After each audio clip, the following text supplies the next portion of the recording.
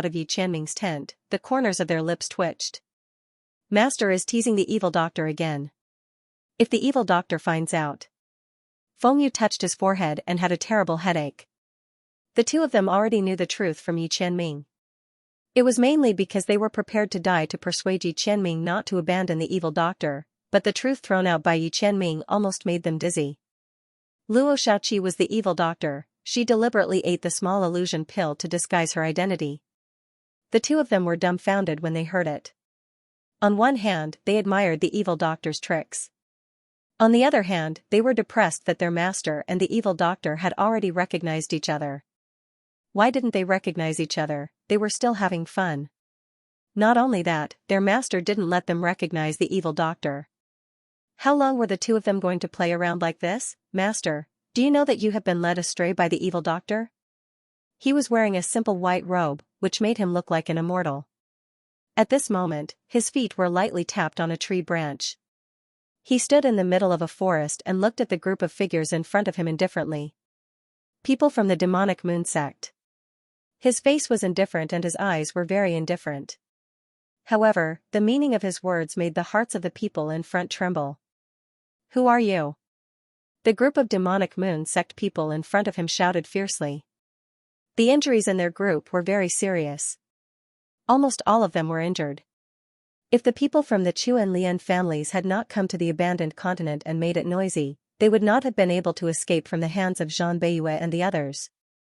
After all, in this abandoned continent, they were seriously injured and could not be compared to Zhang Beiyue and the other elite disciples of the three-star Zhang family. The demonic moon sect was an evil sect in the three-star Great Heaven domain. Its strength was almost the same as the Zhang family. Logically speaking, they should not have been forced to such an extent by Zhang Beiyue and the others.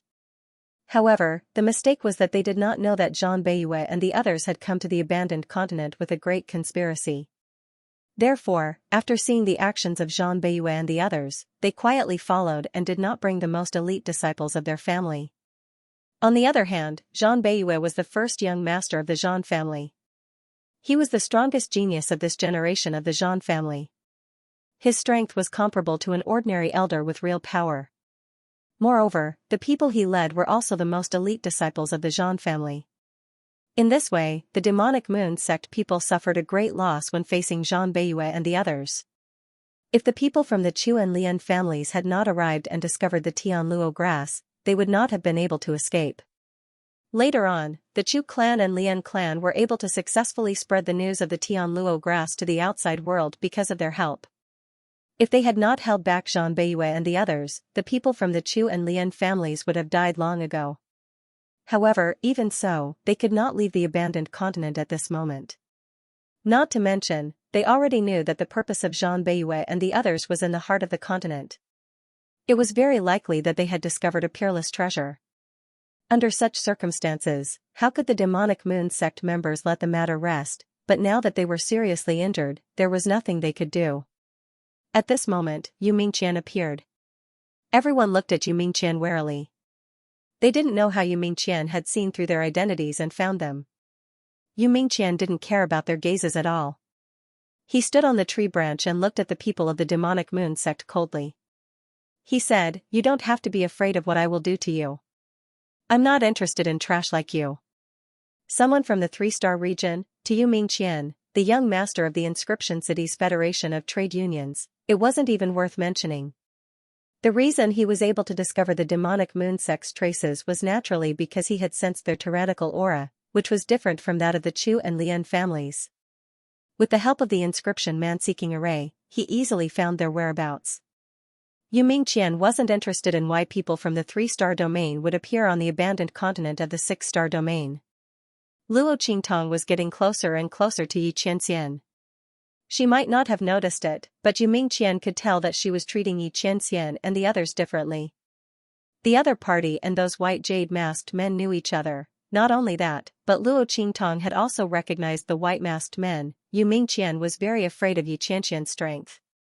He regretted not attacking Luo Qingtong when they were in the Heavenly Wind mercenary city. At that time, she had not fully come into contact with the white-masked men, and she did not recognize them. Under such circumstances, it was best to attack Luo Qingtong. But he missed the opportunity. Now, he could only rely on these evil moon sect members. "I can treat your injuries, and I can also help you improve your strength. As long as you promise me one thing." Yu Mingqian looked at the evil moon sect members. He believed that they would agree. After all, he was the only one on the abandoned continent who could help them. Looking at their current situation, there were obviously other enemies on the abandoned continent. They had no other choice but to promise him. Yu Mingqian's words made the evil moon sect members even more surprised. "Why should we believe you?" a ferocious-looking evil moon sect member said. He looked covetously and greedily at Yu Mingqian's fairy-like face. He laughed ferociously and said, "Since you've said it so clearly, you pretty boy. Then we'll capture you and force the method out of you. Isn't that the same?" As he spoke, he looked at Yu Mingqian with a ferocious expression and said, "Look at your delicate skin. I'm afraid you can't withstand a few rounds of torture. If you know what's good for you, hand over the method immediately. We might be able to give you some comfortable punishment." As he spoke, he laughed arrogantly with a smug look on his face. These evil moon sect members were originally from an evil sect. They did not have any taboos or bottom lines. Yu Mingqian had come alone. Although they were a little afraid, after carefully inspecting the surroundings and finding that there was no ambush and only Yu Mingqian, they immediately relaxed. Not to mention, although Yu Mingqian's temperament was extraordinary, it didn't have any deterrence or threat. Seeing that there was no trace of cultivation on his body, the group of demonic moon sect members felt disdain in their hearts. They were indeed seriously injured, but not just anyone could order them around. Since this immortal-like man wanted to make use of them, then don't blame them for being ruthless. Wouldn't it be better to capture him and slowly force him to confess his methods than to agree to his request? Why do I have to do as he says? The other party was really like a celestial being who was above the mortal world. He was really too naive. The man from the demonic moon sect was pleased with himself. The others also remained silent, tacitly agreeing with that person's actions. Their figures spread out and surrounded Yu Minglong. Seeing this scene, Yu Mingqian's eyes, which were as light as colored glass, suddenly blossomed. The coldness in them was extremely strong. Interesting. You people really don't know what's good for you. His aura completely changed the moment he made his move. An extremely cold and murderous power suddenly bloomed from his body. At the same time, an inscription pattern in his hand rushed toward the demonic moon sect member in front of him. The inscription pattern also appeared. In an instant, the sound of countless weapons whistling could be heard from it. In an instant, the demonic moon sect member seemed to be in a blood-red azure field. His surroundings were filled with weapons and traps. Battle formation initial appearance, turning void into reality, place of death. Battle inscription mark. Are you a battle soul master? Or are you a battle soul master who can turn the surrounding murderous aura into weapons? Everyone's faces were filled with shock. There were strong and weak battle soul masters. In addition to the battle inscription pattern and their own cultivation strength, there was another way. It was based on the depth and research of the battle inscription pattern. When an ordinary battle soul master controlled the battle inscription pattern, he could at most manifest the murderous aura in the battle inscription pattern. They could either turn into the shadows of swords or shrieking beasts. There were many different kinds of murderous aura. However, there was a type of battle soul master who, after deep research, could turn the battle inscription pattern in his hand into a death trap, trapping and killing the enemy he wanted to deal with there. That was not a level that an ordinary battle soul master could achieve. That would require an even more profound inscription ability. Not only that, but strength and cultivation were also indispensable. For such a battle soul master, unless his enemy's strength was far above his, he could break through 10,000 spells with brute force. Otherwise, once trapped by the death trap formed by his battle inscription pattern, it would be a situation of instant death. It was like being trapped in the domain of a Sky Martial realm expert. Life and death were in his hands. Just as everyone was thinking this, they heard the demonic moon sect member who was trapped by the death trap formed by Yu Ming's battle inscription pattern scream shrilly. Then, everyone saw that he was imprisoned in midair. Then, countless weapons pierced his heart in an instant. Not only that, his body seemed to be suspended by an invisible force. While hanging there, countless weapons flew past. While piercing his heart, they did not forget to slice off his flesh piece by piece. His blood-curdling screams were shrill, but in an instant, he turned into a pile of white bones.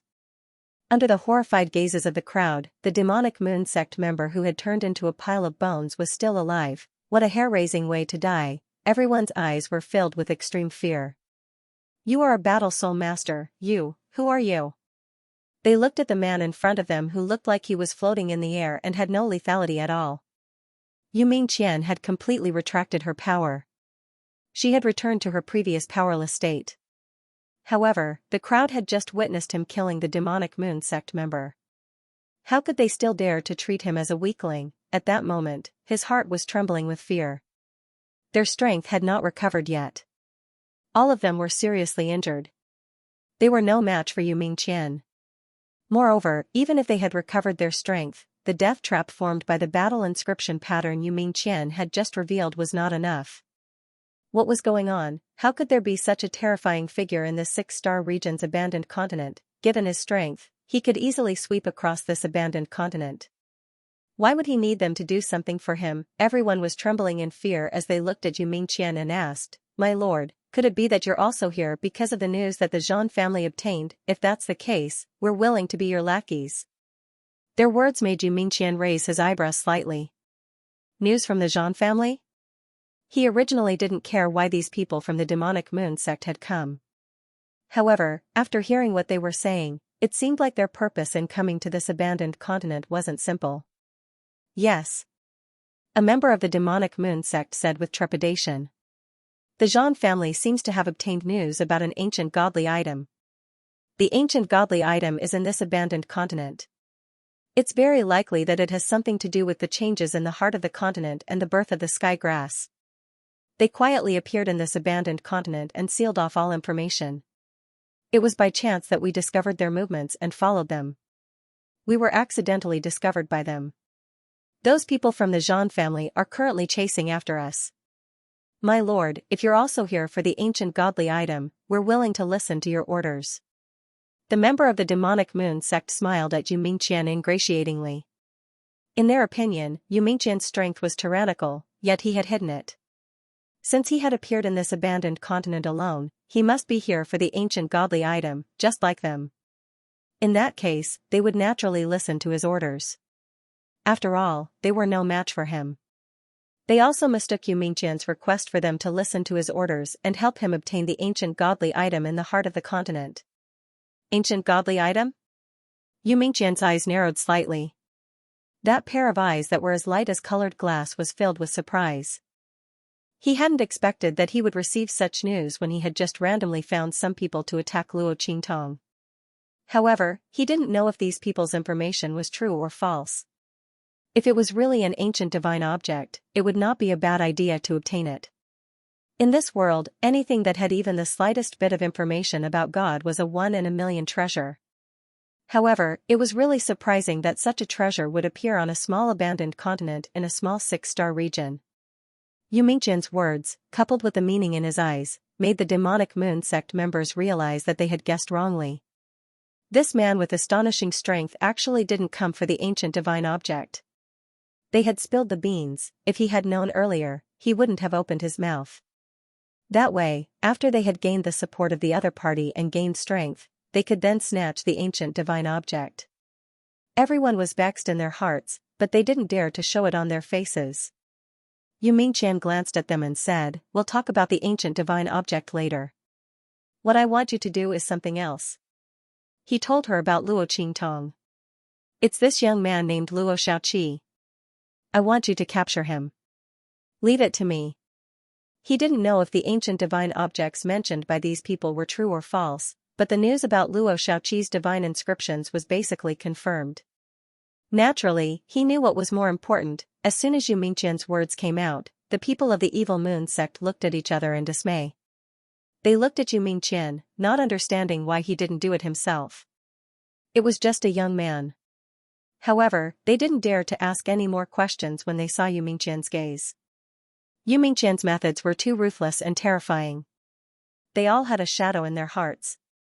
This master was probably not an ordinary ruthless, cold, and ruthless person. As the crowd thought this, they immediately agreed, not daring to say a word. After Yu Mingqian glanced at them coldly, he took out some elixirs and handed them to the people of the evil moon sect. The latter and the others originally wanted to say that the spirit qi in the abandoned continent had a corrosive effect, so the elixirs had no effect. However, when they saw the elixirs that Yu Mingqian took out, they were surprised. This was because the elixirs that Yu Mingqian took out were actually effective. Although they were very weak, they were effective in the end. This was more important than anything else. After all, as long as they were effective, taking more of them would be equivalent to the effect of an elixir. As the crowd thought this, they immediately took the elixirs and swallowed them. Yu Mingqian looked at them coldly, not saying anything. Ordinary elixirs naturally had no effect. However, the elixirs that Yu Mingqian had were the top elixirs of the Inscription Association. Not only that, but they were also supported by his medicinal inscription technique. The retention effect was comparable to the super-perfect elixirs refined by Luo Qingtong. Under such circumstances, the elixirs that he took out were naturally effective.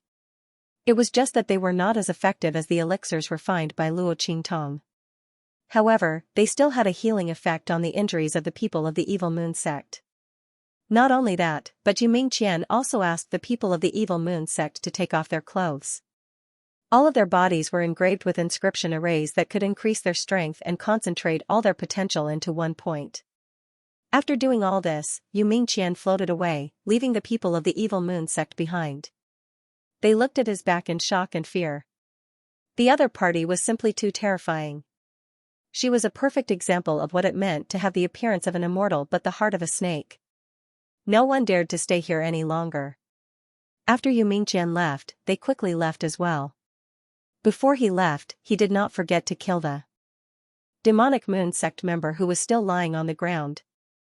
That's right, the evil moon sect member who had attacked Yu Mingqian was still alive even after being reduced to a pile of bones. Yu Mingquan's vicious methods could be seen. While Yu Mingqian was going to meet the evil moon sect, Luo Qingtong was also living in an abyss of suffering. There was no other reason.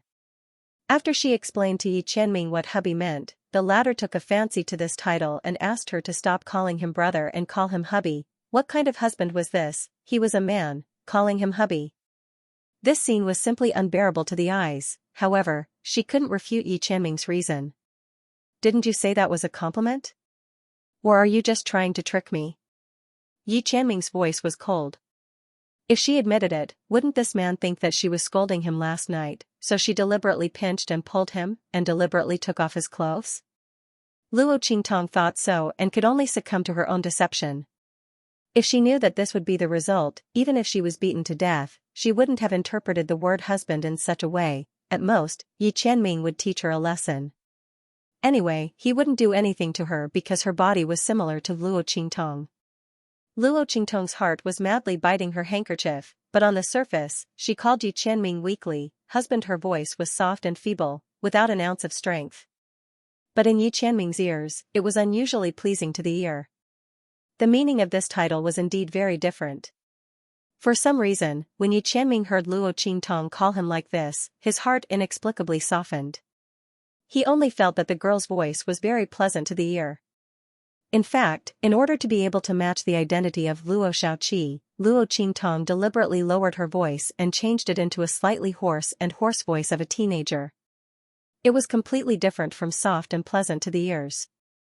But Yi Qianming felt that it was indescribably pleasant to the ear. Well, call me again. Yi Qianming felt comfortable in his heart, but he didn't show it on his face. He wore a white jade mask on his face and looked at Luo Qingtong with narrowed eyes. Aren't you praising me? I can't hear it clearly in my dream. I think you can call me a few more times during the day. Luo Qingtong really cursed in her heart. She even suspected that Yi Qianming was deliberately messing with her. Did this man find out that her previous explanation was completely fooling him? Luo Qingtong thought so and instantly felt a toothache. But she couldn't expose Yi Qianming. After all, she was the one who fooled Yi Qianming first. If she exposed him, wouldn't she be giving Yi Qianming something that could be used against her? At that time, the other party would have a chance to deal with her. Luo Qingtong thought so and instantly decided to give up the righteousness for the sake of the greater good. Anyway, Yi Qianming and the others didn't know what the word husband meant. She could call him that, anyway. In the end, she wouldn't be the one who would be embarrassed. With that thought in mind, Luo Qingtong called him husband a few times. In the end, the more she called him husband, the smoother it got. She almost called him husband. When Yi Qianming heard her calling him husband again and again, his eyes behind the mask couldn't help but soften. This woman, if only she was so obedient when she was by his side. Usually, she was used to putting on an act, but when it came to tricking people, she became obedient in all kinds of ways. Yi Qianming for a while. Then, when Luo Qingtong was resting, he said calmly, "Yes, thank you for the compliment." When he said this, his thin lips suddenly hooked up. Then he narrowed his eyes and said to Luo Qingtong word by word, "Old woman." When he said this, Luo Qingtong, who was taking a breath, was caught off guard and almost choked to death on her own saliva. Cough, cough, cough. She coughed violently and stared at Yi Qianming. Did this damned man even know what the word wife meant? He actually called her wife. She was Luo Xiaoqi. Brother, you can't call her wife so casually. It doesn't matter. Yi Qianming looked indifferent. Since husband is a compliment, wife should be the same, right? Of course, I don't know how to explain the word wife, but obviously, Luo Xiaoqi, you know it, right? Yi Qianming snorted and looked at Luo Qingtong. For some reason, Luo Qingtong inexplicably heard joy from his words. Did this man think that wife was a curse word? Did he want to get back at her for what happened last night? Silly man, you've sold yourself. Luo Qingtong looked at Yi Qianming's twitching lips and didn't know what to say. Forget it, let him be happy. Alas, it was all because she cheated him, otherwise, there wouldn't be such a thing at all. Luo Qingtong thought so and felt powerless in an instant. She scratched the wall in her heart and then said with twitching lips, "Brother, as long as you are happy, What else was there to say about her man? Of course, she had to pamper him even if she had to kneel down. Who asked her to cheat him first? But even if this man wanted to get back at her, he had to understand the matter clearly first. Wasn't this sending herself to him to be molested? Fortunately, he called her wife. If he called someone else, that scene was too beautiful, she didn't dare to look at it. Luo Qingtong's lips twitched and her heart was extremely tangled. How could she tell Yi Qianming that the word wife wasn't a curse word? It wasn't the word husband either. Damn it, just when she was feeling depressed, Yi Qianming's heart was particularly comfortable. These two words were indeed very different. How long had it been since he saw Luo Qingtong change her expression so much? This woman deserved to be taught a lesson. Yi Qianming's heart was happy. Looking at the obvious depression on Luo Qingtong's face, he immediately turned and left. By the way. His words swept over Luo Qingtong from behind. The clothes that you said you would mend for me, mend as soon as possible. I'll wait. After hearing Yi Qianming's words, Luo Qingtong was even more certain that he was trying to get back at her for what happened last night. Supplement my ass, Luo Qingtong had a toothache when she thought of that stupid dress. Previously, she had taken it out with great ambition and said that after it was repaired, she would be able to gain Yi Qianming's favor. In the end, Luo Qingtong's lips twitched at the thought of the sleeve that had been pricked by her like a hornet. Was it too late to pretend that he didn't hear anything? However, it was clear that Yi Qianming knew her very well. Give it to me this evening. Otherwise. Yi Qianming didn't finish his words, but Luo Qingtong already knew the consequences. In short, this man would not let her off so easily. God knows if he would grab her and force her to mend his clothes on the spot. At that time, she could forget about getting any better. One by one, he would make up for it until he died. That man had said before that if she didn't mend it well, he still had a lot of clothes. Luo Qingtong originally thought that she could move out of Yi Qianming's tent tonight and live somewhere else. After all, there were no more mosquitoes. She even took off his clothes. No matter how she looked at it, it was impossible for her to live in his tent anymore. But in the end, this happened again. Luo Qingtong's heart was filled with tears. She gloomily took out the clothes from her storage ring and stared blankly at the holes that she had made. Damn it, the more you mend, the worse it gets. How was she going to tell Yi Qianming? Not far away, Beiqing and Fengyu, who had heard the conversation between Luo Qingtong and Yi Qianxian, looked very excited. Mending clothes? The evil doctor. Before they knew that Luo Qingtong was Luo Xiaoqi, they didn't think it was a big deal to ask her to mend clothes. But now that they knew that Luo Qingtong was Luo Xiaoqi, they felt very uneasy. With the evil doctor's character, they had no doubt that she would kill decisively and endlessly cheat people. But mending clothes, the corners of their lips twitched, and then they secretly looked in the direction of Luo Qingtong. When they saw the clothes in her hand, whose sleeves were no longer visible, the two of them looked as if they had been struck by lightning, but also felt that it was just as they had expected. Oh my God, she poked the sleeves like that. If Beiqing and Fengyu didn't know that Luo Qingtong was Luo Xiaoqi, they would have thought that she had a grudge against their master and wanted to poke the clothes as if they were their master. The two of them covered their faces, and their expressions were even more hopeless than Luo Qingtong's. Great, the evil doctor's mending skills were so terrible that they couldn't bear to look at it. What would she give to their master later? By then, their master would have another chance to bully the evil doctor. Master, you have to take it easy, don't accidentally go overboard. By then, when you and the evil doctor have a conflict, we will be the unlucky ones. The two of them were indescribably hopeless, but Luo Qingtong didn't feel it at all. At this moment, she was looking at the clothes in her hand with a frown. Looking at the sleeves that had almost been poked to death by her, she really felt a twinge of pain in her heart. Why was this needlework so difficult? When she used the threads of the 1,000 silkworms to deal with the enemies, she was simply invincible. Those strong guards in the human martial arts realm couldn't even think about getting close to her. But when it came to this place, it was also needlework, but the mending of clothes was so difficult, Luo Qingtong's eyes widened. Her blood-red eyes had clearly seen how the thread should be threaded, but when she started to move her hands and the threads didn't listen to her. The stitches were also crooked.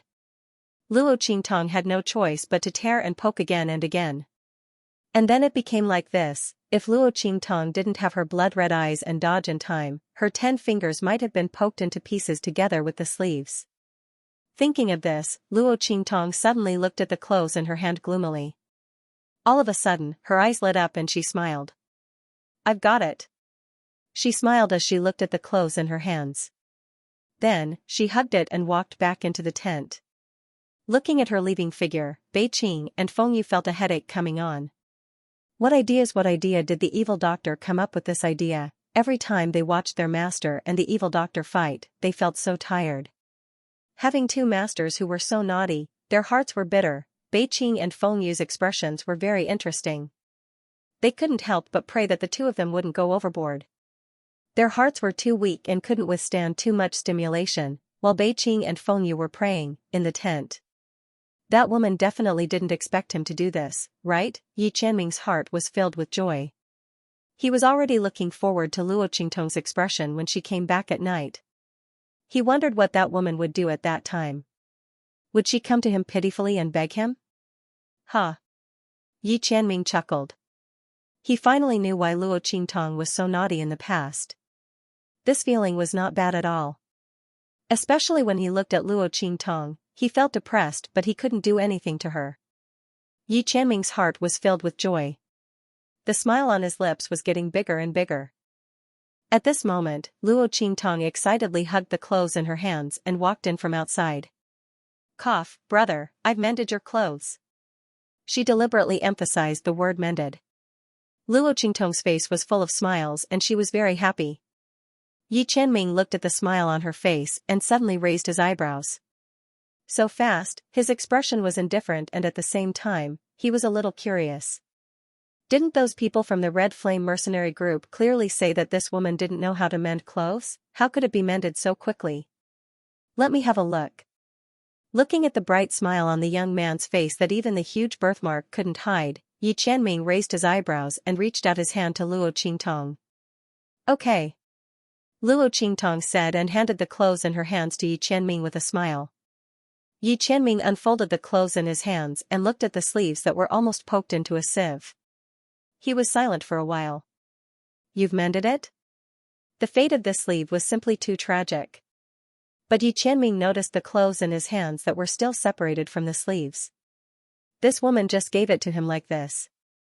Was she trying to renege on her promise? Yi Qianming raised his eyebrows slightly and snorted coldly as he looked at Luo Qingtong. "Of course not. This way, it's mended." As Luo Qingtong spoke, she reached out and cut the other sleeve of the shirt in Yi Qianming's hand symmetrically. This time, the 2 sleeves of the robe were cut short. When Luo Qingtong made her move, she didn't forget to cut off the part of the other sleeve that was torn by her. Both sleeves would be the same, short. Yi Qianming looked at the clothes that had suddenly changed from a long robe to a short robe. However, because the style of the clothes did not match, it looked neither fish nor fowl. The veins on his forehead throbbed. This woman. Is this what you mean by mending? He gritted his teeth. She had cut off the sleeves of his robe, leaving his arms bare. Was this considered mending? Yeah. Luo Qingtong looked at him with a smile, and said with a sly and proud face, "You didn't say what you wanted. What do you think? I even helped you change the style of your robe. Is it okay to make it like this? Brother, I'm very sincere." As Luo Qingtong said this, the smile on her face became more cheerful.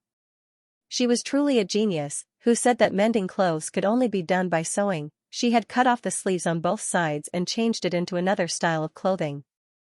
It was considered mending. This was a good idea that Luo Qingtong had thought for a long time just now. At this moment, she felt a burst of joy in her heart and looked at Yi Qianming with a happy face. Yi Qianming looked at her proud and sly expression and really tried to restrain himself. In the end, he couldn't help but pull her into his arms. He gritted his teeth and said word by word. He was almost angered to death by Luo Qingtong. But soon, he seemed to have thought of something and his lips curled up. Then he looked at her and snorted, "Since you've done so well, I'm not a stingy person. Let's forget about what happened last night. You can continue to stay here tonight." Pfft. When Yi Qianming said this, Luo Qingtong almost choked on her own saliva. What? She looked at Yi Qianming with a dumbfounded expression. She didn't expect things to develop like this. She had solved the problem of the clothes. Shouldn't she not have to stay here tonight and continue to sew clothes? Why didn't this man play his cards according to the rules? Yi Qianming's heart was filled with joy. He was even happier with Luo Qingtong's dumbfounded expression. He let this woman be so proud. He finally shot himself in the foot, didn't he? Yi Qianming suddenly had a flash of inspiration and thought of such a reason. It seemed that the effect was surprisingly good. He snorted and looked at Luo Qingtong's expression. What? You don't want to? Do you feel that your clothes aren't mended well? Yi Qianming put emphasis on the word not good. And paused. He raised his eyebrows and snorted, since that's the case, then you can continue to mend clothes. In short, she could choose between mending clothes and sleeping. When Yi Qianming said this, Luo Qingtong's lips twitched. Damn, when did Yi Qianming become so difficult to deal with? Luo Qingtong listened to his words and really couldn't refute. In short, no matter what, she still had to stay here tonight. Luo Qingtong deeply suspected that Yi Qianming was doing this because of last night. No, it was very likely that he was taking revenge on her for what happened last night. Otherwise, why would he suddenly ask her to sew clothes? After she found a way to get away with it, he didn't let her have an easy time and asked her to continue to stay in this tent. Luo Qingtong didn't believe that Yi Qianming didn't see that she wanted to leave here and sleep elsewhere. F***ck, he had really shot himself in the foot. If he had known earlier, Luo Qingtong had known this for a long time, but she didn't know where to start. He had done too many bad things in the past. Was this his retribution? Luo Qingtong was really speechless. She was the first person in history to have been tricked by him so miserably. I got it. She mumbled. She was already thinking about what she should do to make herself more obedient tonight. She really couldn't stand the stimulation of sleepwalking and molesting Yi Qianming every night after she fell asleep. She was hiding her identity. Did his body have to be so unreliable? If this continued, she really wouldn't be able to hide her identity no matter how powerful she was. She really didn't want Yi Qianming to know her identity on this abandoned continent for the time being. Luo Qingtong's heart was tangled. However, Yi Qianming's heart was filled with joy. He was already thinking about how he should let this woman molest him tonight. Should he continue to leave kiss marks or let this woman tear his clothes? Yi Qianming's heart was filled with joy and the curve of his lips became even wider. While he and Luo Qingtong were having a battle of wits and courage, having fun, a few days later, boom. Along with this violent explosion, in the distant sky, there was a lot of hustle and bustle, as well as a thick cloud of smoke. The smoke swept away the decaying spiritual qi in the sky above the abandoned continent. The boiling and roaring aura revealed absolute vitality and incomparable power. It's the power of the heart of the continent. Chu Xiaofeng and the others rushed out of their tents when they sensed the rising power. Yi Qianxian also appeared in the sky above their tents. He looked at the center of the rising power in front of him. That was where the heart of the continent stopped and opened this time. This vigorous and powerful power was the remnant power of the great Tao left behind by the heart of the continent. It was precisely because of this vigorous force that this continent, which should have been abandoned, was able to nurture the Tianluo grass again. The other withered and corroded spiritual herbs were able to radiate new vitality. Master, this power seems to be very different from the rest. Bei Qing, Feng Yu, and the others appeared beside Yi Qianxian and whispered to him. Since all abandoned continents were already decaying and were about to die, the remaining power in the heart of the continent would definitely not be this strong. After all, it was already an arrow at the end of its flight. If there were no special circumstances, the final outcome of those abandoned continents that had already reached the end of their road, without exception, would be the complete exhaustion of the vitality in the heart of the continent. Then, they would disintegrate in the starry sky, turning into dust and air.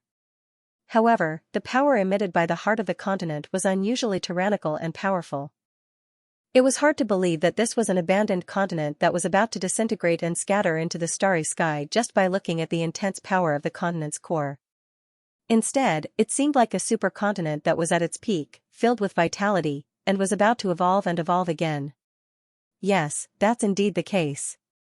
Yi Qianxian narrowed his eyes. He looked at the heart of the continent. The power of the heart of the continent gave him a completely different feeling. This was not a power that the heart of the continent, which was about to die, could possess. There must have been something that they had not expected to happen in the process.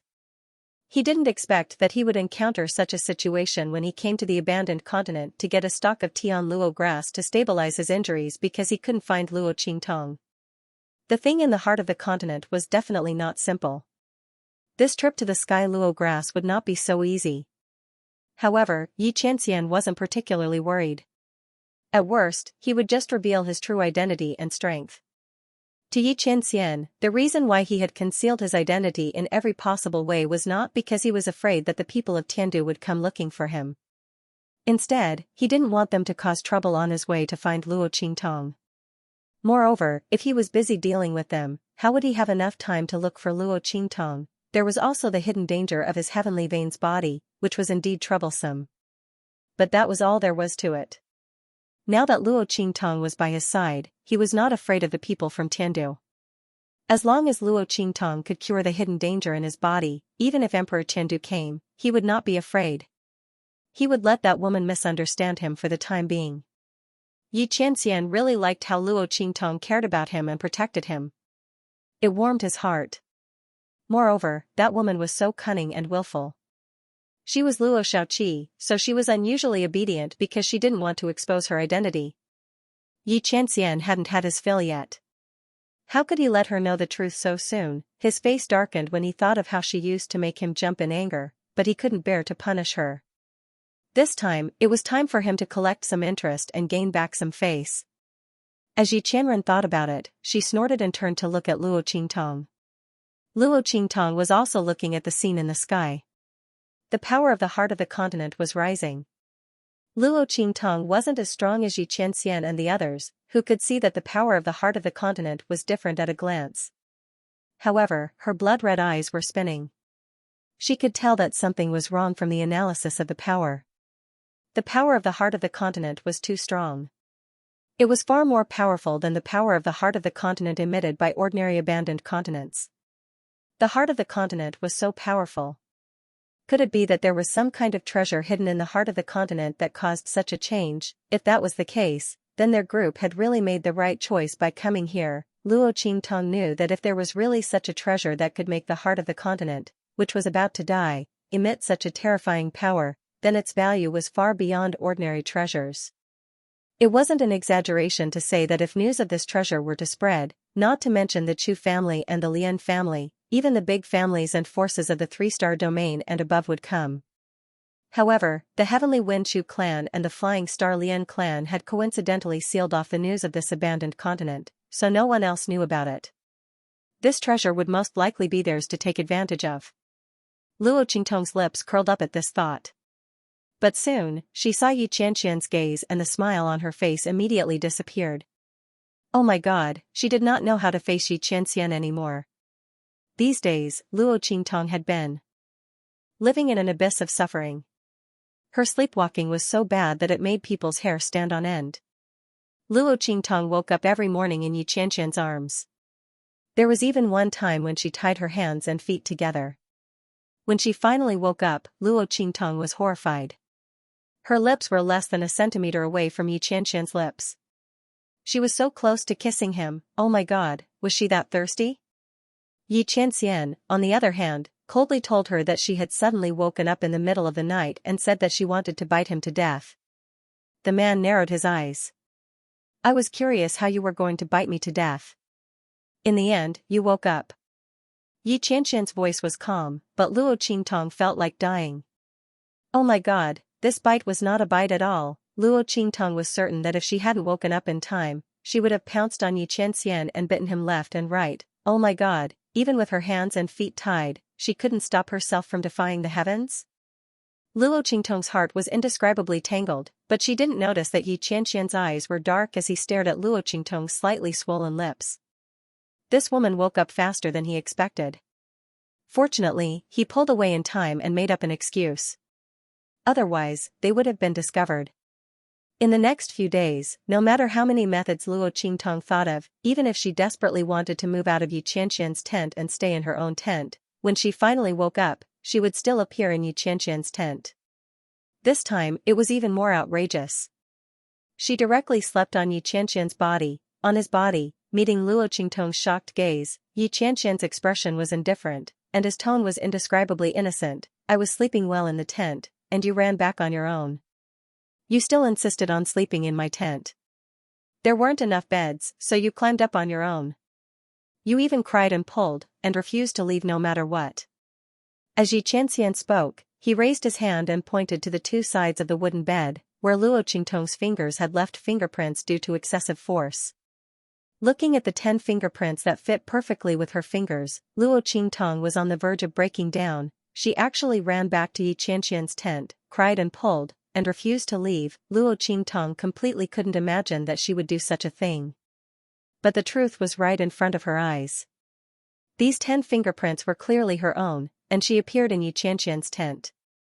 It couldn't be that Yi Qianxian carried her over, right? In fact, it really was like this. After Luo Qingtong fell asleep, Yi Qianxian carried her over. After being together for so long, Luo Qingtong had long been accustomed to Yi Qianxian's embrace. So when Yi Qianxian picked her up, not only did she not wake up at all, but she also snuggled into the man's embrace to make him more comfortable. The 10 fingerprints on the wooden bed were also pressed by Yi Qianxian when he held her hand. With his strength, it would be a piece of cake for him to leave these 10 fingerprints on Luo Qingtong's hand. There wouldn't be any leakage of energy or aura to wake Luo Qingtong up. After doing all this, he was satisfied and fell asleep with Luo Qingtong in his arms. As for the wooden bed that had suddenly become narrow, he had asked Bei Qing and Fengyu to redo it. After all, Luo Qingtong was no longer sleeping here. The bed didn't need to be so big, right? As for Luo Qingtong running back to sleep with him, he didn't know at all. Yi Qianxian had planned everything so that Luo Qingtong could leave the tent to sleep elsewhere. Luo Qingtong didn't know anything. She had always thought that Yi Qianxian didn't discover her identity. Naturally, she didn't think that Yi Qianxian had plotted against her. She thought that it was her own fault. After all, she did want to get close to Yi Qianxian, so she tried every possible way to live in his tent. She completely believed that she would do something to Yi Qianxian after she fell asleep. If that wasn't the case, with Luo Qingtong's scheming mind, how could she have fallen into Yi Qianxian's trap? As the saying goes, those closely involved can't see clearly. This time, Luo Qingtong had fallen into Yi Qianxian's trap. At this moment, when she saw the man looking at her, she suddenly looked up at the sky and pretended that she didn't know anything. Last night, she had almost torn Yi Qianxian's clothes. Last time, when she'd failed to kiss him, Yi Qianxian had found an excuse for her to bite him to death. This time, she'd failed to tear his clothes. Could it be that she wanted to freeze him to death? Luo Qingtong felt that such a retarded excuse wasn't something that Yi Qianxian would believe. Even she couldn't bring herself to say it. It was an insult to her intelligence. Just as she was feeling depressed and conflicted, Chu Yuqing and the others saw the storm of energy in the sky and were pleasantly surprised. Haha, the heart of the continent has opened, and the heavenly grass has appeared. This heavenly grass will definitely be ours. Chu Yuqing and the others felt an indescribable sense of certainty. But soon, his expression turned ugly again. It's a pity that we didn't get rid of that bastard Chu Lingfeng before this heavenly grass appeared. Otherwise, we would have one less major problem in the fight for this heavenly grass. But it's good that he's not dead. Chu Yuqing sneered. Even if Chu Lingfeng had told them that he'd tried to assassinate Chu Lingfeng, no one would have believed him. And even if someone did, so what? There was no evidence, and there were no clan elders present on this abandoned continent. It was impossible for Chu Lingfeng to cause trouble for him. All he had to do was kill him in the fight for this heavenly grass, and in the fight for this heavenly grass, crooks and honest folk would be mixed together. There would be both the Chu clan and the Lian clan. As the #1 member of the Tianfeng Chu clan, Chu Lingfeng was bound to be targeted by the opposing Lian clan. When the time came, Chu Yuqing would join forces with others to make a move against him. Perhaps Chu Lingfeng would take care of the Lian clan for them, and then die at their hands. Wouldn't that be the best of both worlds? Killing 2 birds with 1 stone, as Chu Yuqing thought this, he felt very pleased with himself. Quite a few members of the Tianfeng Chu clan had already gathered around him. Among them were the top members of the 6th Elders and 9th Elders factions. They had no choice. First, the 6th Elders and 3rd Elders factions were on good terms. Second, Chu Tianming had participated in the operation against Luo Qingtong. Not only that, but when Chu Yuqing had ambushed Chu Lingfang, they'd been nearby as well. Under these circumstances, the 6th Elders faction had no way to extricate themselves from this matter. They said that this matter had nothing to do with them, so they could only cooperate with Chu Yuqing. As for the 9th Elders people, they were on good terms with Madame Xing and had long been secretly siding with Bai Xing. This time, they had received Bai Xing's orders to help Chu Yuqing in secret. Now that Chu Yuqing's ambush had failed, and Chu Yufei had also been caught up in it, they had no choice but to act. No matter what, he could not let Chu Lingfang leave the abandoned continent alive. In addition, Chu Yuqing had also contacted the 2 ambitious elder bloodlines of the 2 families. At this point, more than half of the Tianfeng Chu clan's 9 great elder clans were on Chu Yuqing's side. Chu Yuqing had originally thought that with this lineup, finding and killing Chu Lingfang wouldn't be a problem at all. But who would have thought that Chu Lingfang would evaporate from the abandoned continent in the past few days? No one could find even a shadow of him. He'd clearly been seriously injured, and his bloodline power had been exhausted. Even if it was to recover his strength, he should have come out to find a way. But in the end, there was no news of him at all. Who knew where the hell he was hiding? Not to mention snatching the Tianluo grass from them. It was fine if he didn't show up. Wouldn't it be easier to kill him after they obtained the Tianluo grass? In short, they couldn't let him leave this abandoned continent no matter what. While Chu Yuqing and the others were overjoyed, Zhang Beiyue and the others had already sensed the heart of the continent's trembling. Young master, the heart of the continent's energy tide is erupting. The heart of the continent has opened. The group of people were conserving their energy. Hearing this, Zhang Beiyue's tightly shut eyes opened immediately. Get ready. Once the energy tide is over, we'll head to the heart of the continent immediately. He didn't care about the Tianluo grass. Geniuses like Zhang Beiyue had already gotten the chance to consume the Tianluo grass. After all, although it was rare, it wasn't so rare that it was hard to find. As a powerful family in the 3-star Great Heaven domain, it wasn't difficult for the Zhang family to obtain a few Tianluo grass. However, the opportunity to obtain the primordial divine item was hard to come by. The Zhang family had only gotten a few words by chance. They guessed that the primordial divine item might exist on this abandoned continent, but they couldn't be completely sure. In order not to alert the enemy, they had sent the most elite geniuses of the family. Otherwise, given the Zhang family's strength, they could easily flatten the entire flying star field. Why would they only send a few people? It was just a cover-up. Zhang Beiyue and the others had been guarding this abandoned continent for more than half a year. Now that the heart of the continent had opened, they couldn't miss it. When Zhang Beiyue gave the order, the people of the demonic moon sect had also sensed the trembling of the heart of the continent. They were instantly overjoyed. Hee, the heart of the continent has opened. I wonder if the primordial divine item's existence is real. Their gazes were drooling as they looked at the place where the energy tide had erupted. Their greed was unspeakable.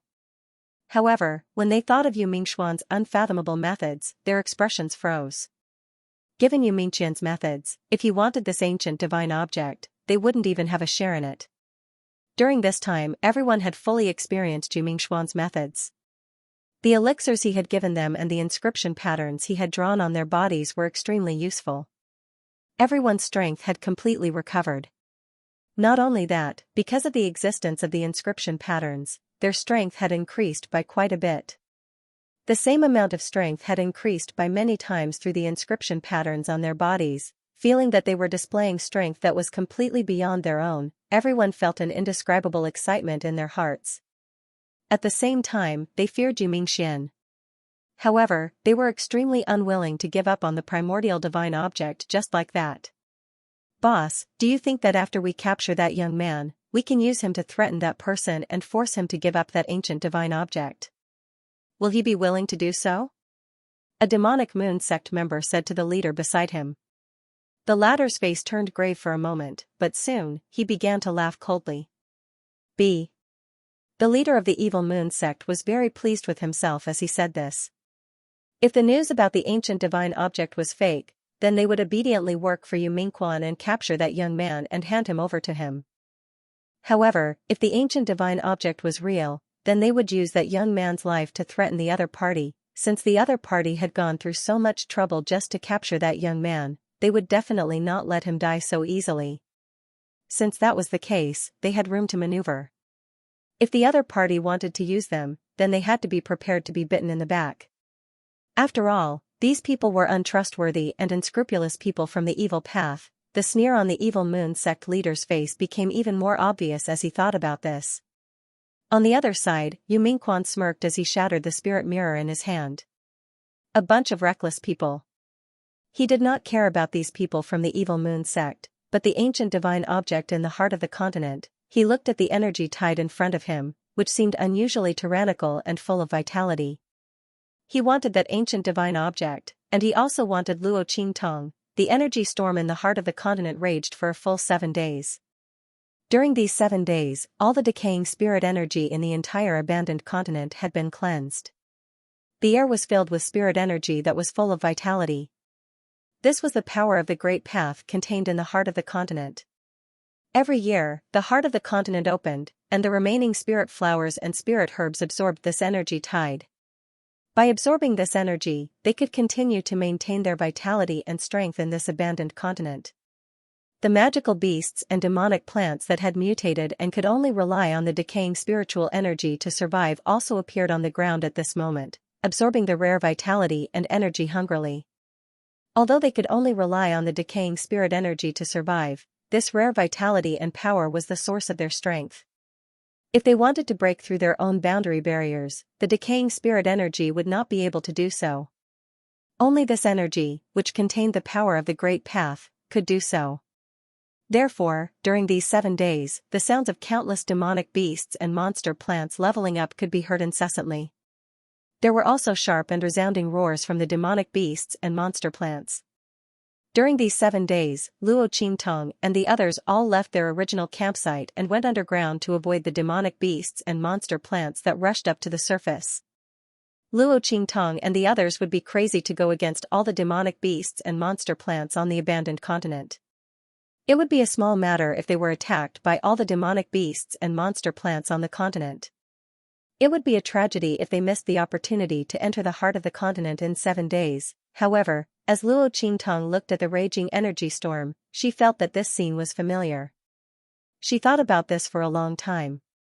Then, she suddenly remembered that in the Truespill continent, when the southern domain had been ravaged by energy storms, it had also been like this. But it was far from being as vast as this. As Luo Qingtong thought of this, her heart skipped a beat. An idea popped up in her mind. However, when she carefully searched for it, she couldn't find it for a while. Her brows were tightly knitted as she kept thinking about this matter. Boom! Outside, the raging tide of energy came to an abrupt end. All the demonic beasts and plants disappeared in an instant. They had absorbed enough vitality and power, so they were all hiding and continuing to refine and break through. Luo Qingtong and the others immediately took action. Let's go to the heart of the continent.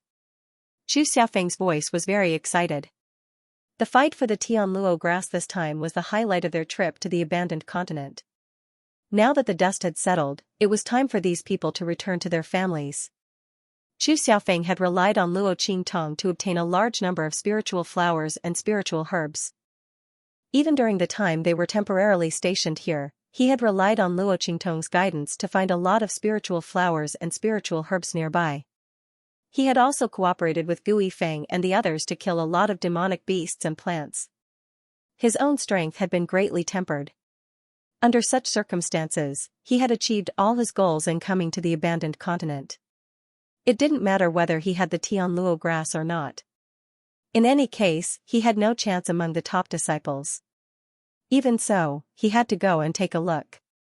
After all, it was an important day for the disciples of the Tian Fengchu family and the Flying Star Lian family to compete. It would be a pity if he didn't go and take a look. However, he didn't know that 2 people in his team were going for the Tianluo grass. In fact, they were aiming for something in the heart of the continent. Brother, let's go. Luo Qingtong didn't care about her previous entanglement with Yi Qianxian. Anyway, this was an urgent matter, and this man wouldn't ask her about trivial matters like sleeping. yes, that was what Luo Qingtong thought. Otherwise, she would still be in the team of the Red Flame mercenaries. During these 7 days, Luo Qingtong and Ouyang Yingyu were inseparable.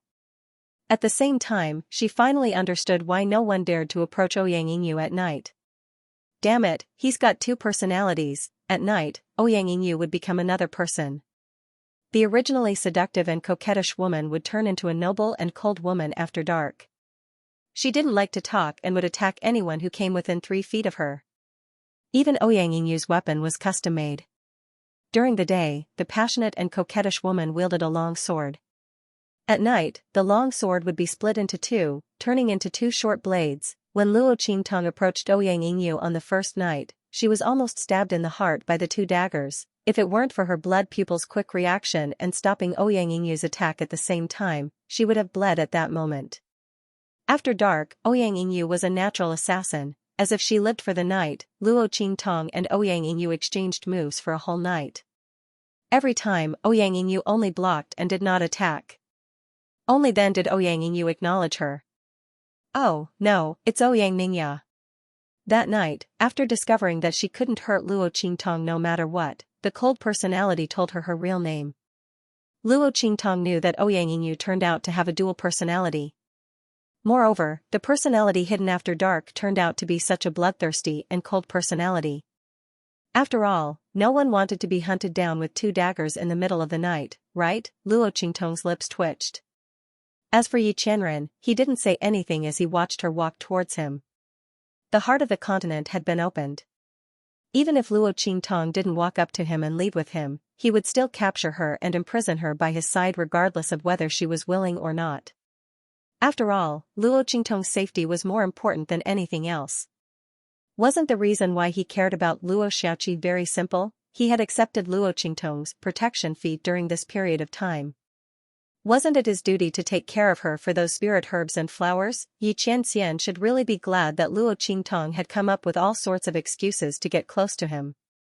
Now that he was taking care of this woman, it wasn't abrupt at all. Yes, come here. Yi Qianxian raised his hand and pulled Luo Qingtong to his side. He resisted the urge to pull her into his arms and protect her. With a wave of his sleeve, Yi Qianxian flew up and headed for the heart of the continent with Chu Xiaofeng and the others. And on the abandoned continent, there were many figures like them who directly rushed over. The members of the Heavenly Wind Shu clan and the Flying Star Lian clan who had entered the abandoned continent to train and kill the devil beasts and demonic plants, as well as plucking spirit flowers and spirit herbs, all flew into the air and charged towards the heart of the continent with their guards. Especially the top disciples. This time, the highlight of the show was them. Of course, they didn't rule out the possibility of others picking up scraps in the chaos. Therefore, the other disciples all rushed to the heart of the continent as well. After the battle for the Tianluo grass came to an end, the competition between the 2 clans had come to an end. Whoosh! Whoosh! When Luo Qingtong's group arrived at the heart of the continent, there were already some teams waiting there. The 2 teams were clearly separated, and they stood at the entrance to the heart of the continent, where the surging mist and lingering spiritual qi had yet to dissipate. They stood on guard against each other. They are from the Lian family of the Flying Star sector. Luo Qingtong looked at the people in front of her who were wearing the Chu clan's uniform. She saw that they were all wearing the same uniform with the word Lian embroidered on their chest. This was the first time that Luo Qingtong had met a member of the Lian family of the Flying Star clan since she came to the abandoned continent. The Flying Star Lian clan and the Tianfeng Chu clan had entered the abandoned continent from the same place. However, the locations where they landed were all different. From the looks of it, the 2 clans must have discussed this from the very beginning. During the first few days of training, the disciples of the 2 clans would not interfere with each other. They would fight again when it was time to fight for the Tianluo grass, otherwise, it wouldn't have been so coincidental that Luo Qingtong's group had run into members of the Chu clan after entering the abandoned continent.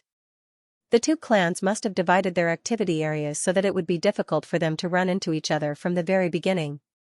When Luo Qingtong looked at the members of the Flying Star Lian clan, the deadlocked crowd heard the whoosh and looked over at Luo Qingtong's group. Chu Xiaofeng. A person who was obviously a top disciple stepped forward and said, "Come over here." His tone was full of superiority and superiority. These top disciples usually wouldn't have any interactions with the disciples below them. The resources and cultivation places they enjoyed were all of the best. They weren't in the same place as Chu Xiaofeng and the others at all. The reason why they stopped Chu Xiaofeng and the others was that they were going to fight against the Flying Star Lian family. The people of the Tianfeng Chu family naturally had to gather together. Luo Qingtong looked at the top disciple of the Tianfeng Chu family. Chu Xiaofeng's voice rang in her ears. Little 7, this person is the top disciple of the second elder of the Tianfeng Chu family, Chu Qiankong. The top disciple beside him is the top disciple of the first elder's line, Chu Yuanhong. These two people won't participate in the competition for the successor of the family head. They have no conflict with us. Let's go over first. Chu Xiaofeng first explained the identities of these two people to Luo Qingtong to prevent any conflict between them and Luo Qingtong. The first elder and second elder's line had always been the protectors of the Tianfeng Chu family. Their successor would enter the elder council and directly become an elder of the family. They wouldn't participate in the competition for the family head.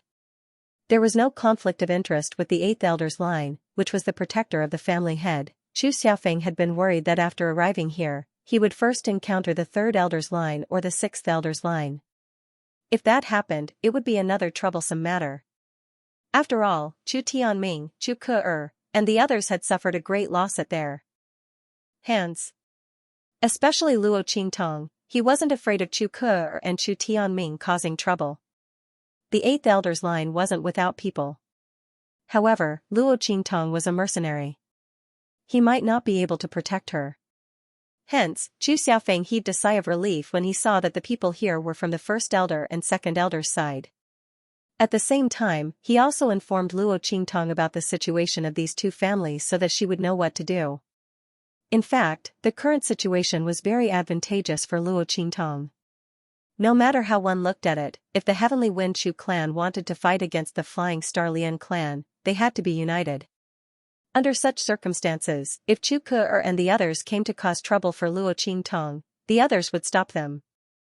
As Chu Xiaofeng thought of this, he immediately led Luo Qingtong and the others towards where Chu Qiankong and Chu Yuanhong were. When Chu Qiankong saw Chu Xiaofeng and the others approaching, he turned his head and ignored them.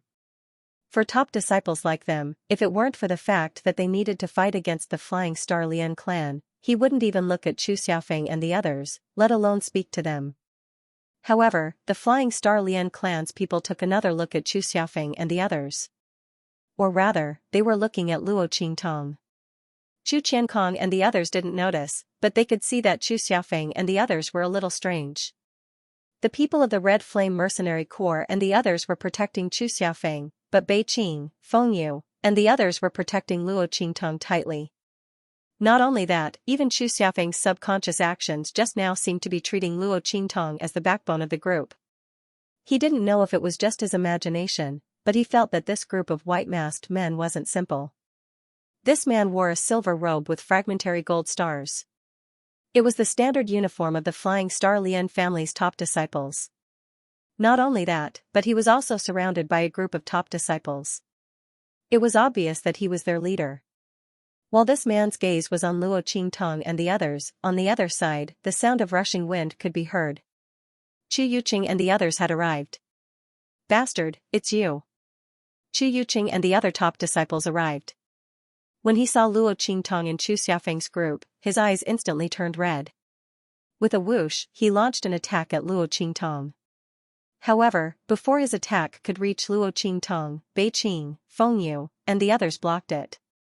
Seeing his attack disappear in midair, Chu Yuqing was furious. He prepared to continue attacking Luo Qingtong. At the same time, he ordered the guards behind him to attack Luo Qingtong as well. At that moment, Chu Xiaofeng stepped in front of Luo Qingtong. Chu Yuqing, what are you doing? Chu Xiaofeng glared at Chu Yuqing. He glanced at Chu Tianming, Chu Ke and the others behind him. Thinking that Chu Yuqing wanted to avenge Chu Ke and the others, he immediately shouted, Luo Xiaoqi is my guard. Chu Yuqing, even if you want to avenge Chu Ke and the others, you should look at the situation first. Our 8th Elders faction won't let others bully us without retaliating. Chu Xiaofeng's voice rang out. Chu Qiankong and Chu Yuanhong immediately frowned and turned to look in his direction. What's going on? Chu Qiankong's expression was displeased. The Flying Star Lian family was watching, but his own family was having an internal conflict. They couldn't afford to lose face like that. It's Chu Yuqing. He wants to attack my mercenaries. It seems that the third elders faction doesn't like our eighth elders faction. That's why their top disciples want to personally take action and vent their anger on my subordinates. Chu Xiaofeng was the first to answer. He was striking first to gain the initiative. He directly elevated Chu Yuqing's matter to the grudge between the eighth elder and third elders factions. In any case, everyone knew of his conflict with Chu Ku'er. Not only that, but when they were outside, the eighth elders faction and the third elders faction's faction. What was he afraid of? Luo Qingtong had helped him so much along the way, so it was only right for him to help her. You. Chu Xiaofeng's Chu Yuqing was furious. Chu SST otherwise, don't blame me for making you beg for death in the future. STSS but at a time like this, he absolutely couldn't reveal that he'd tried to kill Chu Lingfeng in front of everyone. He also couldn't use this as a reason to attack Luo Qingtong. But he wouldn't let Luo Qingtong off so easily. It was this youth who'd appeared out of nowhere, relying on his strange thread-like martial arts, who'd prevented him from attacking Chu Lingfeng. Otherwise, given that fool's scheming, he'd have long since fallen into his hands and been killed by him. This youth, Chu Yuqing, had long since learned of Luo Qingtong's identity from Chu Ku'er and the others. He hadn't expected that she'd actually dare to appear in front of him. He swept his gaze over the group and didn't see Chu Lingfeng's figure. He immediately calmed down. With Chu Lingfeng's injuries, he was probably still struggling at death's door, right? Beside Luo Qingtong, Yi Qianxian narrowed his eyes at Chu Yuqing's words.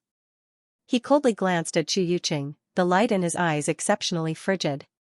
Make his woman suffer a fate worse than death, this Chu Yuqing really dared to say such things. He was going to wait here and see how he was going to make his woman suffer a fate worse than death. Yi Qianxian's gaze was icy. Bei Qing, Feng Yu, and the others looked at Chu Yuqing as if they were looking at a dead man. When Chu Xiaofeng heard Chu Yuqing's words, he too was enraged. Listen carefully, the two of you. It's someone from the third elders faction who insists on making trouble for the eighth elders faction. He spoke with decisiveness that could sever nails and chop iron. When Chu Qiankong and the others heard this, they immediately frowned and looked at Chu Yuqing. They said in a low voice, Chu Yuqing is just a mercenary. Why do you have to make things so ugly here? As he spoke, he glanced discreetly at the Lian family. His meaning was clear. He wanted Chu Yuqing to consider the bigger picture. But Luo Qingtong had ruined Chu Yuqing's plans. How could he let her off so easily? Besides, he needed her to find out Chu Lingfeng's whereabouts. Only then would he be able to find Chu Lingfeng as quickly as possible after the fight for the Skynet grass and kill him. That way, he wouldn't be able to tell the family elders that he'd ambushed and killed him. Thus, he completely ignored Chu Qiankong's hints. You said it yourself. She's just a mercenary. So I don't have the right to punish her? Chu Yuqing sneered, his expression overbearing. You don't need to persuade me. Unless she comes out of her own accord and surrenders herself, don't blame me for taking action. If you have the time to persuade me, why don't you tell Chu Xiaofeng to get lost? Otherwise, if I hurt him and make a fool of myself, I won't care. Chu Yuqing's voice was icy. It could be seen that he was determined to make a move against Luo Qingtong. He did not even give face to Chu Qiankong and the others. Both sides were top-notch disciples. If a fight broke out, the situation would be even uglier. As Chu Qiankong and the others thought of this, they immediately frowned. They looked at Chu Yuqing, then turned to Chu Xiaofeng and said, "Have your people leave." Their intentions were very clear. They wanted Chu Xiaofeng to ignore Luo Qingtong and let her go out to help Chu Yuqing vent his anger. After all, he was just a mercenary. There was no need for him to cause internal strife in the Tianfeng Chu clan and become a joke to others. Chu Xiaofeng's expression instantly sank when he heard what Chu Qiankong and the others said. This is impossible, he said in a deep voice. Have Luo Qingtong go out and help Chu Yuqing vent his anger? He could not do such a cowardly thing. Moreover, the reason why Luo Qingtong had offended Chu Ke'er was also because of him. How could he not care about Luo Qingtong? As Chu Xiaofeng thought of this, he immediately said coldly to Chu Qiankong and the others, "It's clearly third elders people who are causing trouble for eighth elders people, yet you want me to hand over my people. If I do as you say, how can eighth elders people raise their heads in the Tianfeng Chu clan in the future?" "You don't need to say anything else," Chu Xiaofeng said in a deep voice. Chu Xiaofeng said in a deep voice, "Since you two can't uphold justice for our eighth elders people, then I won't force you. But you want me to hand over my people? Absolutely impossible. Chu Xiaofeng, you don't know what's good for you. Your people offended a top disciple. We're helping you by asking you to hand her over. Since you're so ungrateful, then you'll be in trouble with her. Get out of the way." Chu Qiankong's voice was icy cold. These top disciples didn't care about the disciples of the Tianfeng Chu clan in the first place. If it had been one of the top disciples of the eighth elder who spoke, they might have interfered with Chu Yuqing to prevent the situation from becoming too ugly. But who did Chu Xiaofeng think he was? It was already good enough that they were willing to let him hand over Luo Xiaoqi. Since he didn't want to, then he'd be in trouble with Luo Xiaoqi. She dared to oppose a top disciple. If it weren't for the fact that they were on the abandoned continent and the Lian family didn't want to make a fool of themselves, they would have dealt with Luo Qingtong themselves. Chu Yuqing didn't even need to do anything. Who asked her, as the lowest mercenary, to dare to go against a top disciple? The dignity of a top disciple wasn't to be blasphemed. Chu Qiankong's words immediately caused the disciples of the first elders and second elders factions to all take a step back, allowing Chu Xiaofeng and the others to face Chu Yuqing and the others on their own. But unexpectedly, the mercenaries behind those disciples didn't retreat. They glanced hesitantly at Luo Qingtong and Chu Qiankong's group, then gritted their teeth and stood behind Luo Qingtong. "My apologies, young masters. Luo Xiaoqi has done us a great favor. We're definitely on her side this time." It wasn't that the mercenaries didn't fear the Tianfeng Chu clan, but Luo Qingtong had helped them a lot. Besides, wasn't Chu Xiaofeng in Luo Qingtong's group? They weren't completely opposed to the Tianfeng Chu clan. If they didn't stand up now, they were afraid they'd never be able to live with themselves. The group of mercenaries all lived by licking blood from the edge of the blade. In this life, there was nothing that could be ignored except for friendship. In this abandoned continent, they had received great kindness from Luo Qingtong and obtained a lot of information about this abandoned continent. Not to mention, Luo Qingtong had provided them with some plans and methods to complete missions in Mercenary City, which had greatly reduced their casualties. If Luo Qingtong only offended the Tianfeng Chu family, they might not stand up for their own interests. But now, Chu Yuqing clearly wasn't going to let Luo Qingtong off. Under such circumstances, everyone had to stand up and support her no matter what. A group of people stood behind Luo Qingtong. Chu Xiaofeng and the other children of the Chu family were somewhat stunned. The members of the Red Flame Mercenary Corps and the other mercenaries behind him took a step forward and patted the mercenaries on their shoulders. "Haha, I knew you would stand out. That's right. Young Master Xiaoqi has done us a great favor. How can we not stand out?"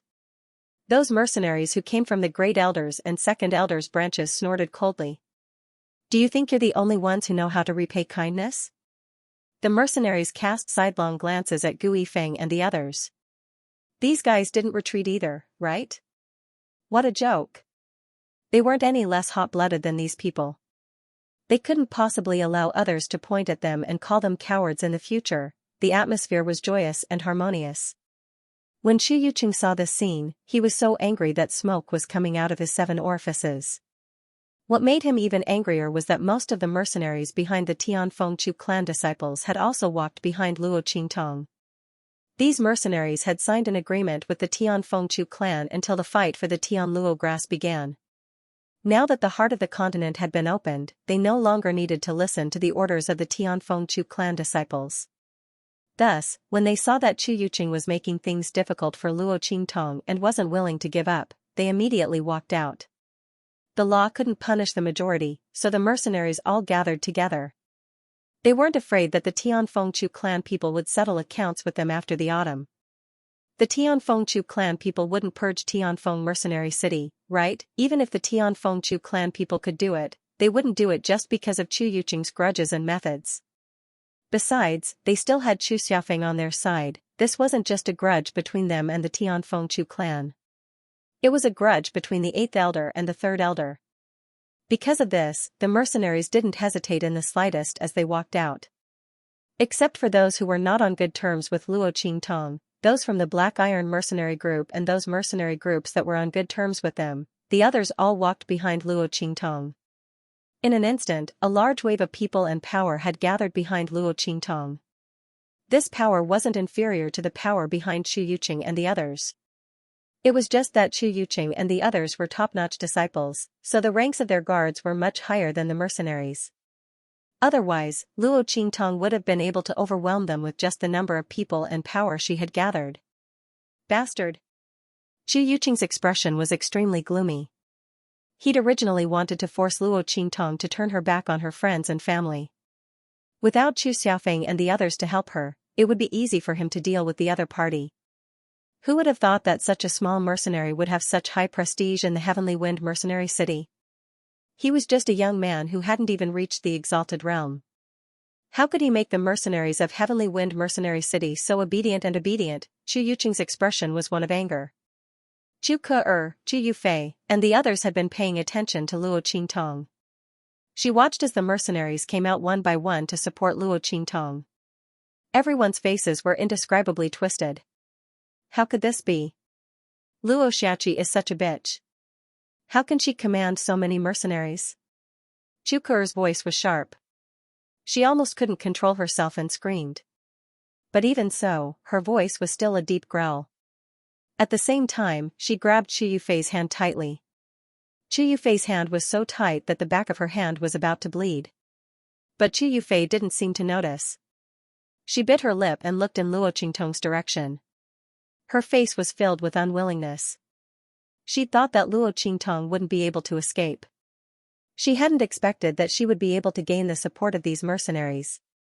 But so what if that was the case? If she'd only offended them, then Chu Yuqing would have stopped when he saw this scene. Although the mercenaries around her were strong, how could they be a match for the guards behind Chu Yuqing and the other top disciples? Thinking of this, Chu Yufei sneered again. Feng Yu, Bei Qing, and the others were also stunned when they saw so many mercenaries walking over. The evil physician is indeed the evil physician. They murmured in their hearts. If anyone else had encountered such a situation, they would have died a long time ago. Yet, the evil physician always had unexpected things happening. These mercenaries were actually so supportive of the evil physician. How could any random person do such a thing? After all, how long had Luo Qingtong stayed in Mercenary City? Wasn't her prestige a little too high? Bei Qing, Feng Yu, and the others had always known that Luo Qingtong was powerful, but they didn't expect her to be so powerful. For ordinary people, if they were suddenly teleported from a 9-star star field or even from a low-level continent to a high-rank star field, they would be lucky if they could keep themselves alive. How could they be like Luo Qingtong, who was able to survive in a 6-star region despite her lowly strength? Everyone had chased after Luo Qingtong all the way here. Whether it was in Heavenly Wind Inscription City, Heavenly Wind Mercenary City, or this abandoned continent, they were all impressed by Luo Qingtong's methods. In their entire lives, they would probably only meet one extraordinary woman like the evil physician. Bei Qing, Feng Yu, and the others were all amazed. Xianxia tilted his head slightly and looked at the young man beside him. He held back his gaze and didn't say anything. Otherwise, he might not be able to stop himself from pulling Luo Qingtong into his arms and holding her tightly. This was the woman he had his eyes on. Even if he wasn't by her side, even if she was in a dangerous situation, she would still be able to deal with it calmly. This kind of Luo Qingtong made Xianxia love and feel proud of her. He was also very worried about his gains and losses.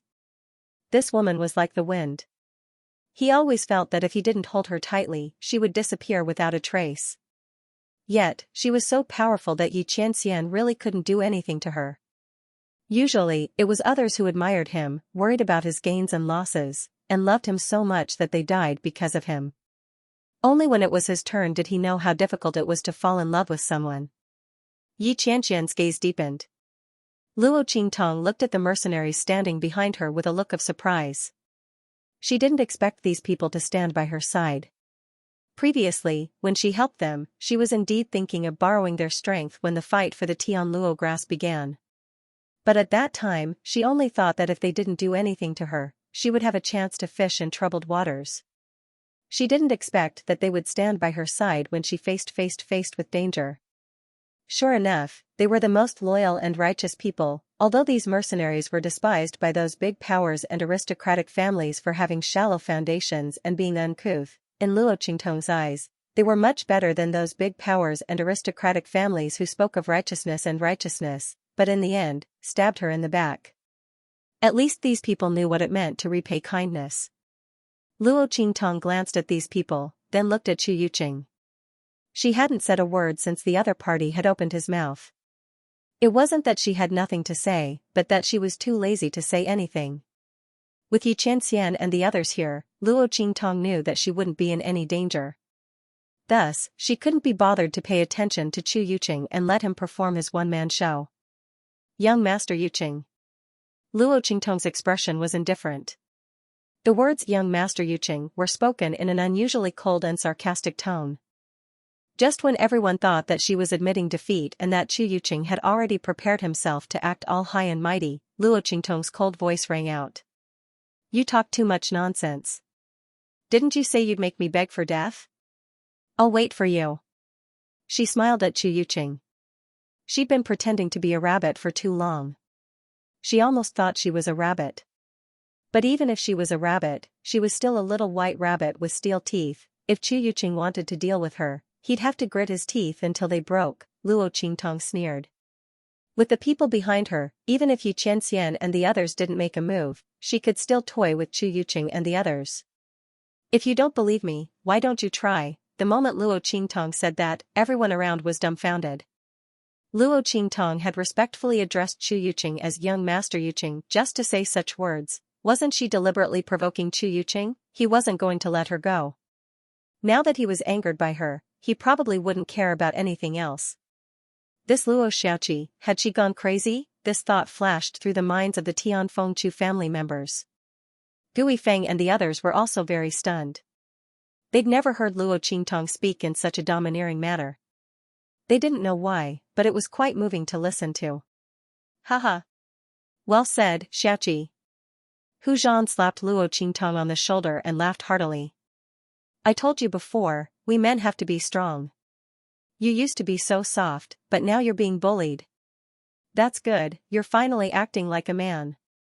Luo Qingtong's lips twitched at Hu Zhan's words. Who was acting like a man? She was clearly domineering. However, Hu Zhan's words helped her explain that her change was not sudden. Luo Qingtong didn't want to tolerate Chu Yuqing any longer. But if possible, she didn't want Xianxia to discover her identity. After this trip to the abandoned continent, it would be best to reunite with Xianxia. At that time, she would have to appease Xianxia properly. Otherwise, this man would definitely explode. As Luo Qingtong thought of this, she felt guilty again. However, she did not know that she had been discovered long ago. Yi Qianren looked at her deeply and didn't say anything. Let this woman continue to pretend. Humph, how could it be so easy to pay back all those debts? The two of them had different thoughts. As for Chu Yuqing, after hearing Luo Qingtong's words, his face immediately turned the color of a pig's liver.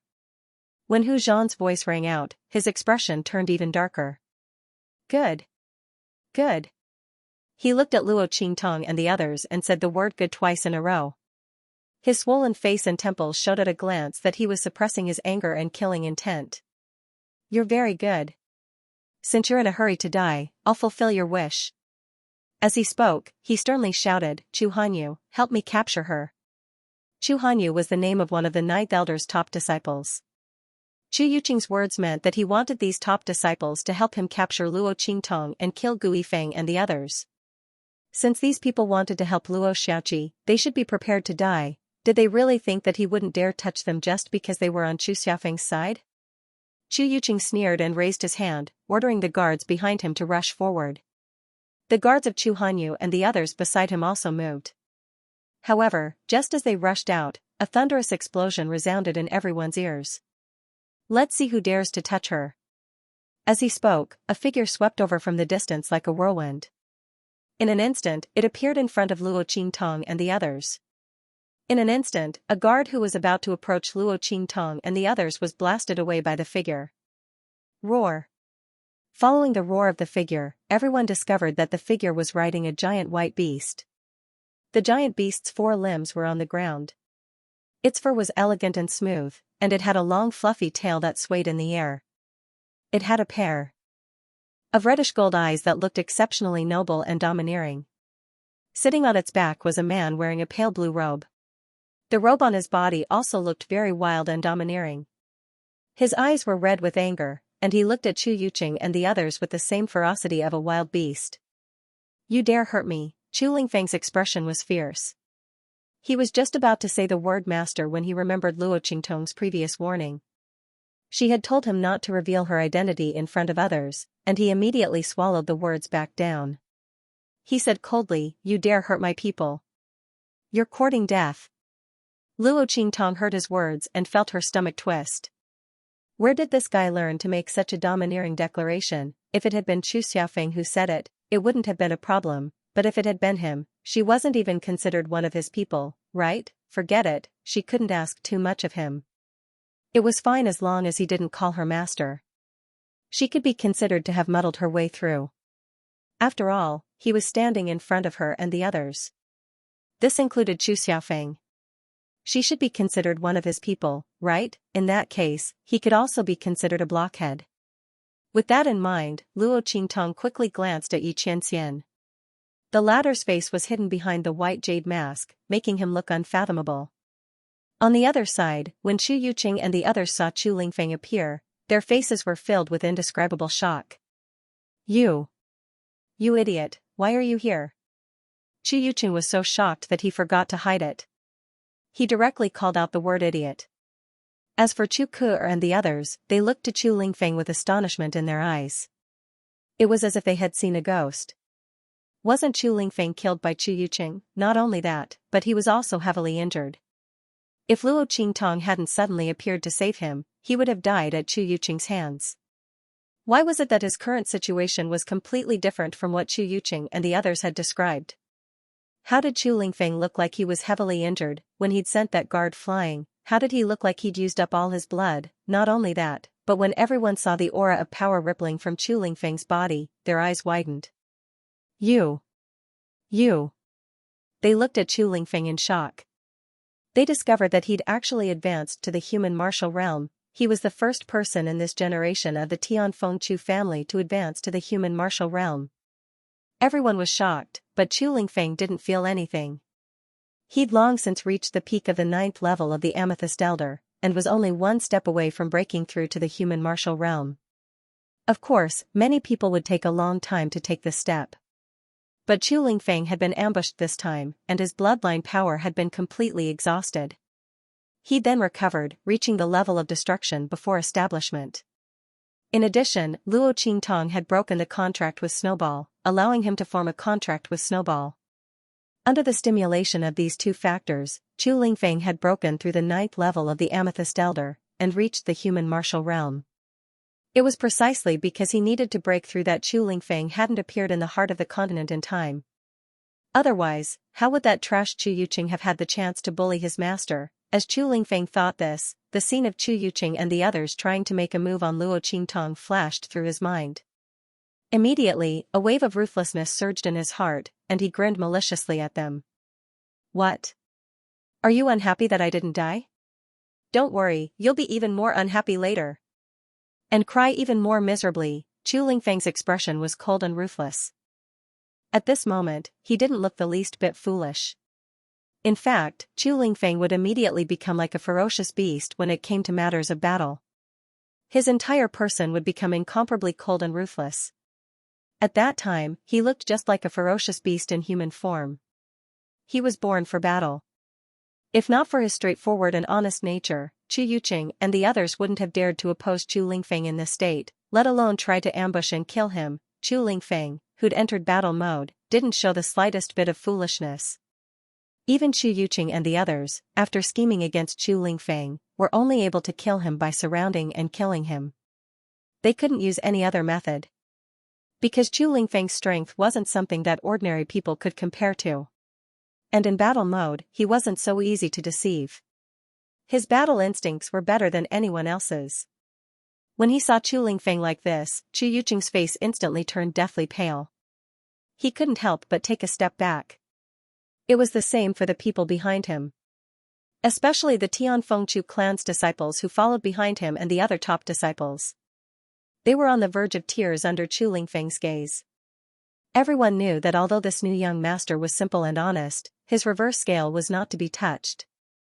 In the past, when he had just arrived at Tianfengchu's home, there were people who bullied him because of his straightforward nature.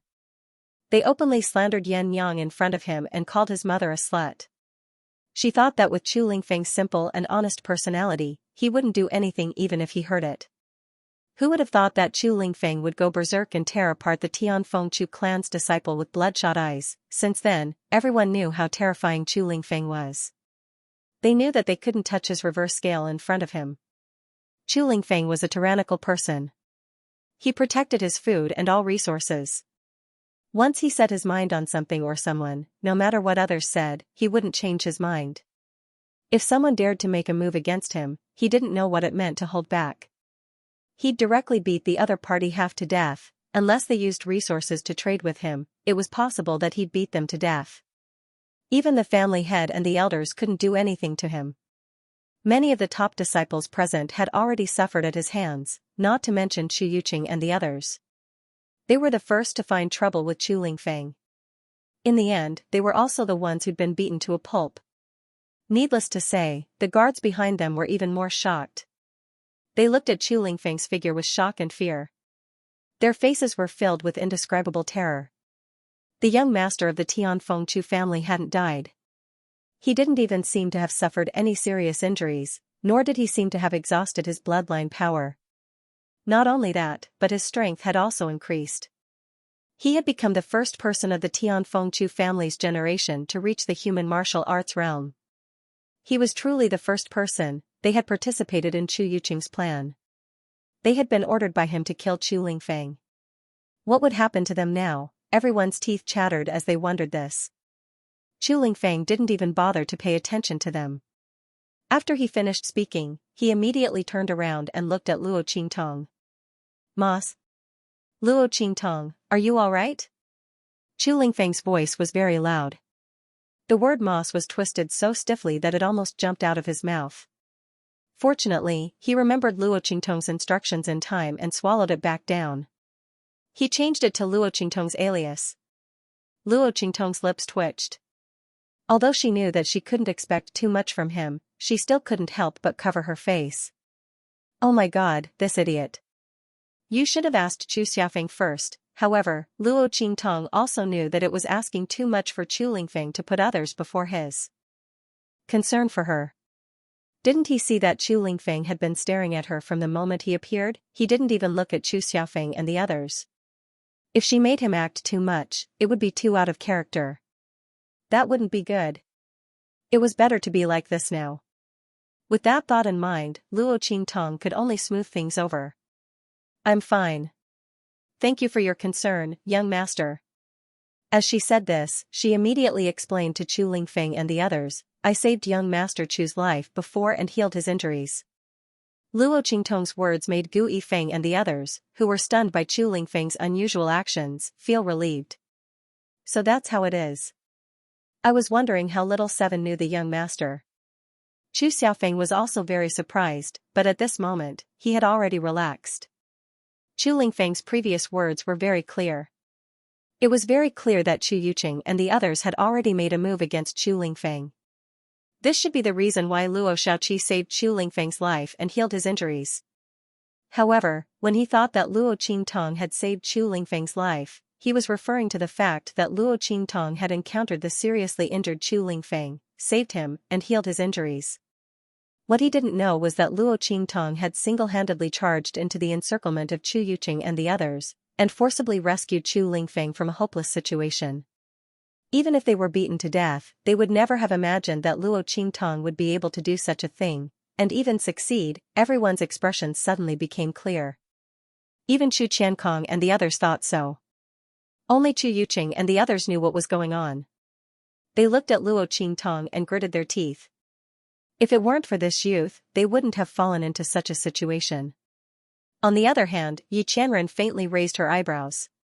Was this woman deliberately saying this for him to hear? In order to continue hiding her identity, she's really going all out. She's drawing a clear line between herself and Chu Lingfeng. Yi Qianxian's lips curled slightly, but he didn't say anything. His deep and solemn eyes didn't reveal the slightest bit of emotion or fluctuation.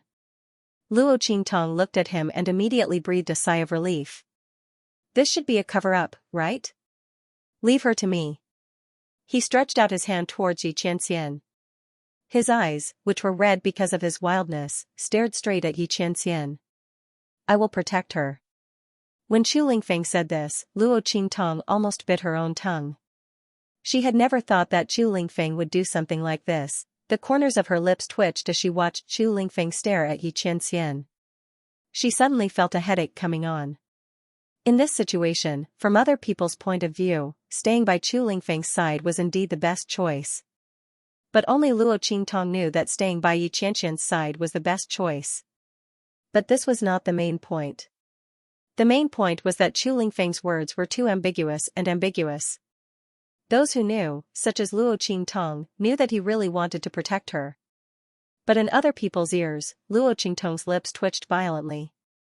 There's no need, young Master Chu. Before Luo Qingtong could finish her sentence, Chu Lingfeng's voice suddenly rose. Of course.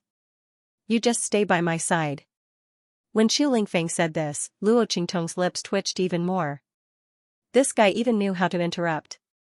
Who taught him that? But why was he so insistent on getting her to his side? Was he worried about her safety? As Luo Qingtong was thinking about this, she heard Yi Qianxian's cold voice.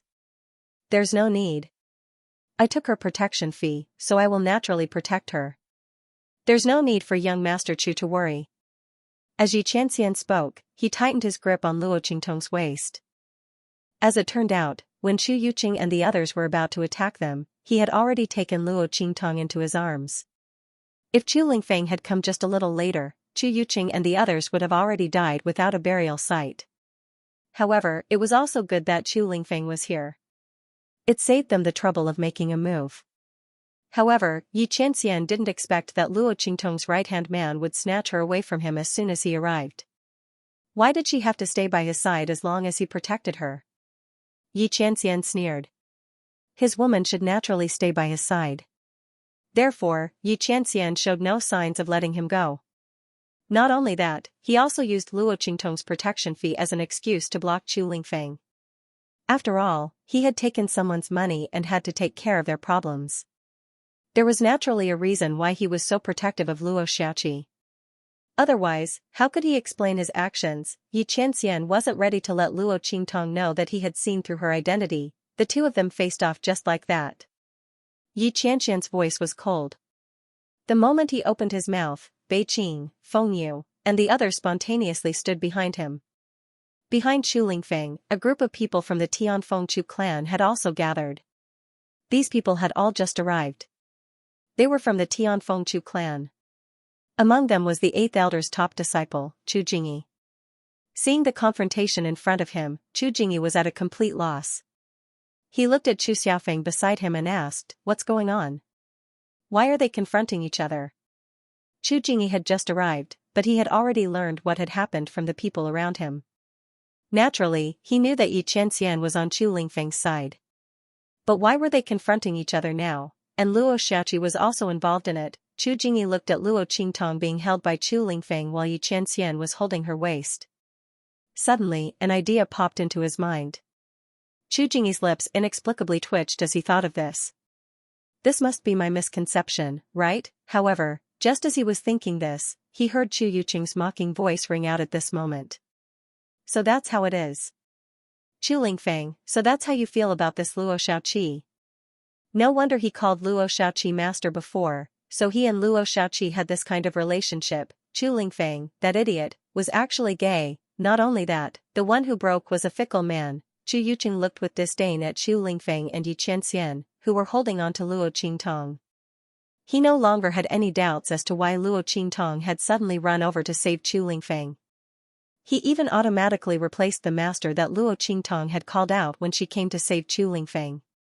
It must be known that these two words, to a certain extent, had the same meaning. But in another situation, the meaning of the word master could be interpreted in a much more complex way. Chu Yuqing had already regarded Luo Qingtong as Chu Lingfeng's boy toy. But now, it seemed that Chu Lingfeng, that idiot, had not only taken a fancy to a man, but had even thrown away his status as the young master of the Tianfeng Chu family for that man. He had actually called the other party master. What a disgrace to the Tianfeng Chu family. It had to be said that if this had been done by any other member of the Tianfeng Chu family, Chu Yuqing wouldn't have made such a connection. But who told this person to be Chu Lingfeng? When he thought of the other party's idiotic and gullible personality, Chu Yuqing didn't doubt his own thoughts at all. It turned out that Luo Shaoqi and Chu Lingfeng had such a relationship. No wonder Luo Shaoqi suddenly came to save Chu Lingfeng, and the latter's attitude towards her was also so tight. Chu Yuqing had previously suspected the identities of Chu Lingfeng and Luo Qingtong. However, the way Chu Lingfeng addressed him as master was too inconceivable. Even though Chu Yuqing suspected that Chu Lingfeng had truly recognized Luo Qingtong as his master, when he thought of Luo Qingtong's strength, which hadn't even reached the venerable realm, and that she was a youth, he began to wonder if his suspicions were correct. When he saw Chu Lingfeng and Xianxia fighting over Luo Qingtong, he suddenly realized that he had guessed the relationship between Luo Qingtong and Chu Lingfeng. When Luo Qingtong heard his realization, she felt as if she had been struck by lightning. Such a powerful imagination actually left her speechless. If she didn't have Sherlock Holmes's life, could she not have contracted his illness? The truth was simply worlds apart from his conjecture. Luo Qingtong was speechless, but she also rejoiced at Chu Yuqing's imagination. At the very least, being misunderstood by others as having a homosexual relationship with Chu Lingfeng was better than being recognized by Xianxia, right? She didn't know why Chu Lingfeng, that blockhead, was so insistent on her going over to his side. But Chu Yuqing's explanation was better than having Luo Qingtong's identity exposed by Xianxia. Chu Lingfeng's eyes were cold, and he completely ignored Chu Yuqing. His pair of beastly red eyes stared fixedly at Xianxia and said, "Let go." My master isn't someone you can touch." Just as he was about to speak, he remembered Luo Qingtong's previous instructions. He immediately swallowed the rest of his words and changed them to, "Oh my God." Luo Qingtong covered her face with her hands. She really couldn't bear to watch. Fortunately, Chu Yuqing had already found an excellent excuse for her. Otherwise, with Chu Lingfeng's provocative actions, her identity would definitely be exposed. Was this guy here specifically to subdue her? She had told him not to call her master in front of outsiders. He hadn't called her that. But this intimate gesture, this ambiguous way of speaking, what was the difference between that and calling her master? It was simply a pain in the ass. Luo Qingtong felt that she had really been miserably tricked by Chu Lingfeng, this big blockhead. She didn't know whether to call this guy obedient or loyal. Whether it was letting her go over to his side, or letting Xianxia let go, Chu Lingfeng was doing it for her own good. Luo Qingtong's lips twitched. She couldn't blame Chu Lingfeng. When Xianxia heard Chu Lingfeng's words, he immediately laughed. Behind his white jade mask, a brilliant light shone in all directions. That extremely handsome face was now full of smiles, but it was because of anger. "Your people?" Xianxia sneered at Chu Lingfeng. If he didn't know that this big blockhead was Luo Qingtong's person, and that his loyalty to her was unquestionable, without the slightest bit of impurity, he would have already killed him. Just based on Chu Lingfeng's words alone, he would have made him bleed on the spot. When had his woman become someone else's person? Did this woman make him say this? Xianxia's eyes looked dangerously at Luo Qingtong. The corners of the latter's lips twitched.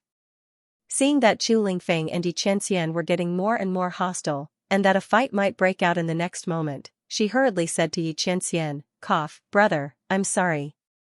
I'll go over first to inform young Master Chu." After saying this, she explained to Xianxia in a low voice, "You should be able to see that young Master Chu's temperament is different from that of ordinary people. He wants me to go over now, probably to repay me for saving his life. He wants to protect me well. Brother, you shouldn't argue with him, so as to avoid delaying the fight for the heavenly grass."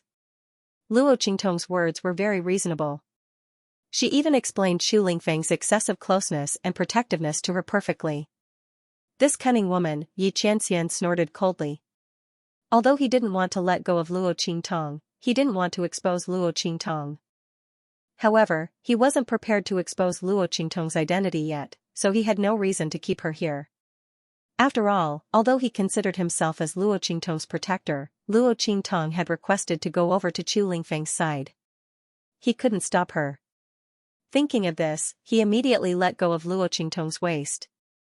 Chu Lingfeng's eyes were bloodshot. He couldn't control the bestial nature in his body and wanted to make a move. Or was it because Luo Qingtong was by Xianxia's side? He was afraid of hurting Luo Qingtong, so he deliberately suppressed the violence in his body. Otherwise, according to his reckless temper, he would definitely beat her up first. Let's not talk about anything else.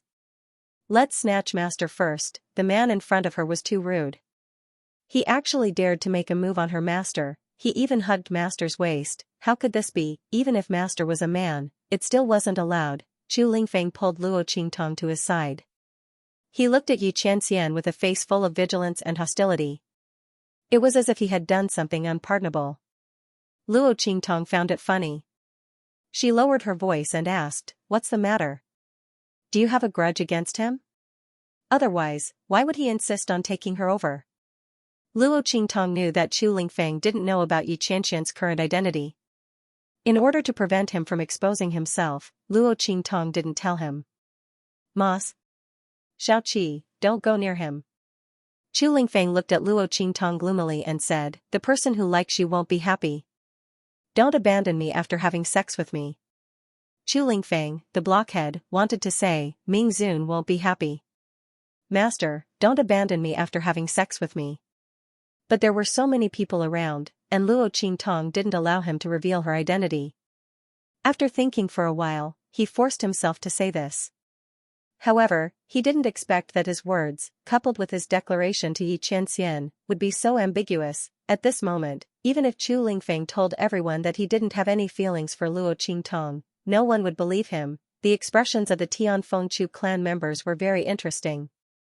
As for Gui Feng and the other mercenaries, they were all dumbfounded. Damn, the young master of the Tianfengchu clan really did have such feelings for Luo Xiaoqi. Everyone had originally thought that Chu Yuqing was spouting nonsense, but Chu Lingfeng's words proved that he was telling the truth. Chu Lingfeng's feelings for Luo Xiaoqi were really impure. As for Chu Jingyi and Chu Xiaofeng, they were even more shocked. Wait a minute, the young master is a homosexual?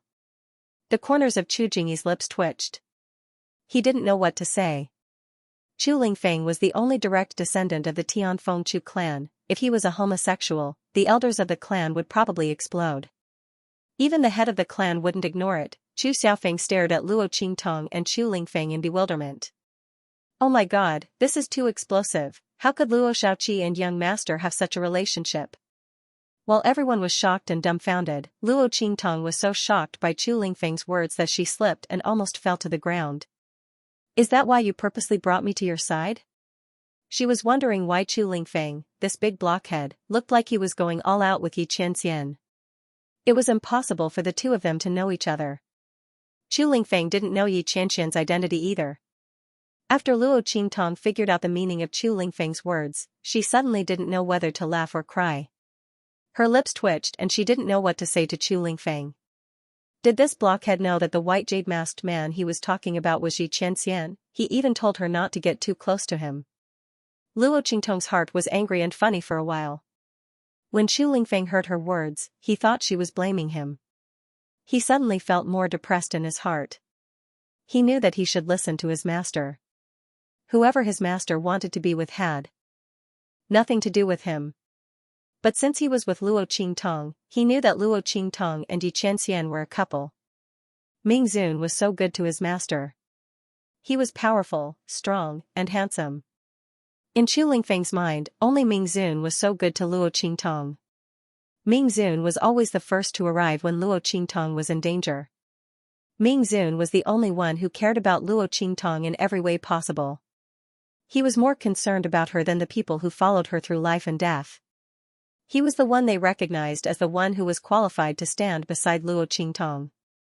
Chu Lingfeng regarded Luo Qingtong as a belief and a god. In his mind, no one was more powerful than Luo Qingtong.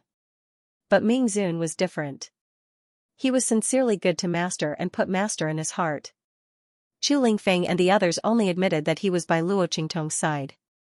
Seeing that Luo Qingtong blamed him for this, his heart suddenly felt very sad. Mas. Chu Lingfeng was not good with words and didn't know what to say. He was afraid that if he said too much, he would annoy Master. But he also didn't want Luo Qingtong to abandon Xianxia and choose someone else. No one was more suitable for Master than Ming Zun.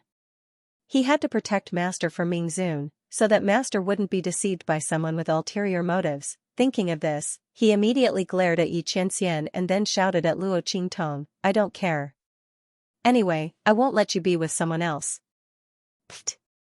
Hearing his words, Luo Qingtong almost spat out her saliva. "Damn, Chu Lingfeng, you big fool, do you know what you are saying now? What do you mean you won't let me be with someone else? What's with this overbearing CEO's declaration?"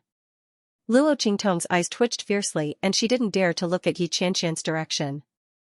Chu Lingfeng, this guy, was King naturally evil.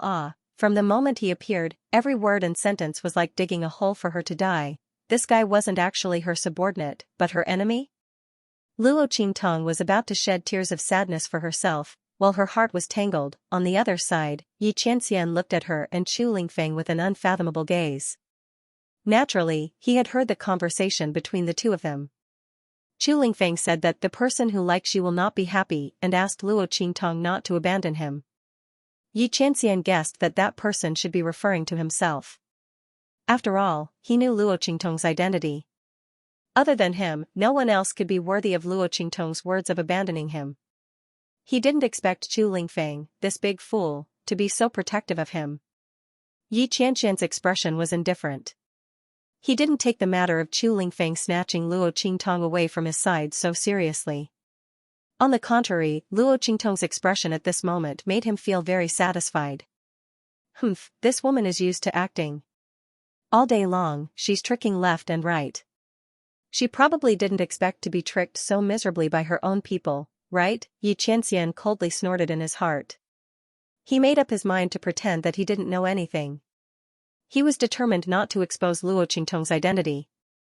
Let her be tangled up like this, let's see how she explains it to me in the future. Xianxian's heart was satisfied, but his expression was indescribably leisurely and contented. Luo Qingtong didn't know that she had been seen through long ago. She was thinking about how to smooth things over with Chu Lingfeng's words. Their thoughts were different. On the other side, Chu Yuqing's heart was filled with indescribable pride. Sure enough, it was as he thought. This Chu Lingfeng had taken a fancy to Luo Xiaoqi. A fool, learning how to talk about love like other people. In the end, he would only be fooled by others. But although Chu Lingfeng was a fool, the people of the Tianfeng Chu family weren't fools, right? As Chu Yuqing thought this, a sinister smile appeared on his face. He had just been thinking about how to extricate himself from this matter. After all, if Chu Lingfeng didn't die, then the unlucky one would be him. All the plans he'd made before were now useless. Otherwise, even if they managed to kill Chu Lingfeng, they would still die. But this was different. Didn't they have Luo Xiaoqi as their weakness? Luo Xiaoqi had seduced the young master of the Tianfeng Chu clan, seducing him into depravity and disregarding the dignity of the Tianfeng Chu clan. As the Tianfeng Chu clan's disciples, they couldn't just sit by and watch, could they? They had to eliminate this femme fatale Luo Xiaoqi. Of course, if Chu Lingfeng tried to stop them and was accidentally killed by them, it would be an accident, wouldn't it? Chu Lingfeng was extremely pleased with himself as he thought of this. He really was a genius for coming up with such an idea. In this way, not only could he perfectly get rid of Chu Lingfeng, this huge hidden danger, but he could also make Luo Xiaoqi, the person who had ruined his plans, die without a burial. Humph, if it weren't for her, he would have already killed Chu Lingfeng.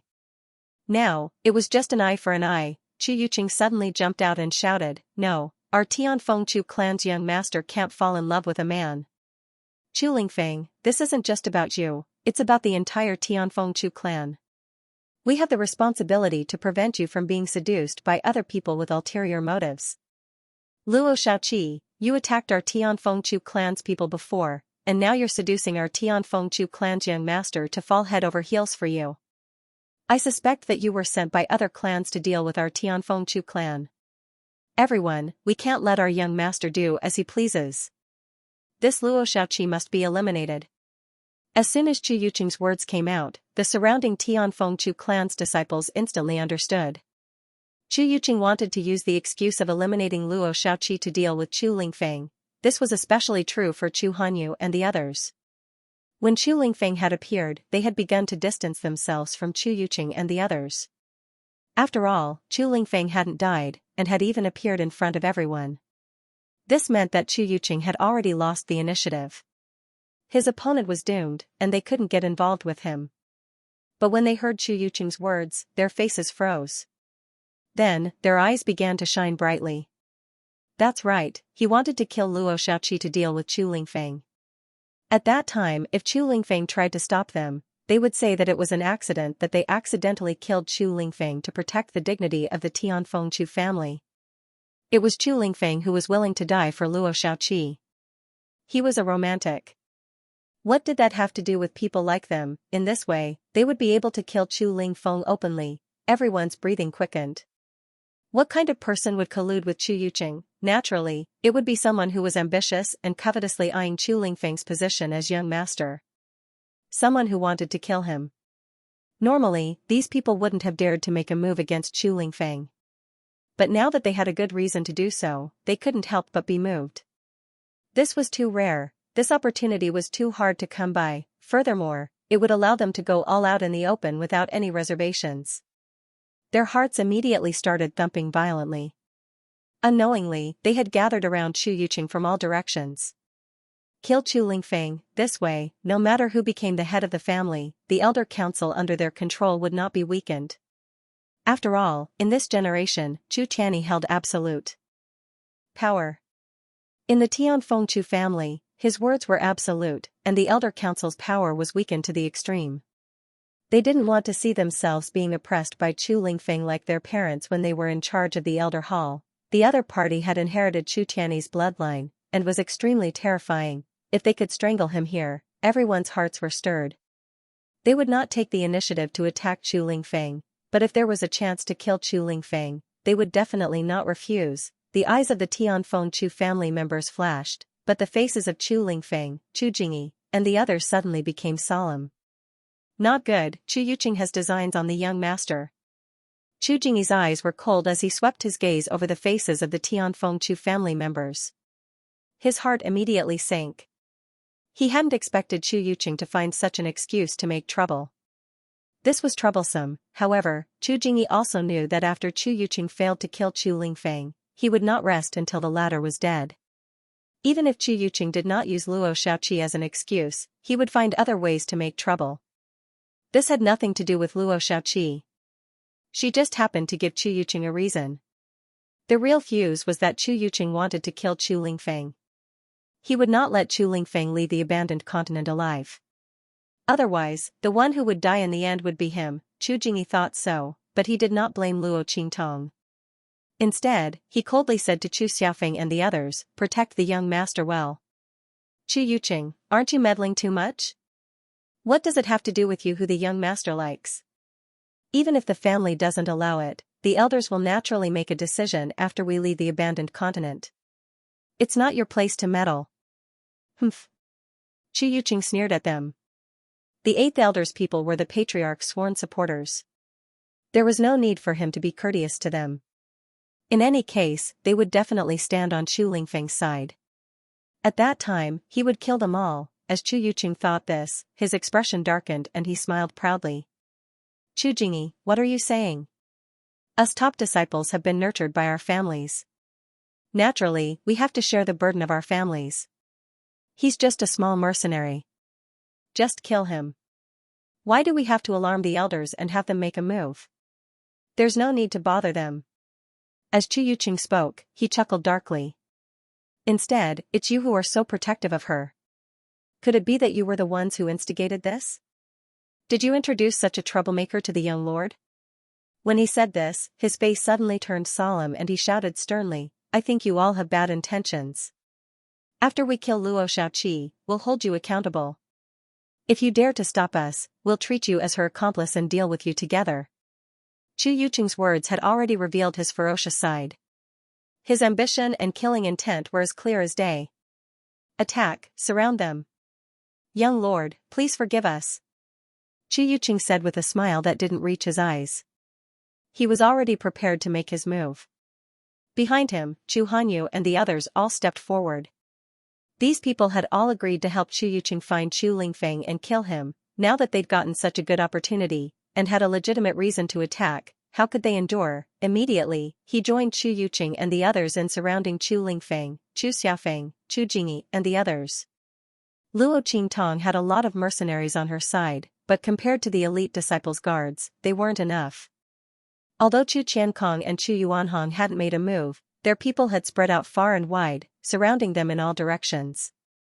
It was obvious that they didn't want to give Chu Lingfeng and Luo Qingtong any chance to escape. Even if Luo Qingtong and the others managed to break through Chu Yuqing's encirclement, they still had them.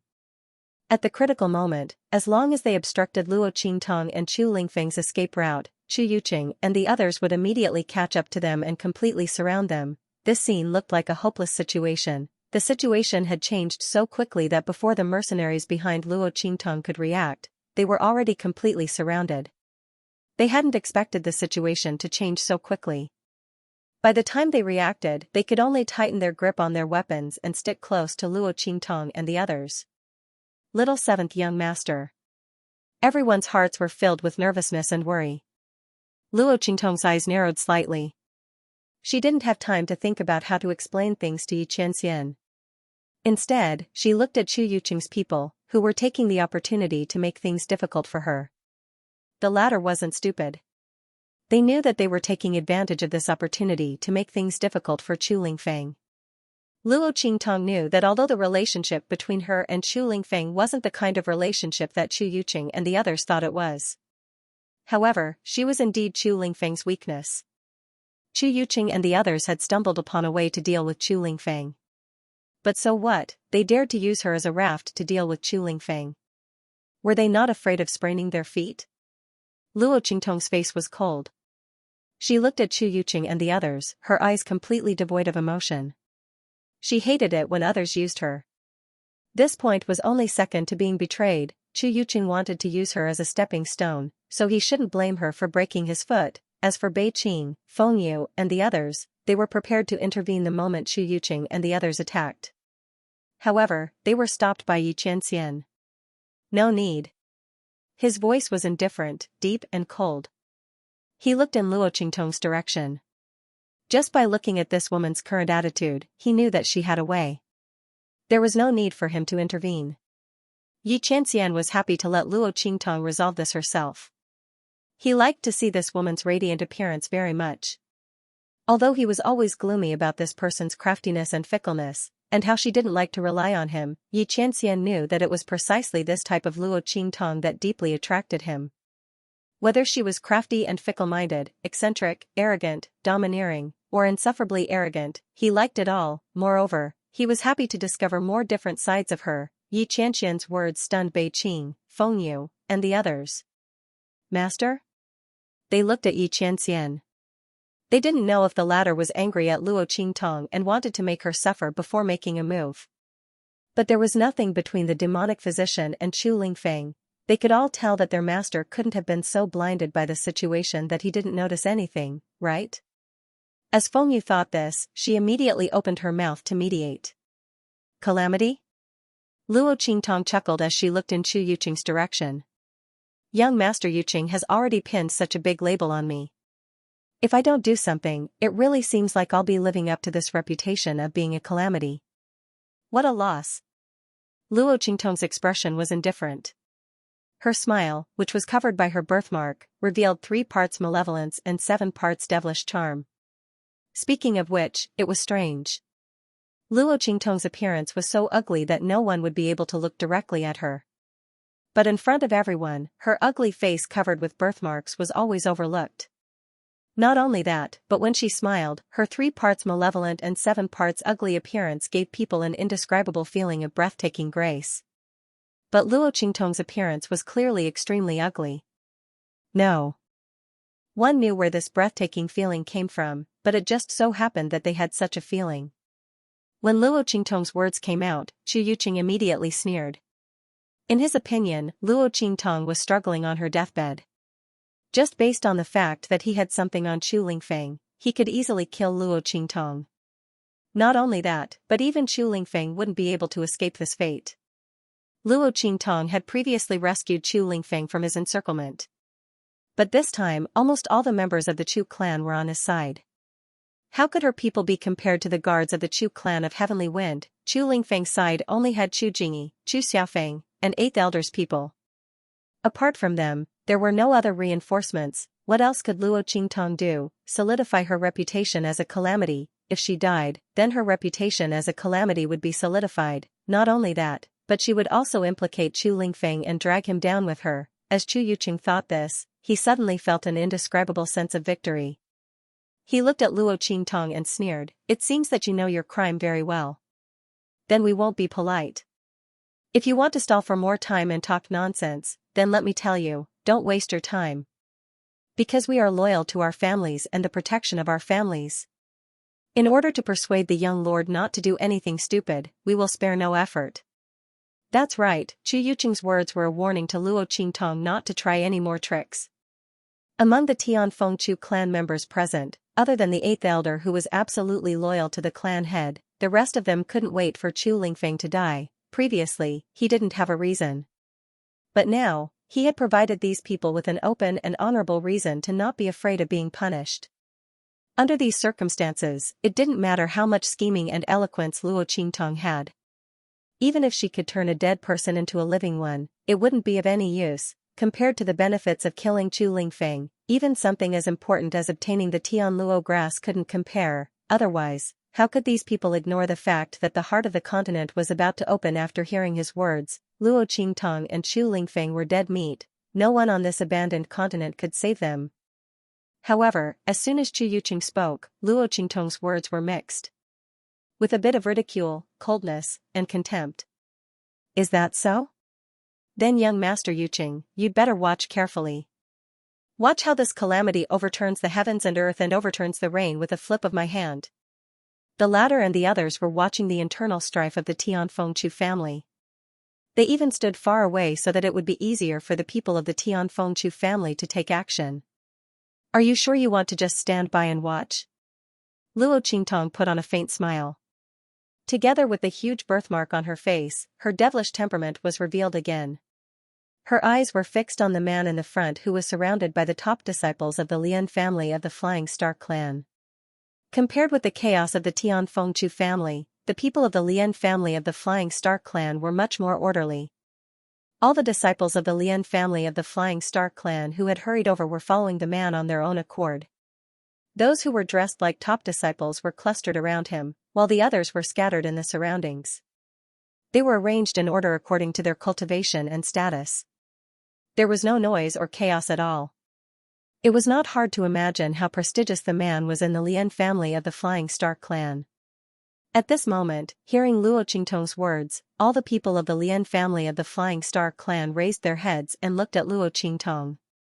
The man was no exception. Are you talking to me? His thin lips parted slightly. There was a hint of surprise in his eyes when he looked at Luo Qingtong. He probably didn't expect that Luo Qingtong would speak to the people of the Lian family of the Flying Star clan at this moment. Yes. Luo Qingtong's expression was indifferent, and she looked indescribably calm. She looked at the man with a smile and said, "Of course, if there is another person here who can be the master of the Lian family of the Flying Star clan, you can take it that I'm not talking to you." Hearing that, Lian Xingqian narrowed his eyes immediately. He looked at Luo Qingtong and observed her carefully. Then, he chuckled. "Then, what do you want to talk to me about? Or rather, what do you want me to do for you?" Lian Xingqian's words were full of interest. Not because of anything else, but because Luo Qingtong was really different from the rest.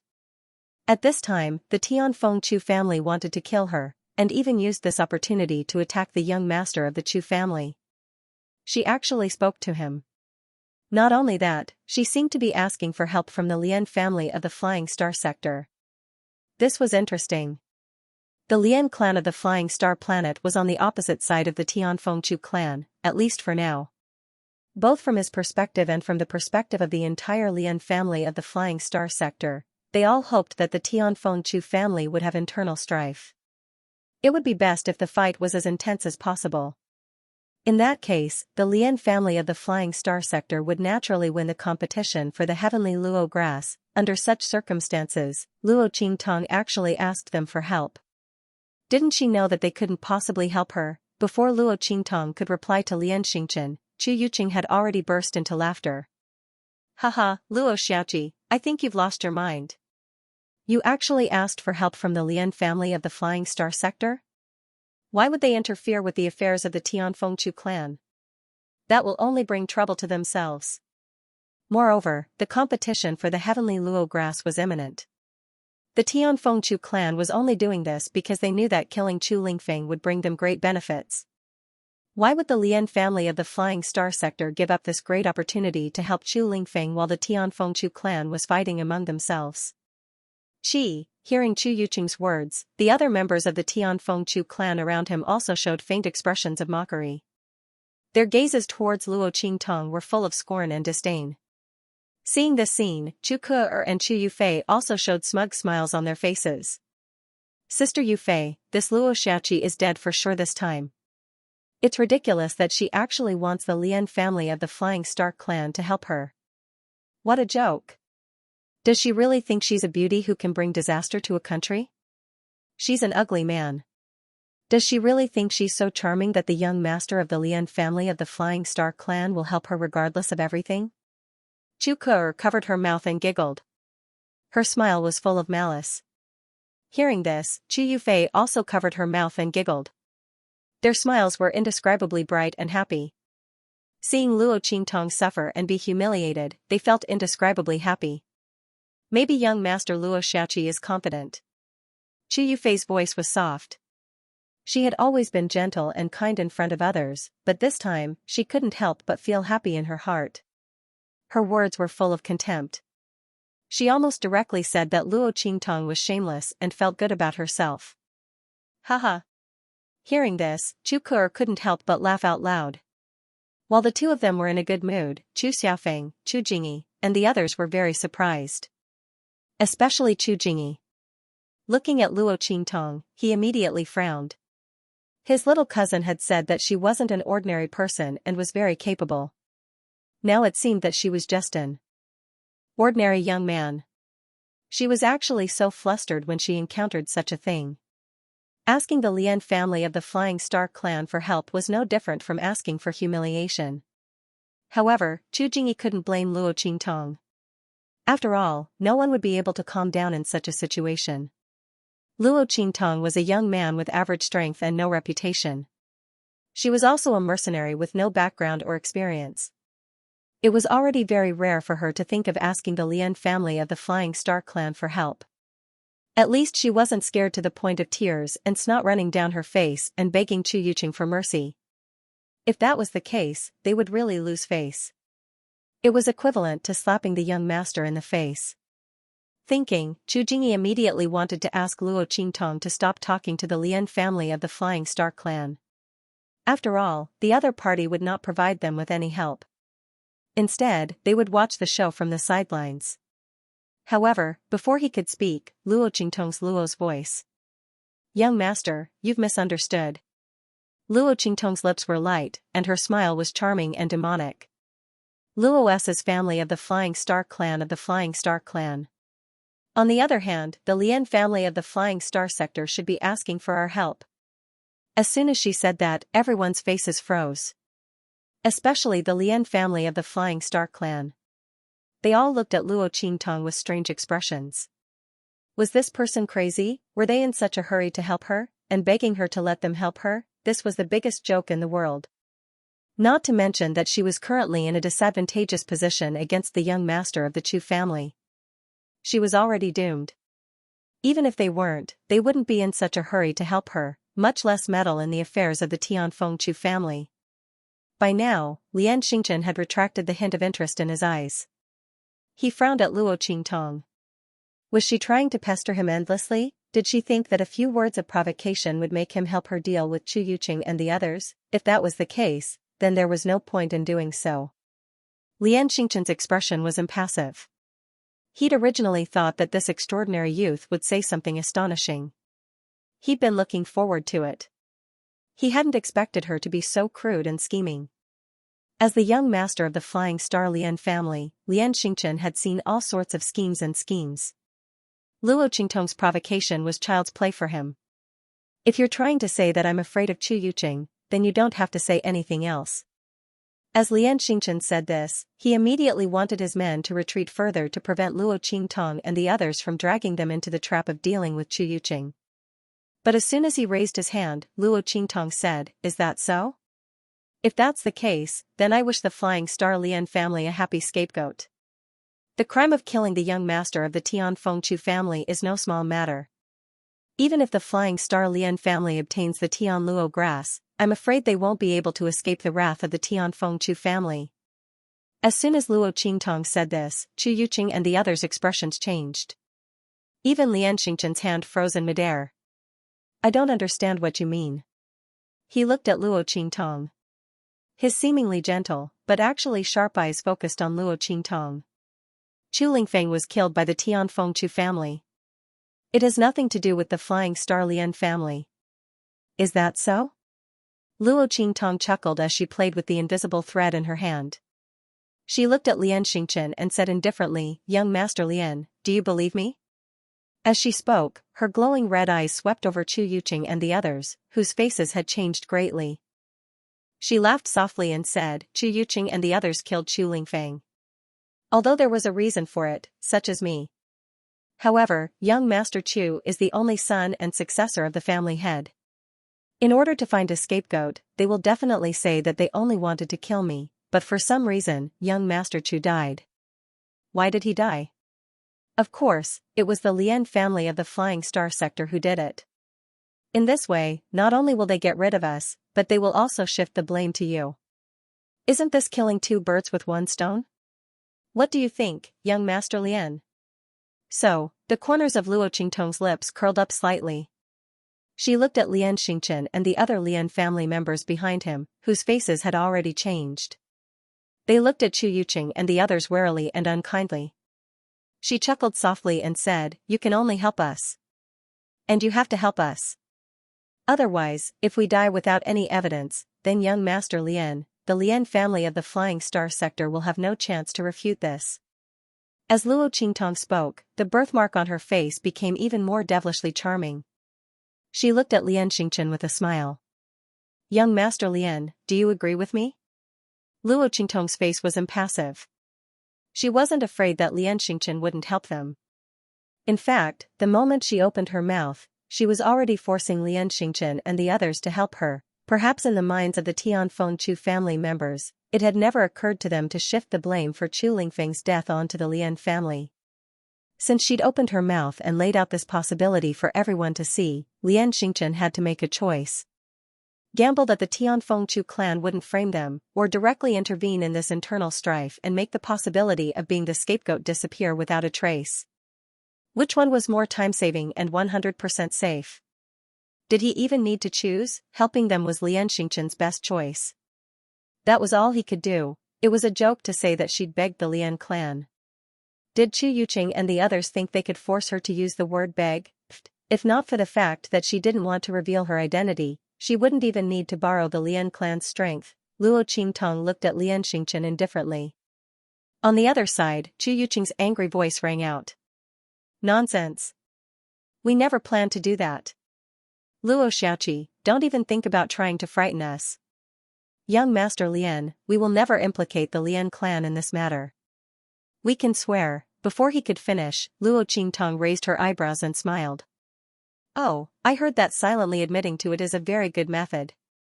This kind of forbearance, swallowing humiliation for the sake of the family head, is much easier than complaining before. Perhaps there won't even be a little bit of punishment." Impressive, impressive. Young Master Yuqing, I'm impressed. You're really good at scheming." Hearing Luo Qingtong's words, Chu Yuqing was so angry that he almost spat out a mouthful of blood. "Shut up. How could this Luo Xiaoqi be so good at talking?" This was the first time in many years that Chu Yuqing felt so speechless. He couldn't even outtalk a young mercenary. He'd heard from Chu Ke and the others that Luo Xiaoqi wasn't easy to deal with.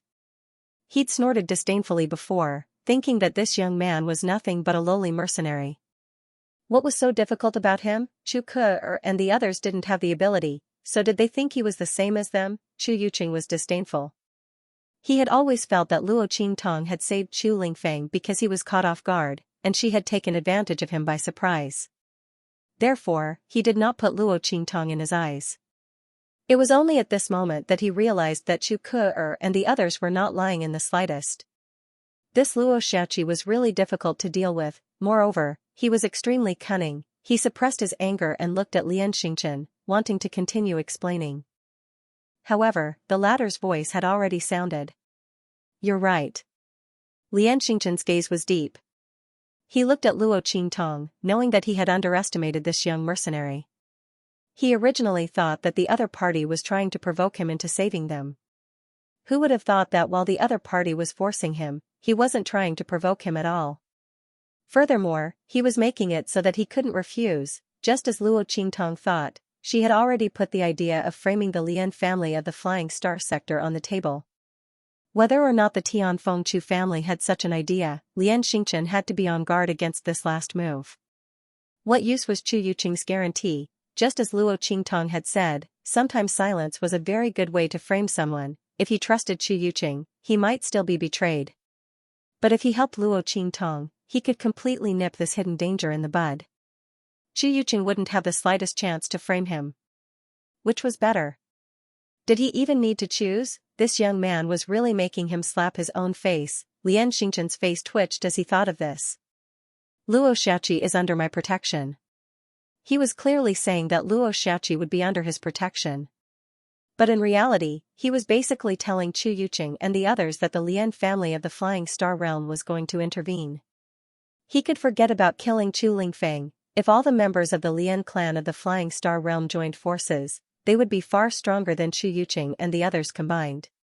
Not to mention Luo Qingtong, Chu Lingfeng, Chu Jingyi, and the others. Chu Yuqing and the others were at a disadvantage.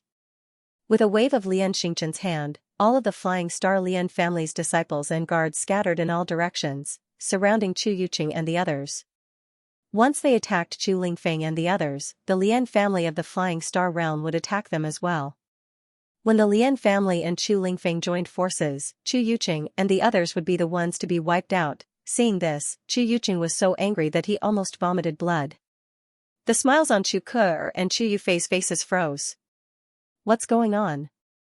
Luo Xiaoqi just said a few words and the young master of the Lian family believed her? Is he stupid? Luo Xiaoqi was just lying to him. My big brother and the others didn't even think about framing him. Chu Ke was about to go crazy. She was about to have a great opportunity to kill Luo Xiaoqi, but after she said a few words, the young master of the Lian family of the Flying Star sector actually helped her. He helped her. Chu Ke and Chu Yufei had just been laughing at Luo Qingtong, but now, Luo Qingtong had turned the tables around beautifully. The more blood she wanted to vomit in her heart, the uglier her face became. However, Chu Yufei was very clear about the things that she didn't understand. She clenched her fists and looked in Luo Qingtong's direction with jealousy. The young man's scheming was simply too outstanding. He'd forced the Lian family to take action for something that hadn't even happened yet, all because he couldn't afford to gamble. The young master of the Lian family couldn't take the risk of being the scapegoat and allow Chu Yuqing and the others to attack Chu Lingfeng. So he helped Luo Xiaoqi. In his heart, he might have known that Luo Xiaoqi was the one who tricked him. But even if there was only a slight possibility, he could only help Luo Xiaoqi. No wonder she hadn't panicked at all, and even said that the Lian family was rushing to help her. Weren't they rushing to help her? Even if Luo Qingtong didn't want the Lian family's help, the Lian family wouldn't just stand by and watch, at least, not before they left the abandoned continent. Chu Yufei gritted her teeth as she thought of this. Luo Qingtong's move really slapped countless people's faces. Those who didn't believe that she could do all this and turn this situation around were all slapped in the face. While she was gritting her teeth, Bei Qing, Feng Yu, and the others suddenly realized what was going on. They looked at Yi Qianren who was beside them. Master, you already knew about this? knew that the demonic physician had a way to reverse the situation. Xianxia's deep gaze pierced through the holes in his white jade mask and looked in Luo Qingtong's direction. His gaze was as deep as the sea and as deep as the abyss. I didn't know. His voice was slightly hoarse. He really didn't know that Luo Qingtong would use this method to resolve the crisis. This woman was always able to give him different surprises. Chu Xiaofeng and the others were already prepared to fight to the death. But then they heard Lian Xingchen's words. He then saw the Flying Star Lian clan members scatter and surround Chu Yuqing and the others. They immediately knew that they hadn't misheard. Luo Qingtong had really done it. She'd asked the Flying Star Lian family to help them. Not only that, she'd even begged the Flying Star Lian family for help. Chu Jingyi, Chu Xiaofeng, and the other members of the Tianfeng Chu family's 8th elder's line were all stunned. This Luo Xiaoqi, Chu Jingyi sucked in a deep breath. Only then did he come back to his senses. He understood how scheming Luo Qingtong was when she said those words. Perhaps in the eyes of others, Luo Qingtong's words seemed to have been made up at the last moment. But Chu Jingyi was one of the top disciples of the 8th elder's line. It was impossible that he wasn't scheming at all. Just like Chu Yufei, he quickly guessed the meaning behind Luo Qingtong's words. This Luo Xiaoqi was truly incredible. In such a short period of time, she'd actually managed to find a way out of this hopeless situation. And she'd done it so perfectly. Chu Jingyi definitely couldn't have done it himself. It wasn't that he couldn't think of Luo Qingtong's method. Perhaps he could, but it definitely wouldn't be so easy or simple. He needed time, but what they lacked the most right now was time. Chu Yuqing wouldn't give them time to slowly think of a solution. What awaited them was a fate of being strangled to death. While Chu Xiaofeng, Chu Jingyi, and the others were shocked, Chu Lingfeng didn't feel anything at all. In his opinion, Luo Qingtong's actions were completely normal. As long as his master was here, nothing would happen to him. Chu Yuqing and the others wanted to kill them? They were dreaming. He snorted coldly as he looked at Chu Yuqing and the others, his eyes already bloodshot. These people had attacked him again and again. That was one thing, but they actually dared to attack Luo Qingtong. She thought about what Chu Yuqing had just said. He wanted to kill Luo Qingtong. Chu Lingfeng felt a burst of madness in his heart. He glared murderously at Chu Yuqing and the others. Just as he was about to walk out, Luo Qingtong stopped him. No need. Luo Qingtong narrowed her eyes. Naturally, she could tell what Chu Lingfeng wanted to do. This guy wanted to avenge her by killing Chu Yuqing and the others. However, although the Lian family of the Flying Star planet had helped them, they were not on their side. Lian Xingchen wouldn't allow Chu Lingfeng to make a move against Chu Yuqing and the others. He didn't want to bear the crime of killing the Chu clan's young master, but at the same time, he wouldn't help Chu Lingfeng kill Chu Yuqing and the others. That would involve him in the Tianfeng Chu clan's internal strife. Thus, Chu Lingfeng wouldn't gain anything by making a move. Since that was the case, what was the point of making a move? If Chu Lingfeng wanted to deal with Chu Lingfeng and the others, there would be plenty of opportunities in the future. There was no need to rush now. Otherwise, why would Luo Qingtong want to use the Lian family of the Flying Star planet to deal with Chu Yuqing and the others? Wasn't it because she didn't want to completely expose her abilities and strength? The heavenly grass had yet to appear, and she still had a use for Chu Yuqing and the others. Moss, Chu Lingfeng's expression was gloomy. He looked at Luo Qingtong with an unspeakable grievance and hesitation. He couldn't understand why his master didn't want him to make a move against Chu Yuqing and the others. His heart was stifled, but he couldn't disobey Luo Qingtong's orders. He immediately retreated, his killing intent filling the air. As for Chu Yuqing and the others, the moment the Flying Star Lian clan members surrounded them, they knew that it was impossible to kill Chu Lingfeng. Not only that, but they also had to endure the other party's terrifying revenge. Thus, the moment Chu Lingfeng stepped forward, they all tensed up and prepared to flee. But before they could do anything, Chu Lingfeng retreated again. His eyes were clearly filled with killing intent and viciousness, but he just looked at them and didn't make a move. It was as if a vicious beast had been put on a special beast taming rope. It was abnormally tame and docile. Everyone was shocked. This was especially true for Chu Qiankong and the other top disciples. They knew how fierce and unreasonable Chu Lingfeng's temperament was. His personality was like two extremes. When he wasn't provoked, he was both foolish and straightforward. But once he was angered, he would immediately become as ruthless as a peerless vicious beast, vowing to tear the person who angered him to pieces. At that time, no one could control Chu Lingfeng, and no one could convince him. The top disciples had suffered many losses at his hands, so they naturally knew Chu Lingfeng's temperament.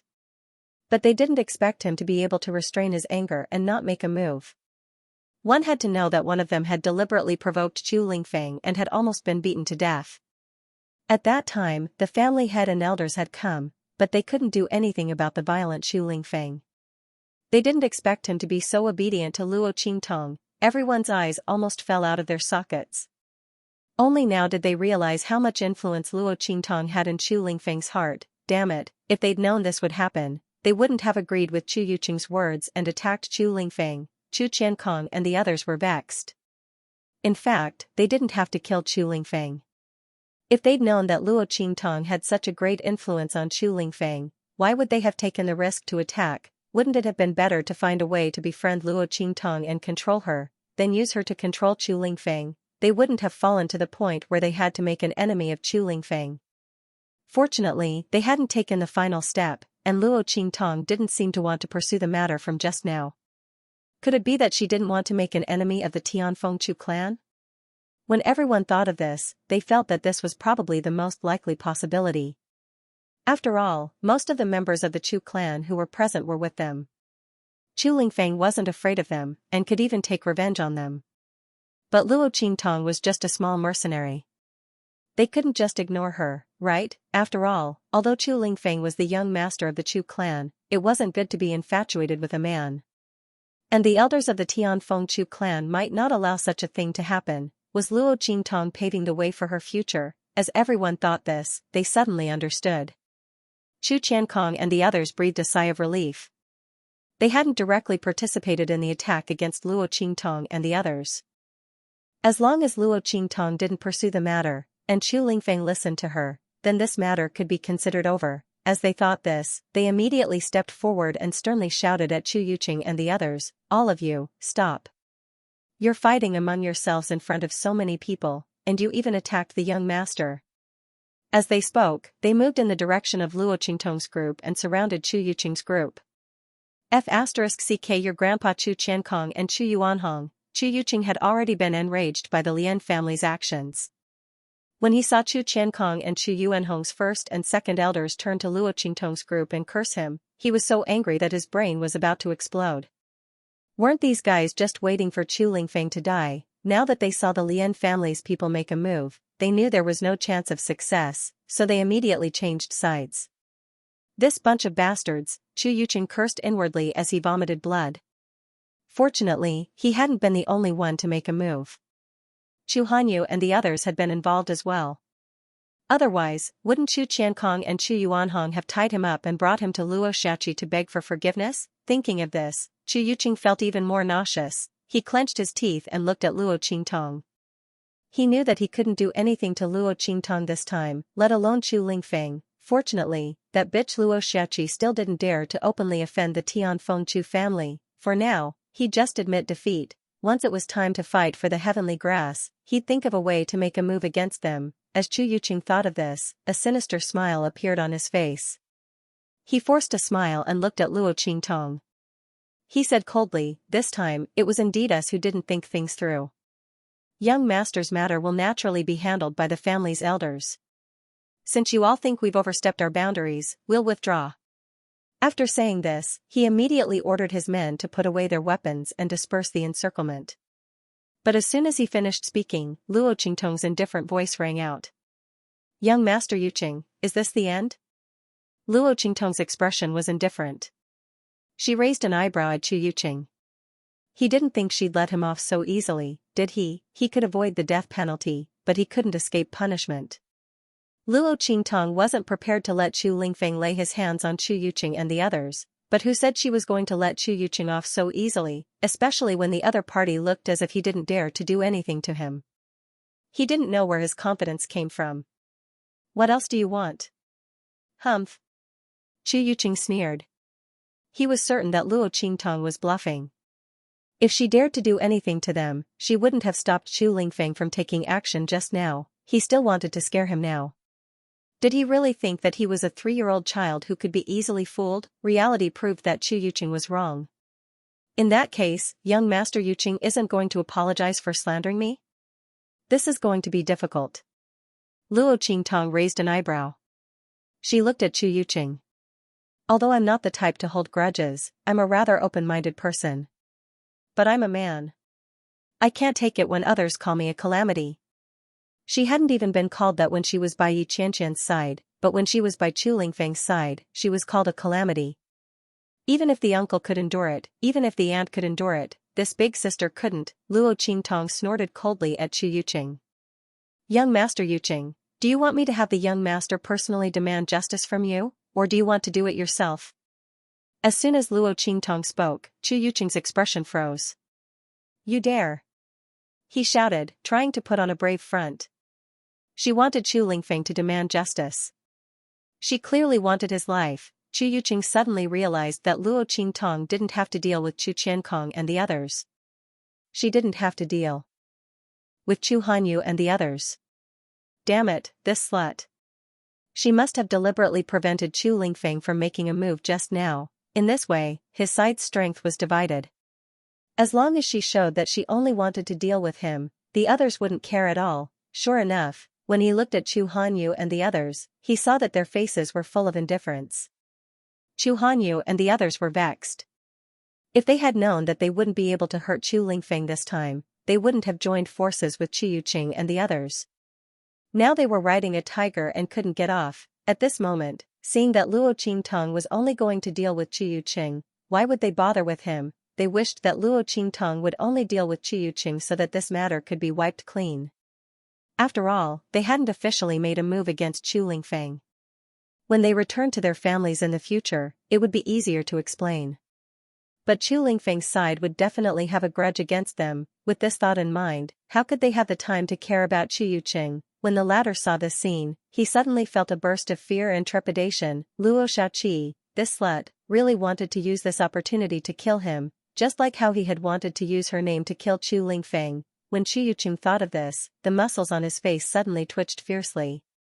Seeing that Luo Qingtong was about to call Chu Lingfeng to make a move, he immediately shouted, "Wait." Speaking up to this point, he said with great humiliation, "I apologize." Chu Yuqing almost bit his cheeks as he said this sentence. To have him bow his head to a mercenary, and a man that Chu Lingfeng had taken a fancy to, was extremely humiliating for Chu Yuqing. "Slut, sooner or later I'll make you die without a burial place." Chu Yuqing thought viciously in his heart, but on the surface, he gritted his teeth and said word by word, "I apologize." Oh, then how does young Master Yuqing intend to apologize? Luo Qingtong calmly looked at Chu Yuqing as she spoke. She knew what he was thinking when she saw his tough exterior but cowardly heart. However, Luo Qingtong was happy to let him misunderstand, which saved her a lot of tricks. As she spoke, Chu Yuqing's eyes widened. "What do you mean by apologize?" he barked harshly. He had already apologized to her. This be *tch, what else did he want? Chu Yuqing's face was filled with rage. Luo Qingtong looked at him leisurely and said, "Young Master Yuqing, this is strange. You want to kill me because I'm a troublemaker. You don't think that this matter will be settled with just a few words of apology, right? If that's the case, that's fine too. I'll get young Lord Chu to teach you a lesson. I'll apologize to you after this. How about it?" Luo Qingtong's lips curled into a faint smile. Chu Yuqing, on the other hand, was already on the verge of roaring out, "Not much." The veins on his forehead twitched fiercely. How could he not know that Luo Qingtong's words were a threat? If he really let that idiot Chu Lingfeng take action, then the other party can only wait to apologize to a corpse. This slut. Chu Yuqing's heart was filled with hatred, but no matter how much he hated her, there was nothing he could do. In this situation, no one in the Chu family was on his side, and Luo Qingtong had a good reason to deal with him. He simply couldn't refuse. At this time, Chu Yuqing finally understood how Luo Qingtong felt when she was threatened with the label of a troublemaker. Luo Shaoqi, this slut, she did it on purpose. I'll slap myself 10 times as an apology. Chu Yuqing clenched his teeth so hard they were about to bleed. But just as he spoke, Luo Qingtong's voice rang out. Not enough. Luo Xiaoqi. Chu Yuqing roared. Don't go too far. With your cheap life, if it weren't for that idiot Chu Lingfeng, who do you think you are? It's already good enough that I'm willing to apologize to you. You actually dare to be so picky. When she heard Chu Yuqing's words, a bloody light flashed across Luo Qingtong's eyes, carrying a cold and bloodthirsty aura. Suppressing the blood in her eyes, Luo Qingtong looked at the roaring and furious Chu Yuqing in front of her. Her lips curled into a devilishly charming smile. The birthmark on her face was sinister and ugly, but as her smile blossomed, a kind of seductive charm that even dirt couldn't conceal seeped out. But very quickly, this feeling disappeared without a trace, as if it was just a hallucination. Young Master Yuqing, you're right. Luo Qingtong smiled as she looked at Chu Yuqing. She raised a hand to stop Chu Lingfeng, whose eyes were red with anger and was about to rush out. She nodded at Chu Yuqing and said, I'm nothing, but you, young Master Yuqing, are something. But no matter how much you're something. Shouldn't you apologize to me now? Luo Qingtong spoke slowly. Since Chu Yuqing didn't want face, then she wouldn't give him any. I'll say it right here today. Young Master Yuqing, you can either apologize until I'm satisfied. Otherwise, I'll have young Master Chu teach you what it means to apologize. You should know that I'm looking forward to it. After all, my cheap life is nothing, don't you think? But young Master Yuqing, your life is precious. No matter how you look at it, I don't lose out. Moreover, with young Master Chu around, I might not be in danger. At this point, Luo Qingtong smiled at Chu Yuqing, her lips parting slightly. Chu Yuqing could clearly see that it was the word thank you. This be *tch, she's deliberately provoking me, that's right, she didn't want him to apologize at all. She just wanted to provoke him so that Chu Lingfeng would attack him. Damn it, how could he forget about this? As Chu Yuqing thought this, his heart trembled. He was so angry just now that he had forgotten about this. This bastard Luo Xiaoqi is really cunning. Chu Yuqing gritted his teeth. He had almost fallen for Luo Qingtong's trap. Was this be *tch waiting for him to not apologize in anger? He would not let her have her way. 20. He shouted sternly, 20 slaps. 100. Luo Qingtong's expression was indifferent. She looked at Chu Lingfeng coldly and said, I also want to clarify that you have wronged me. You. Chu Yuqing was furious, but when he thought about how Luo Qingtong was deliberately provoking him, he immediately suppressed his anger. He would endure it for now. In the future, he would definitely make her die without a burial place, Chu Yuqing roared in his heart, but on the surface, he swallowed his anger and said, 50. I can't go any higher. 200. Luo Qingtong's voice was cold. She held her head high and looked at Chu Yuqing, acting like a petty person who had achieved her goal. Her arrogant appearance was so vivid that it could drive a person to death. Young Master Yuqing, if you continue to blabber, I reckon that you won't be able to stop even if the heart of the continent opens. Are you sure you're sincere? Luo Qingtong's words were full of arrogance. She used Chu Lingfeng to threaten Chu Yuqing at every turn, looking as if she couldn't wait to kill him. Chu Yuqing was so angry that he trembled and saw stars. He was now completely certain that Luo Qingtong wanted him dead, so she didn't want him to apologize. She was deliberately making things difficult for him. As he thought about it, he gritted his teeth and agreed to Luo Qingtong's request. Alright, 200 then. This slut has nothing to say now, right? Oh, I forgot to tell young Master Yuqing. 200 was the price just now. Now it's 300. Who told young Master Yuqing to answer so slowly? Don't you think so? Luo Qingtong smiled sweetly at Chu Yuqing, almost causing him to vomit blood in anger. The more difficult Luo Qingtong was to make things difficult for him, the more certain Chu Yuqing was that Luo Qingtong wanted him dead. He held his breath and didn't even reply to Luo Qingtong. He only said fiercely, all right. 300 then. Then young Master Yuqing, you may begin. Luo Qingtong smiled. Remember, don't use too little strength. Otherwise, I don't mind having young Master Chu do it for me. As soon as Luo Qingtong said those words, Chu Yuqing's eyes twitched fiercely. Originally, he had already dispersed the power in his palm and was prepared to use his own hand to gently slap Xianxia. But as soon as Luo Qingtong said those words, he could only gather all his strength in his palm and ruthlessly slap himself. Pa! Chu Yuqing was almost sent flying by his own slap, and he spat out a mouthful of blood. Seeing this scene, the surrounding people were all dumbstruck.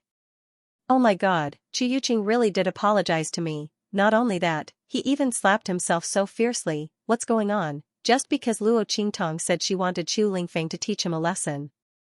If he was afraid of Chu Lingfeng, he wouldn't have plotted to kill him. No matter how hard they tried, they couldn't figure out the crux of the matter. They had originally thought that Chu Yuqing would resolutely refuse to apologize. After all, these top-notch disciples placed great importance on face, and Chu Yuqing hated Luo Qingtong and Chu Lingfeng to the bone. He'd rather be taught a lesson by Chu Lingfeng than admit his own mistakes. But what was going on now? Everyone was dumbfounded. Only a small number of people noticed some clues. Master, the evil doctor is really, Feng Yu's lips twitched. She thought to herself that she and the others should stay away from the evil doctor in the future. This scheme of his was really too frightening. If they offended the demonic doctor would play them to death even without their master's help. Chu Jingyi also looked at Luo Qingtong in shock. Oh my god, she couldn't have already planned to make Chu Yuqing so miserable when she stopped the young master, right? Really? Chu Jingyi clutched his cheek, feeling a burst of pain. It was said that killing someone shouldn't be too excessive. If he were Chu Yuqing, he'd rather be killed than be toyed with like this, right? Chu Yuqing had been completely led into a ditch by Luo Shaoqi. Chu Jingyi believed that if Luo Qingtong had told Chu Yuqing to slap himself 300 times as an apology, and also to state that he had wronged her, Chu Yuqing would never have agreed. But she had gradually led Chu Yuqing into the trap bit by bit. Chu Yuqing hadn't been able to react in time and had fallen into her trap. When Chu Yuqing came back to his senses, he'd probably hate her to the bone. That's not right. He already hates her to the bone. While the Tianfengchu clan was still in shock, Xianxia was also looking at Luo Qingtong in astonishment. He could clearly see that from beginning to end, the rhythm of the entire scene was in the hands of this seemingly thin and frail youth. The other party's methods were truly impressive. If the young master of the Tianfengchu clan was half as scheming as her, or rather, if she was willing to help the young master of the Tianfengchu clan, the position of the young master of the Tianfengchu clan wouldn't belong to anyone else. Thinking about it this way, the young master of the Tianfengchu clan had profited from a disaster. She had encountered an ambush, but had met such a monstrous youth. It was a pity that the Tianfengchu clan had met her first. Otherwise, he might have tried to recruit her to the Lian clan. After all, with her scheming and methods, who knew how stunning she would be when her strength grew in the future, Xianxia couldn't help but feel a little regretful. Somewhere not far away, Zhang Beiyue and the others narrowed their eyes as they looked in the direction of the Tianfengchu clan and the Feixing Lian clan. Young master, this youth called Luo Shaoqi is truly impressive. A member of the Zhang clan standing beside him said. They were far away, so they didn't know what was going on over there. But looking at the series of actions of the Tianfengchu clan and the Feixing Lian clan, as well as Chu Yuqing slapping himself in the mouth, they could still make some guesses. The Zhang clan originally had a deep impression of Luo Qingtong. Previously, when Chu Yuqing had tried to kill Chu Lingfeng, they had seen how easily Luo Qingtong had rescued Chu Lingfeng. Now that they saw her reverse the situation, they were even more surprised. This young man was far more powerful than they had imagined. It's a pity that we have matters to attend to. The middle-aged man sighed again.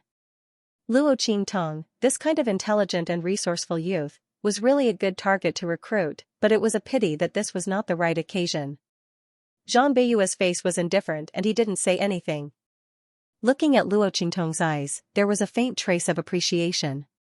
The youth's calmness and intelligence in the face of the murderous intent was indeed very rare. Even though he was in a disadvantageous position, he did not panic in the face of danger. His strength was low, but he was neither servile nor overbearing. On the contrary, he had the strength to counterattack. His every word and action seemed very arrogant and despotic, but in fact, he had always stepped on the other party's bottom line. If Zhang Beiyue was in her position, he probably wouldn't be able to do better than her. It was a pity that they had to conceal their identities in order to obtain the ancient divine item. They would try to recruit this young man when they met him in the future.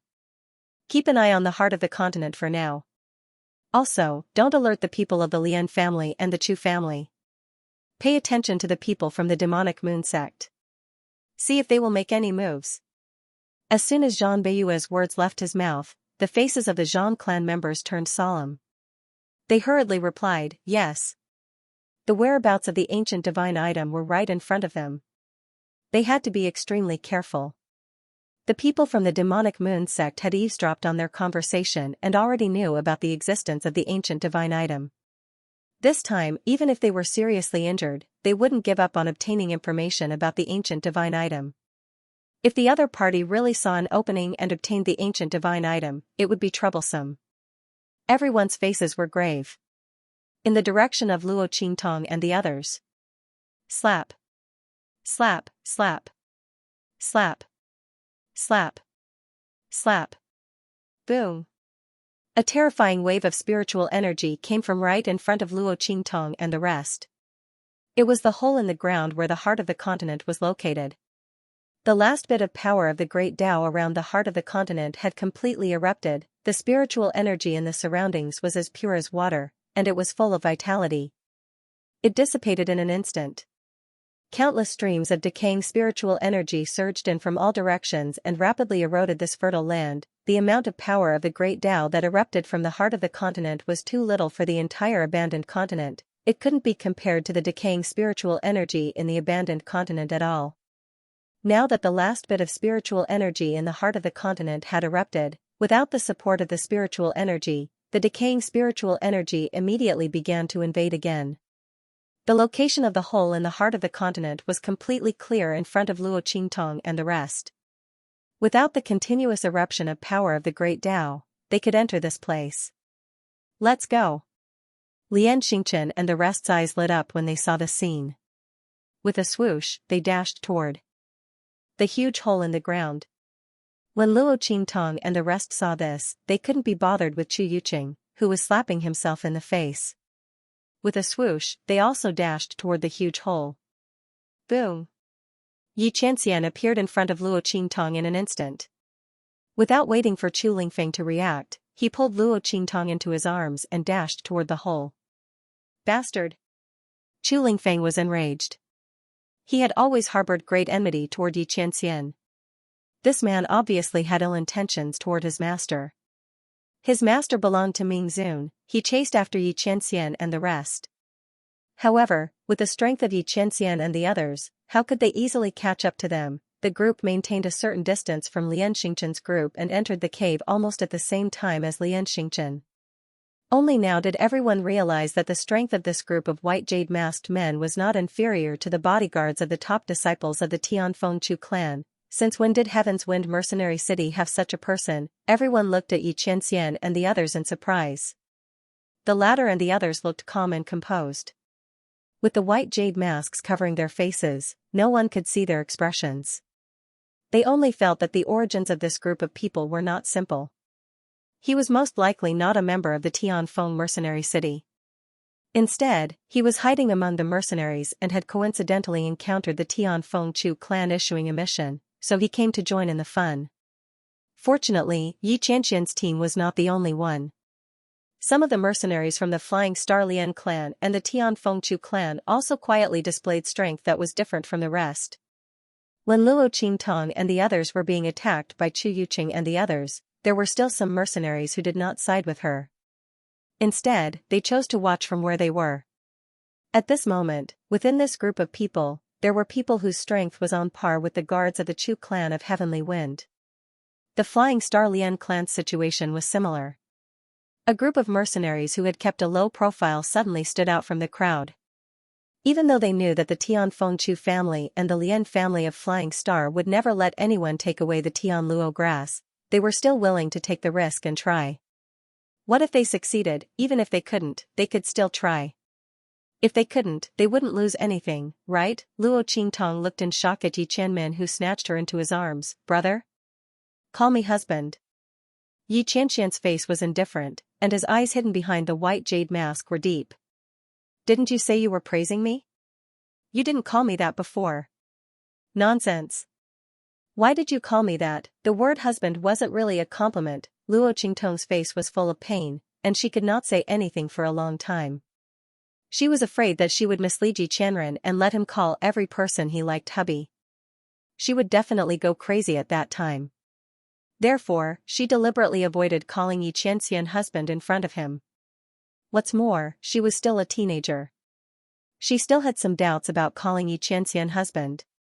After all, even if she knew that Luo Qingtong was Luo Xiaoqi, she still didn't want to call Yi Qianxian husband as Luo Xiaoqi.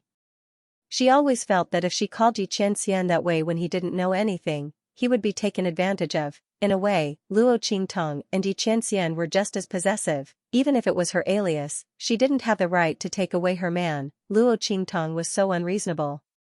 Therefore, she coughed softly and immediately changed the topic. Well, young Master Chu. Before she finished her words, Yi Qianxian's cold voice sounded. Don't worry about him. He is too troublesome to protect you. You'd better stay by my side obediently. Since I've accepted the protection fees, I'll naturally do my best. When he said that, Luo Qingtong's lips twitched. So this is the reason why you snatched me away so openly? What a pain in the ass. Thinking about how Chu Lingfeng did not know Yi Qianren's identity at all and was still on guard against her, fearing that she would fall in love with someone else, Luo Qingtong felt her balls ache. Fortunately, Chu Lingfeng might not have the time to find trouble with Yi Qianxian later. Being by Yi Qianxian's side was indeed safer than being by Chu Lingfeng's side. Most importantly, if she didn't reveal her abilities, it would be easy for people to see her as Chu Lingfeng's weakness if she was by his side. If she was targeted, it would be disadvantageous to Chu Lingfeng. With this thought in mind, Luo Qingtong didn't refute it. In fact, if it weren't for that blockhead Chu Lingfeng's misunderstanding, she would have been by Yi Qianxian's side right now. Therefore, she didn't say anything else. The group of people flew and rushed into the hole at an extremely fast speed. It was filled with rich vitality and spiritual energy, which was completely different from the corrosive spiritual energy outside. For the time being, the corrosive spiritual energy wouldn't be able to corrode this place. The rich spiritual energy meant that the people here could use the energy in their bodies to attack without restraint. They didn't have to worry that they wouldn't be able to replenish their energy in time after using it up. Boom! The moment they entered the cave, an attack erupted from the team. The Flying Star Lian family took the lead in attacking Luo Qingtong and the others.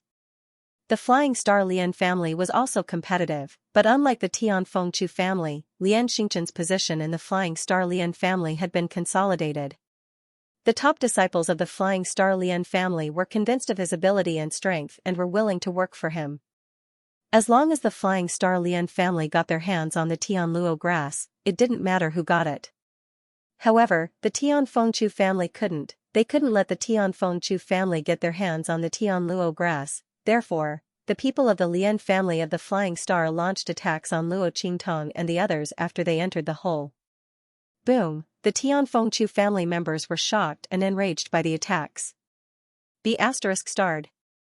Chu Qiankong and the others were almost at the same level as Yi Qianxian. They had to dodge when they saw the attacks coming at them. Yi Qianxian's eyes flickered as he raised his hand and blocked the attacks. However, he, Beiqing Fengyu, and the others did not show their true strength. When they blocked the attacks, they pretended to be shocked and took 2 steps back. Boom! With the help of the strike, the members of the Lian family of the Flying Star sector had already rushed into the depths of the cave ahead of them. Chu Qiankong and the others were furious when they saw this. Luo Qingtong raised her eyebrows and looked at Yi Qianxian. With the strength of this man and Beiqing Fengyu, how could they be pushed back by the Lian family of the Flying Star realm? What a joke! Luo Qingtong had seen Yi Qianxian shatter the attacks with ease. It was as if he had crushed a few pieces of tofu. Luo Qingtong had been worried that his blocking would worsen the damage to his meridians. When she saw this, the corners of her mouth twitched and she put away her worries. If he could hurt Yi Qianxian by chopping a few pieces of tofu, he wouldn't be able to do anything. Just how strong was this man after he unleashed his full power? Luo Qingtong was inexplicably in a trance. When she was at the True Spill continent, she had never seen Yi Qianxian use his full strength. At that time, she knew that Xianxia's strength was far from the upper limit of true Spill Continent's strength. The only time this man was weak was probably before she met him, when his meridians were weak and torn. However, after being healed by the energy in her body, the strength of his meridians increased. From then on, she could no longer feel the upper limit of his strength. Now that he was in the outer realms, it was still the same. This man was really too strong. Indeed, all the hot-blooded genes in her that refused to admit defeat had been aroused. With that thought in mind, Luo Qingtong's lips curled into a domineering and devilish smile. Her head was lowered, so Xianxia couldn't see the curve of her lips, but he could feel her puzzled gaze. He knew that she was wondering why he didn't continue to attack even though he could clearly block the attack. There's no need. Xianxia's expression was indifferent. Luo Qingtong soon understood the meaning of Xianxia's words. When Xianxia's voice sounded, sharp screams and roars suddenly erupted from the depths of the hole in front of him. Then, there was the sound of flesh being torn apart. In this sealed underground hole, it was exceptionally loud and mournful. It's the people from the Flying Star Lian family who entered before. Luo Qingtong's eyes flashed and she looked into the depths of the hole in front of her. Chu Qiankong and the others, who were originally furious and wanted to chase after them, were also stunned. A group of people suddenly appeared in the depths of the cave. They were the people from the Flying Star Lian family who'd charged in earlier. Fall back. Lian Xingchen and the others were covered in blood.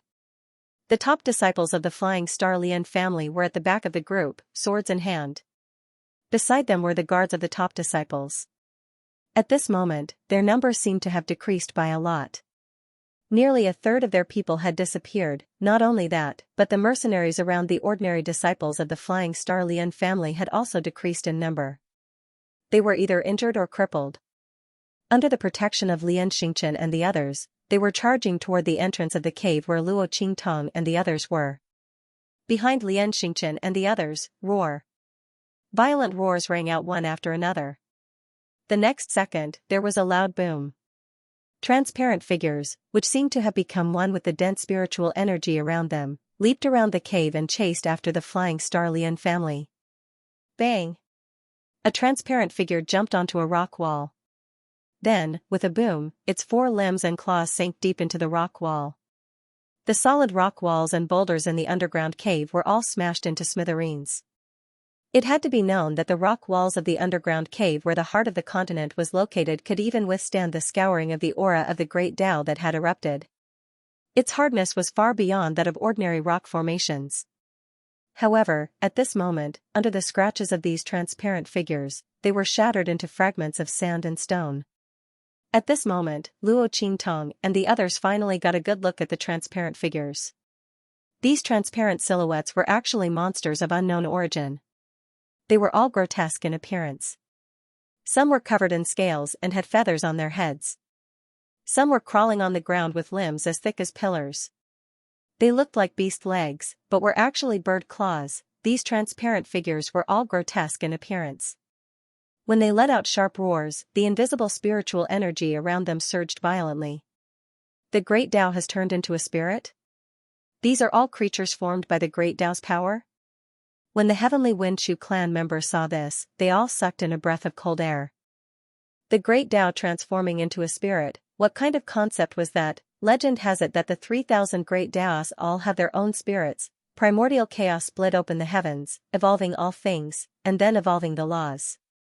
When the primordial chaos opened the heavens, it gave birth to the spirit of the Grand Tao. These living beings were the embodiments of the Great Tao laws. They were innate divine beings. They could freely manipulate any type of law and transform into a myriad of forms. Any cultivation method would be useless against them. Only an Almighty who had completely mastered a certain law of heaven and earth would be able to use the power of the great path that he had mastered to deal with them. However, the spiritualization of the Great Tao only existed in legends. Moreover, there was a fixed number of Great Tao spirits. Only under extremely harsh circumstances would a Great Tao spirit be born. Why did so many Great Tao spirits suddenly appear here? Could it be that the power of laws from the heart of the continent had already surpassed the power of laws of the world? Had it reached the level where it could recreate primordial chaos and split the world apart? This was utter nonsense. As everyone thought this, they quickly recovered from their shock and astonishment. It's not the great Tao spirit transformation. A disciple of the Tianfengchu clan said. If the power of the great path here has reached the level where it can transform into a spirit, we'll be crushed to death by the pressure of the spiritual qi before we even enter the hole. He said with certainty, it's impossible for there to be a single living thing on this abandoned continent. And it won't become an abandoned continent. One could imagine how rich the power of the great path here was to be able to evolve into a great path creature. Hongmeng had opened the heavens, that was the power of creation. Wasn't it normal for it to bring a small abandoned continent back to life? Moreover, the strength of these great path spirits was a little too weak. When the people from the Tianfengchu clan heard him say this, they immediately raised their heads to look at the transformed great path spirits. They discovered that their auras were indeed only at the level of the human martial realm. Although they looked very powerful, due to the limitations of their strength, it was impossible for them to be so powerful that they could defy the natural order, and the strength of the great path spirits was definitely not this weak.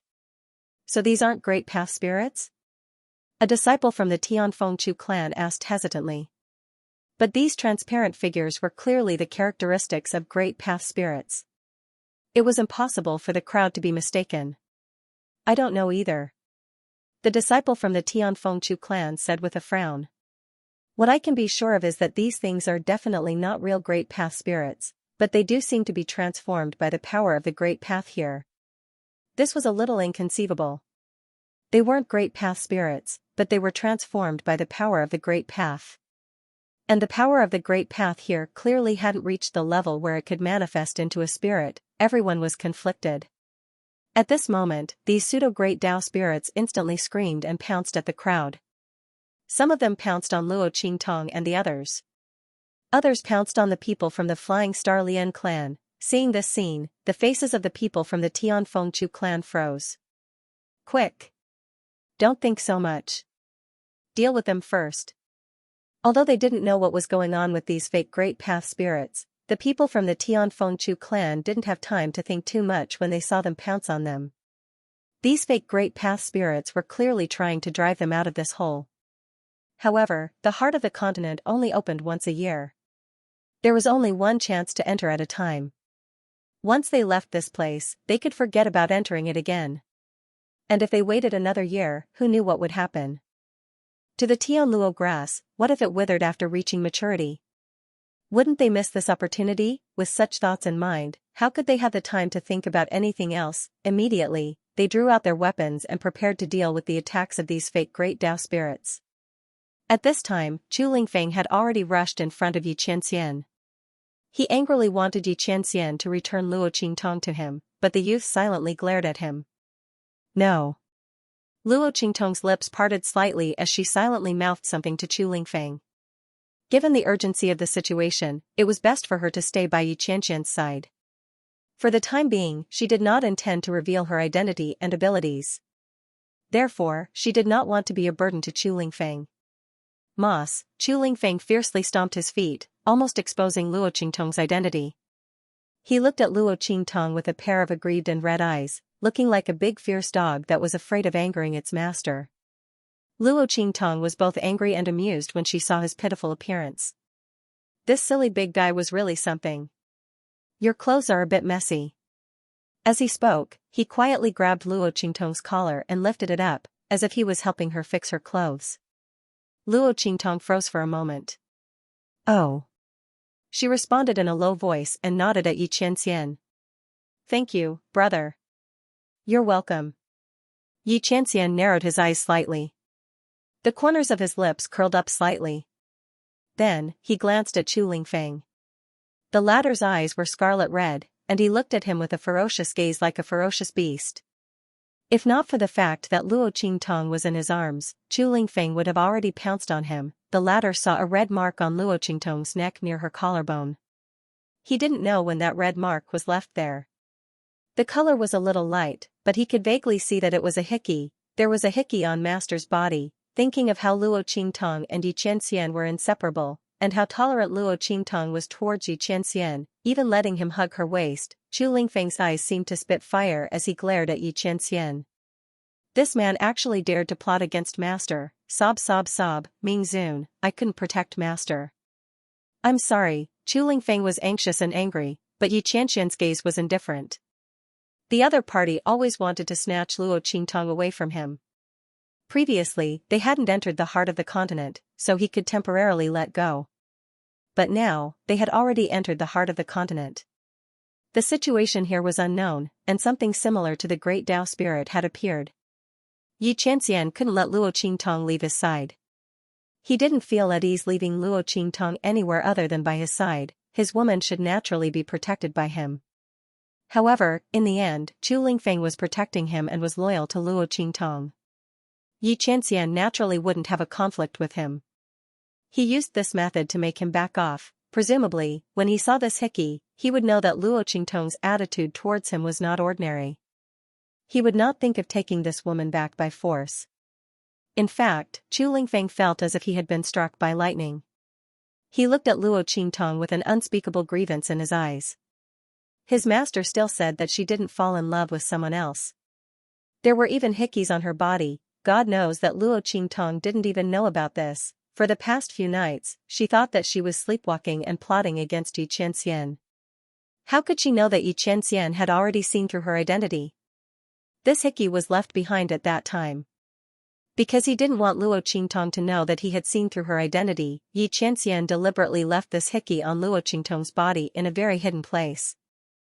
Unless Luo Qingtong took off her clothes and looked at herself in the mirror, it was impossible to find out. But in this abandoned continent, where would there be a mirror to look at? Even if there was, Luo Qingtong didn't have the leisure to look at it, therefore, she never found out. At this time, Yi Qianxian deliberately left it out for Chu Lingfeng to see. She didn't know at all. When she saw Chu Lingfeng's expression change to one of grief, indignation, and grievance, she felt a wave of depression in her heart. What was going on? Why did this silly big guy's appearance become so strange? However, before Luo Qingtong could think about it, those pseudo-great Tao spirits had already rushed in front of him. Boom! The latter's shrill cry was so loud that it hurt everyone's eardrums. Not only that, but the transparent figures that were facing the attacks of the Tianfeng-Chu family were instantly washed away like water and light. Then, with a bang, their aura scattered into the surrounding vitality and spirit qi, avoiding the attacks of the Tianfeng-Chu family. Before anyone could react, their figures condensed again in midair, and then pounced on the people of the Tianfeng-Chu family. Ah! A sharp scream sounded, and a guard of a top disciple was pounced on by a transparent figure.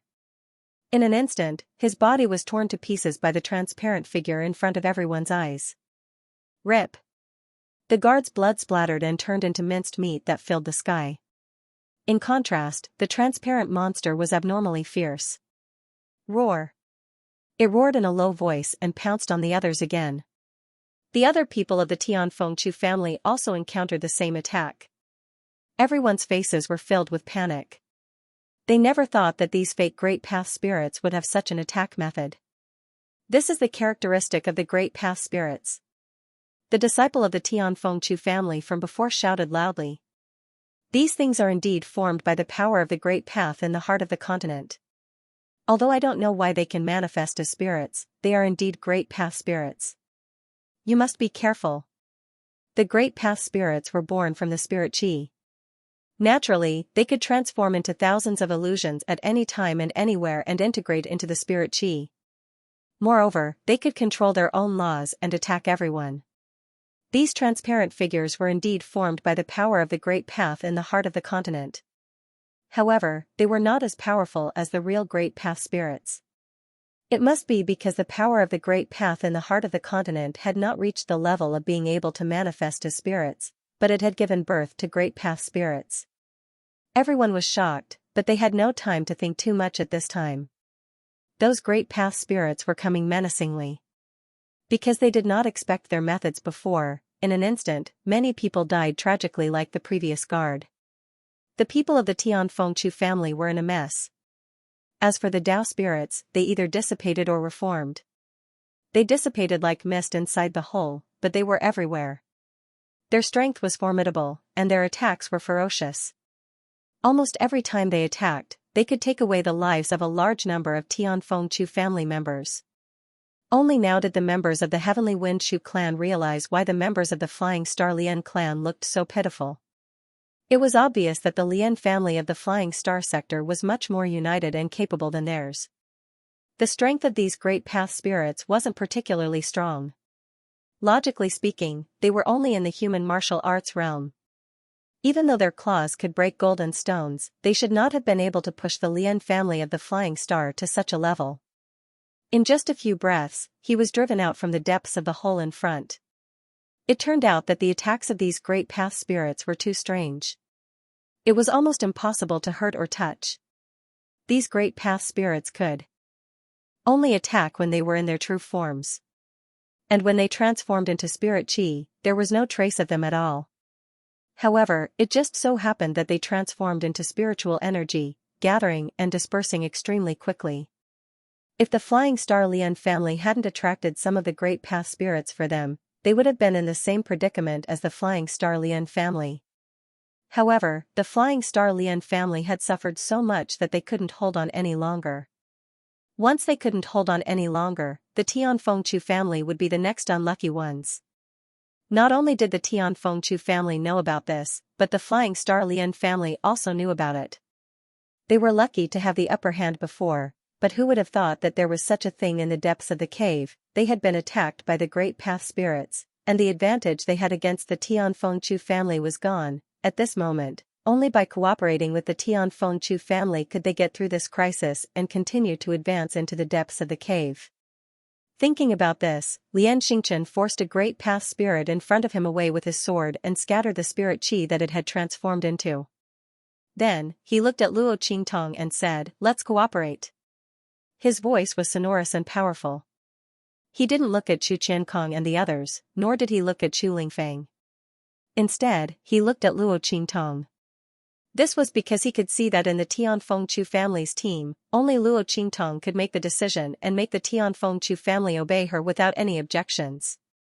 This young man controlled most of the mercenary teams, and Chu Lingfeng, as the young master of the Chu family, was willing to listen to her.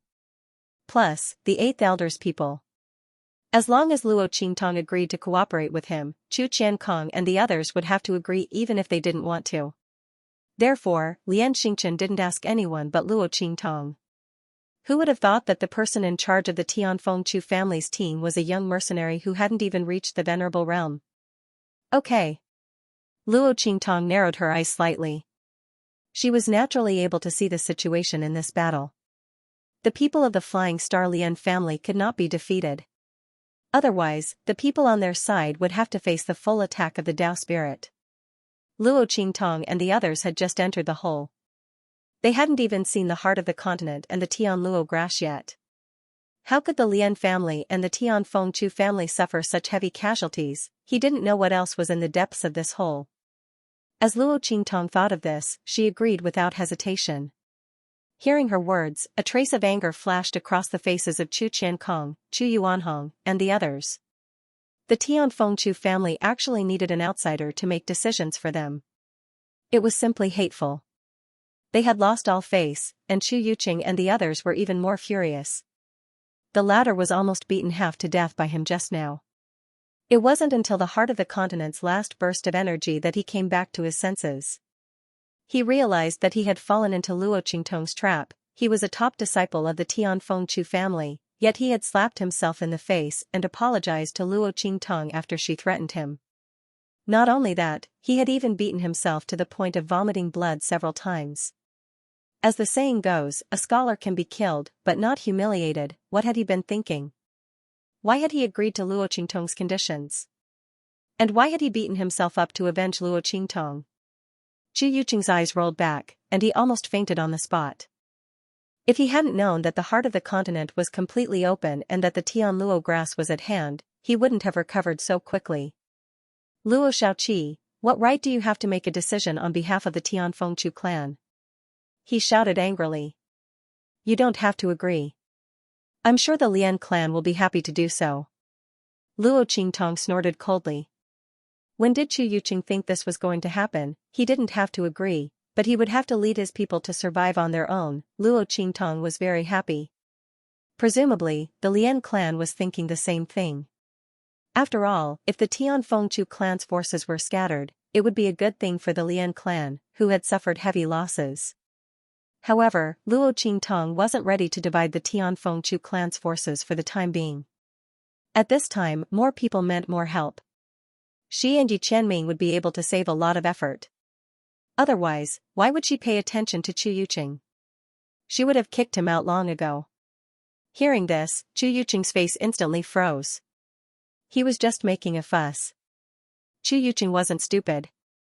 Lian Xingchen had asked Luo Qingtong, which meant that their opinions weren't important. Hateful Chu Lingfeng, that idiot, listen to that bitch. Otherwise, how could they have ended up in this situation? Chu Yuqing gnashed his teeth inwardly. His face was green, red, and white, like a colorful color palette. However, he didn't dare to leave in a huff. Otherwise, if he left the group, he would be tortured to death by the spirits of the Great Tao. It was also impractical to leave this place. Previously, they had refused to leave in every possible way.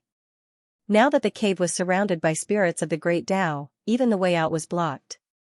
They couldn't leave even if they wanted to. Thinking of this, Chu Yuqing's expression became more and more colorful. Under everyone's gazes, his face turned the color of a pig's liver. Luo Qingtong was too lazy to pay attention to him. Seeing that he was so sullen that he didn't dare to speak, she snorted coldly and said to everyone, "Let's go. We're going to the Lian clan."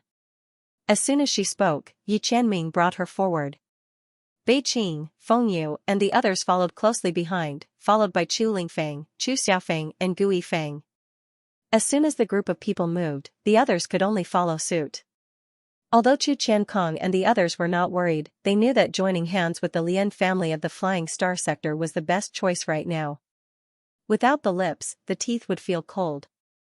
Unless they didn't want the Tianluo grass anymore. Otherwise, they would have to cooperate with the Lian family of the Flying Star sector. They were supposed to agree to this, but Lian Xingchen only asked Luo Qingtong and not them. Did he think that they were inferior to Luo Qingtong? Chu Qiankong and the others felt extremely stifled after being suppressed by a young mercenary who wasn't even a venerate. They weren't much better off than Chu Yuqing. It was just that he didn't fly into a rage like Chu Yuqing. Lian Xingchen and the others were finally able to catch their breath when they met up with the Flying Star Lian family. They had just withstood the endless attacks of the spirits of the Great Tao and were about to collapse. The spirits of the Great Tao also seemed to be very intelligent. When they saw that Luo Qingtong and the others had joined hands with the Lian family of the Flying Star sector, their attacks became even fiercer. If this continued, Luo Qingtong and the others wouldn't be able to hurt the spirits of the Great Tao, while the latter would be able to continuously injure them. Sooner or later, they would be exhausted and die here. Is there any way? Yi Qianming's expression was indifferent. If someone could perceive the existence of these Great Tao spirits, they would find that the Great Tao spirit dissipated by Yi Qianming seemed to be hidden in the spiritual qi and dissipated into nothingness. But in fact, it was completely killed by Yi Qianming. The man's attack directly injured the source.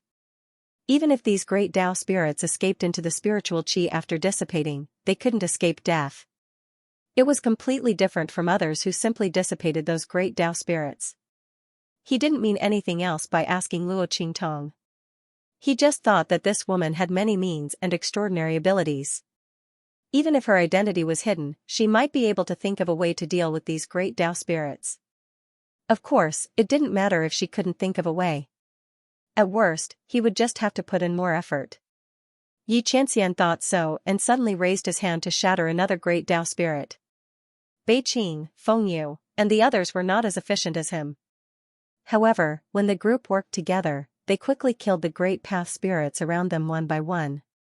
If someone noticed them during the battle, they would find that the number of Great Tao spirits on their side was the least. And there were fewer and fewer of them. And because these Great Tao spirits were constantly dissipating and manifesting, they were killed by Bei Qing, Feng Yu, and the others without leaving any traces. No one noticed that something was wrong here. Luo Qingtong heard Yi Qianming's words and nodded subconsciously. Yes, but I don't know if it's effective. Luo Qingtong said and frowned. These Great Tao spirits were originally formed by the power of the Great Tao in the depths of this hole. In this case, even if Luo Qingtong had a pair of blood eyes, it was impossible to see their hidden traces. Because they themselves were the spiritual qi. Of course, Luo Qingtong could lock onto them when they first appeared. But even if Luo Qingtong pointed out the place where these great Dao spirits appeared, by the time everyone's attack hit, these great Dao spirits might have already dissipated. Unless those people could directly lock onto the place where they would appear with their blood eyes like Luo Qingtong and kill them directly. But that was impossible. And Luo Qingtong couldn't reveal her ability just like that. She narrowed her eyes. After carefully observing these Dao spirits, a vague idea flashed through her mind. However, this idea wasn't mature yet, so she wasn't prepared to say it out loud. She wanted to observe it more carefully. Who would have thought that Xianxia would ask such a question? Yes. Xianxia narrowed his eyes. He nodded and looked at Luo Qingtong. He whispered, "What is it? Tell me." Yes. Thinking of her current identity as Luo Qingtong, who was famous for her meticulous observation, Luo Qingtong was not afraid that Xianxia would find anything wrong with her. She voiced out her thoughts. I'm thinking that since the spirits of the Great Path in the depths of these holes are formed from the power of the Great Path, then would they be afraid of the decaying spirit energy outside? Hearing Luo Qingtong's words, Xianxia's eyes lit up in an instant. He looked at Luo Qingtong. In his eyes, there was an indescribable meaning. This woman was still the same as before. She could see through the essence at a glance. She thought she hid it well. Even if Luo Qingtong didn't expose her identity to Xianxia, she couldn't hide it anymore. However, Xianxia didn't intend to expose Luo Qingtong's identity, so he didn't say anything even if he knew. He just looked at her meaningfully and nodded. You're right. Since these great Dao spirits are formed by the vitality energy, the decaying spiritual energy outside must be their enemy. These great Dao spirits were the power of the great Dao, so they would lead the decaying spiritual energy in and corrode the vitality energy. In this way, these great Dao spirits would have nowhere to hide. As Yi Qianren said this, she immediately ordered Beiqing and Fengyu, who were beside her, go and draw in the decaying spiritual energy from the outside. The vitality energy in the heart of the continent had just erupted, so the decaying spiritual energy outside wouldn't be able to invade so quickly. He had to send people to bring the decaying spiritual energy in. When Beiqing and Fengyu heard this, they didn't say anything and directly rushed to the entrance of the hole. There was a group of great Dao spirits guarding the entrance, but they were no match for Beiqing and Fengyu at all. They were directly killed. Then the group rushed out of the hole. The people from the Lian family and the Tianfengchu family didn't know what was going on. They only saw Beiqing and Fengyu rushing out of the hole and thought that they had given up on escaping. However, the other party was too strong. It was impossible for the people from the Flying Star Lian clan and the Heavenly Wind Shu clan to directly disperse the Dao spirits guarding the entrance like they did. Everyone was shocked. As for Chu Yuqing, he laughed in schadenfreude. Haha, Luo Xiaoqi, your bodyguards abandoned you and your employer and ran away. He looked in the direction of Luo Qingtong and Xianxia, thinking that Beiqing and Fengyu were the bodyguards hired by Xianxia. From the looks of it, the other party had abandoned the two of them and fled. Chu Yuqing was gloating inwardly, but Luo Qingtong didn't feel like paying him any attention. When Beiqing and Fengyu brought in the decaying spirit qi, he realized that he had made a mistake. At that time, this hole would be filled with decaying spiritual qi. Let's see how he can still smile. In fact, this was indeed the case. If the decaying spirit qi filled the hole, then everyone's attacks would be limited. After all, although the decaying spirit qi didn't harm them, it couldn't replenish their strength. Luo Qingtong knew that the white jade masked man was Xianxia, so she told him her idea. If it had been someone else, she might not have said it. After all, this method was somewhat risky. If they brought in the decaying spirit qi, but it was useless against the great Dao spirits, then they would be in big trouble. With their attacks and power limited, their situation would be even worse than before. Of course, Luo Qingtong didn't care about the existence of the decaying spirit qi. She'd stockpiled countless spiritual flowers and spiritual herbs outside. It was more than enough for Yi Qianxian and the others to replenish their strength. It was the same for Chu Xiaofeng and the others. However, the same couldn't be said for the people from the Lian family and Chu Yuqing. Therefore, she couldn't be bothered to listen to Chu Yuqing's mockery. When Beiqing and Fengyu brought in the decaying spirit qi, they'd make him cry.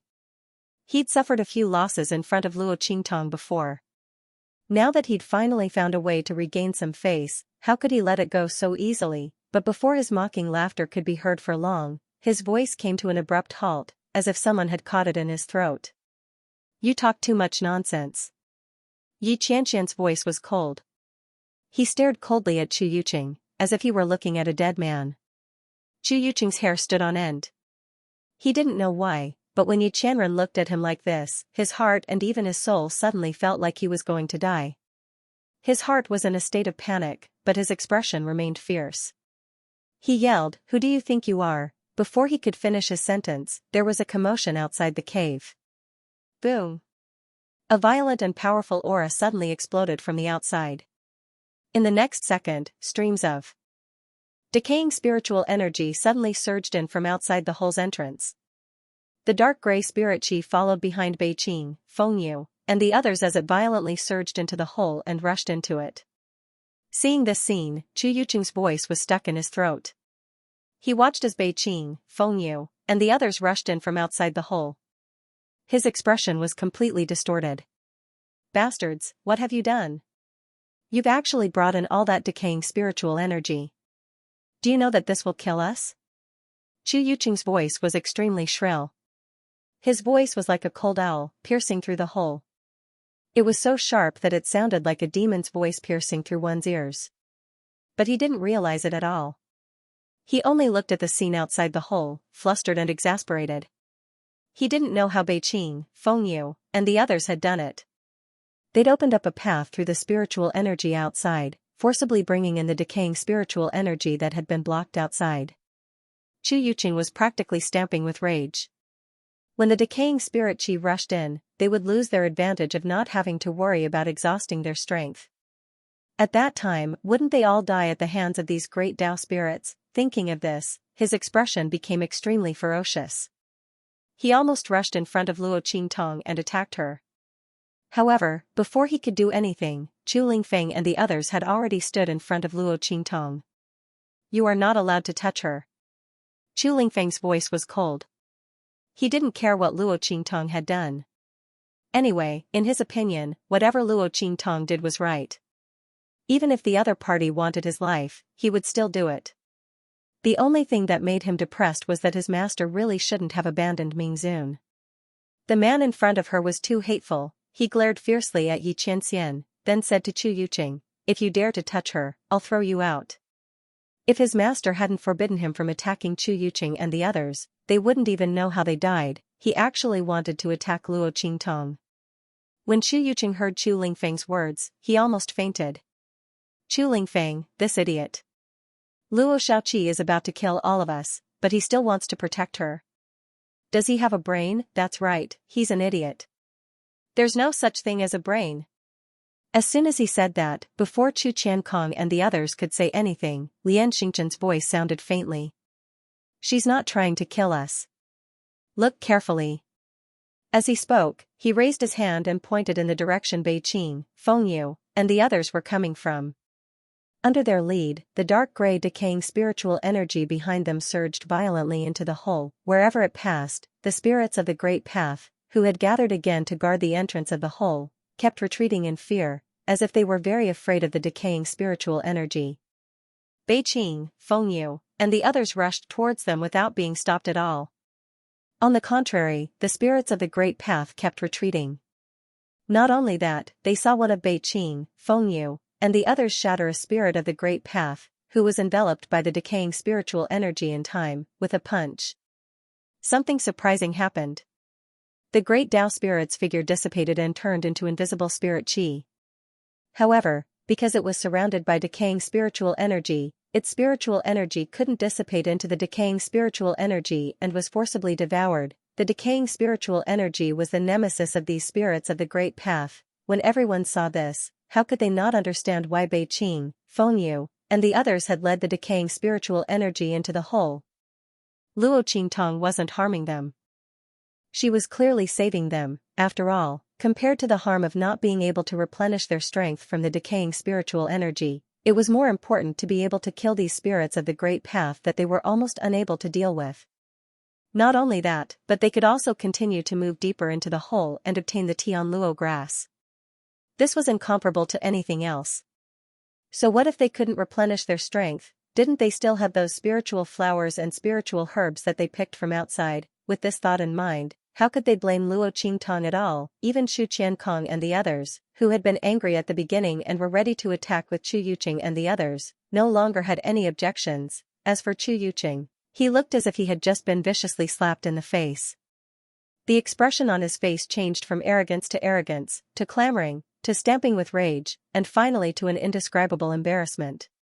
Everyone looked at the expression on his face and felt embarrassed for him. From the very beginning, Chu Yuqing had been making things difficult for Luo Qingtong the moment he saw her.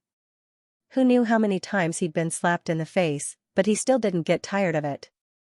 He really was a true warrior, the crowd sighed in their hearts. As for Chu Ke and the others, they were gnashing their teeth so hard that their teeth were about to fall off. Previously, they thought that Luo Qingtong wouldn't be able to escape punishment this time. What a big crime to bring in that decaying spiritual energy. If they joined forces, they would be able to kill Luo Qingtong. In the end, the situation was reversed. Not only was Luo Qingtong fine, but she was also regarded as the savior of the world. The decaying spirit qi actually had the effect of restraining and killing these great Tao spirits. With the help of the decaying spirit qi, the crowd was no longer helpless against these great Tao spirits. This undoubtedly allowed Luo Qingtong to establish great prestige in front of everyone. Moreover, he would owe her a huge favor. How could such a thing happen to Luo Qingtong? Chu Yufei's heart was filled with hatred. Chu Yuqing, this idiot, he might as well not have said that Luo Qingtong was the one who did it. Great, now that he had caused a ruckus, he had helped Luo Qingtong expand her prestige. This idiot, Chu Yufei's heart felt like it was being sliced by a knife. She had always boasted that her schemes weren't bad, but Luo Qingtong was better than her in every way. Not only had she ruined her plans several times, she had also stolen the limelight this time. Chu Yufei had always been the object of admiration and protection wherever she went. But first, she had run into a wall with Xianxia, and then Luo Qingtong's radiance had suppressed her to the point that she couldn't even be compared to the background. This was a huge blow to her prideful and vain heart. Fortunately, this Luo Xiaoqi was a man. If it had been a woman, the jealousy and hatred in Chu Yufei's heart was like a poisonous fog, constantly churning in her mind. By the time everyone saw the effects of the dark gray decaying spiritual energy, Bei Qing, Feng Yu, and the others had led the dark gray fog to them. This group of people was deliberately delaying. Otherwise, with their strength, how could they have taken so long to rush back to Luo Qingtong's group after the great path spirits had been forced to retreat? They had only done this so that everyone could better see the benefits and effects of the dark gray decaying spiritual energy.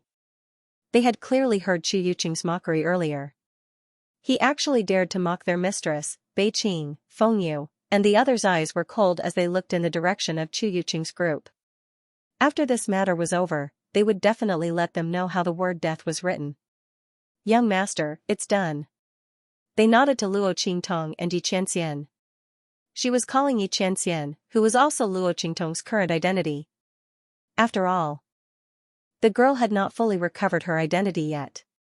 Even if Bei Qing, Feng Yu, and the others knew that the other party was their mistress, they would not expose Luo Qingtong and Yi Qianxian's identities at this time. Yes. Yi Qianxian's expression was indifferent as he responded in a low voice. He looked at the decaying spirit qi that had been attracted by Bei Qing and Feng Yu. At this moment, the decaying spirit qi was rolling and attacking the surrounding life spirit qi. Luo Qingtong and the others were surrounded by the decaying spiritual energy. The spirits of the great path that had surrounded them and attacked them were now shrieking and retreating into the depths of the hole. The people of the Tianfengchu clan and the Flying Star Lian clan finally had a chance to catch their breath. Come on, let's chase after them. Everyone was very excited. Looking at the spirits of the great path retreating into the depths of the hole, everyone's breathing became much heavier. If they killed these spirits of the great path, wouldn't the Tianluo grass nurtured in the heart of the continent in the depths of the hole belong to them? However, Although everyone was very excited, some people still remembered the attack that the Flying Star Lian clan had encountered when they had rushed into the depths of the hole. Who knew what else was in the depths of the hole? If there was another ambush, it was likely that all of them would die here. Therefore, even if some people were clamoring to rush in and kill their way in, they would not be able to escape. What do you think, young Master Xiaoqi? Should we continue chasing after them? One of the Flying Star Lian family's top disciples asked, his expression extremely respectful. Even his tone was indescribably polite and gentle. It was clear that after this incident, the Flying Star Lian family had thoroughly acknowledged Luo Qingtong's abilities. They valued and trusted her greatly. Not only that, but when they'd asked the youth for help, he'd agreed without hesitation. Chu Yuqing had even made things difficult for him. If not for the youth's agreement, the Flying Star Lian family probably wouldn't have received any help from the Tianfengchu clan. Chu Yuqing and the others would definitely have reprimanded and humiliated them in every possible way. By then, not only would the dignity of the Lian family of the Flying Star sector be gone, even the capability of the teen would suffer a blow that was even more severe than before. Therefore, the Flying Star Lian family members were extremely grateful to Luo Qingtong. As for Chu Yuqing and the others, they didn't even bother to look at them. In truth, Chu Yuqing had been wrongly accused. He was unhappy that the Flying Star Lian family wanted to ally with the Tianfengchu clan, not with them, but with Luo Qingtong. That was why he'd spoken out against Luo Qingtong, not because he wanted to refuse the Flying Star Lian family's alliance. But in that situation, when his words fell on the Flying Star Lian family's ears, they thought he was unwilling to agree to their request for help. Moreover, he didn't allow Luo Qingtong to agree to their request. That was why he'd gotten into a fight with Luo Qingtong. It could be said that this was all a beautiful misunderstanding. If Chu Yuqing knew that his indignant actions had ended up benefiting Luo Qingtong, increasing her standing in the hearts of the Flying Star Lian clan's people, while also harming himself, who knew if he would spit out a mouthful of blood?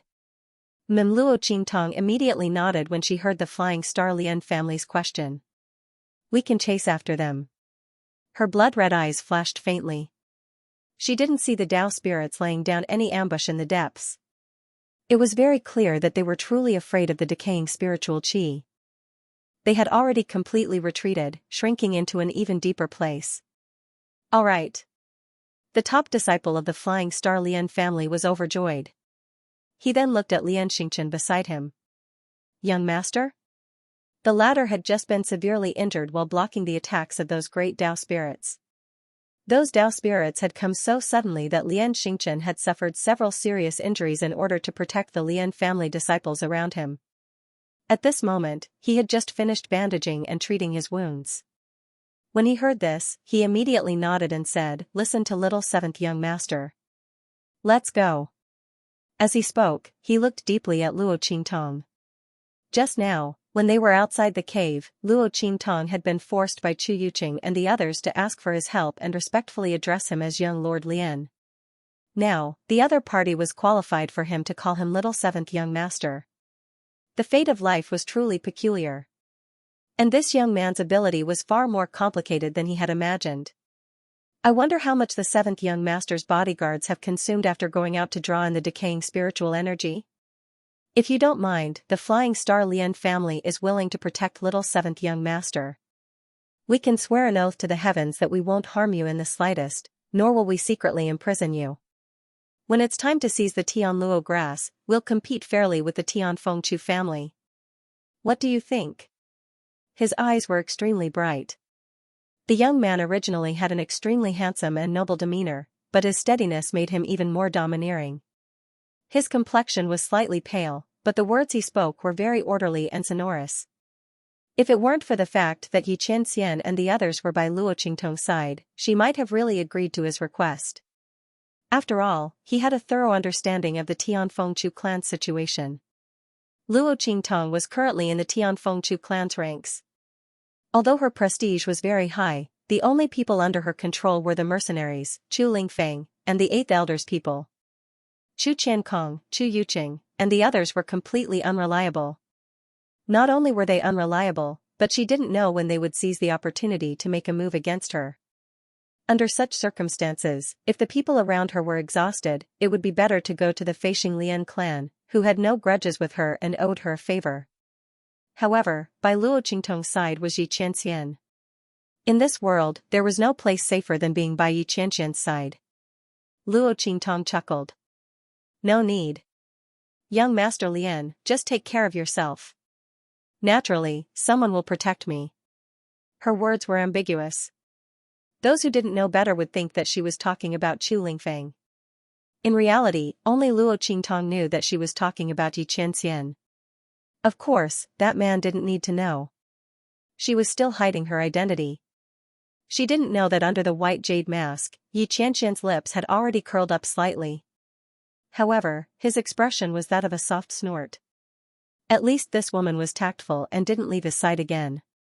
But why were all these people trying to snatch people away from him? Forget about Chu Lingfeng. What was wrong with this young Master Lian? Did he look so weak that he couldn't even protect this woman? As Yi Qianxian thought about this, he felt extremely displeased. He looked coldly at Lian Xingchen and said, "Young Master Lian, just worry about yourself. The capability of the Lian family of the Flying Star sector is not enough to protect her." While he was talking, the members of the Lian family of the Flying Star sector slightly changed their expressions.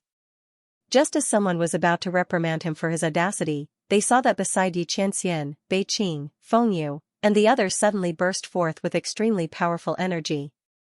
LV9 Human Martial Realm, LV9 Human Martial Realm, LV9 Human Martial Realm, all of them were at the 9th level of the Human Martial Realm, which made everyone's complexion change. This was especially true for the Tianfengchu family. No one had expected the people behind Yi Qianxian to be so powerful, 9th level of the Human Martial Realm. One had to know that the top disciples of the Tianfengchu clan also had guards with such strength, but there were only 1 or 2 of them at most. How could they compare to Bei Qing, Feng Yu, and the others behind Yi Qianxian, who were all at the 9th level of the Human Martial Realm? The combined strength of all the top disciples of the Tianfengchu clan and their LV9 Human Martial Realm experts would only be able to match the strength of the people behind Yi Qianxian. In other words, the strength of Yi Qianxian and his people was enough to match that of the Tianfengchu clan or the Lian family of the Flying Star sector. Everyone was stunned. What they didn't know was that this was not the full strength of Yi Qianxian and his people. If they knew the true strength of Yi Qianxian and his people, they would probably faint. Even so, someone was already on the verge of fainting. This person was none other than Chu Yuqing. When he saw the strength of Bei Qing, Feng Yu, and the others, Chu Yuqing's eyes rolled back and he almost fainted. All of them were at the 9th level of the Human Martial Realm. It wasn't that the Tianfengchu clan didn't have such a card up their sleeves. However, this wasn't something that Chu Yuqing and the other top disciples could enjoy. Even Chu Lingfeng probably didn't have such qualifications. Who were these people? How could they have so many valiant guards? Chu Yuqing was so shocked that he almost fainted. Chu Qiankong and the others also broke out in a cold sweat. They hadn't expected that the mercenaries they'd hired would have experts like Yi Qianxian and the others. Although the Tianfeng mercenary city was a mixed bag of good and bad people, the Tianfengchu clan had left so suddenly that they hadn't had time to screen out those who remained in the city. It was inevitable that some people would sneak into their mercenaries. However, they hadn't expected Yi Qianxian and the others to be as strong as they were. It was inconceivable that someone with such strength would appear in Mercenary City. While everyone was stunned, the Flying Star Lian clan members were also at a loss for words. When Yi Qianxian had said that the Flying Star Lian clan might not be able to protect Luo Qingtong, they'd thought that he was just boasting and had been about to reprimand him. However, now that he'd shown them his strength, they had nothing to say in response. Given the strength that Yi Qianxian and the others had displayed, unless they joined forces with the Tianfengchu clan, they definitely wouldn't be a match for them. As for Yi Qianren and the others, it was obvious that they were neutral. Compared to the Flying Star Lian clan, which had a conflict of interest with the Tianfengchu clan and wasn't familiar with Luo Qingtong, Yi Qianxian and the others, who were familiar with Luo Qingtong, were more suited to protect Luo Qingtong. As for the latter, he believed that they trusted them more. Lian Xingchen didn't say anything else. He nodded at Luo Qingtong and said in a low voice, "That's good too.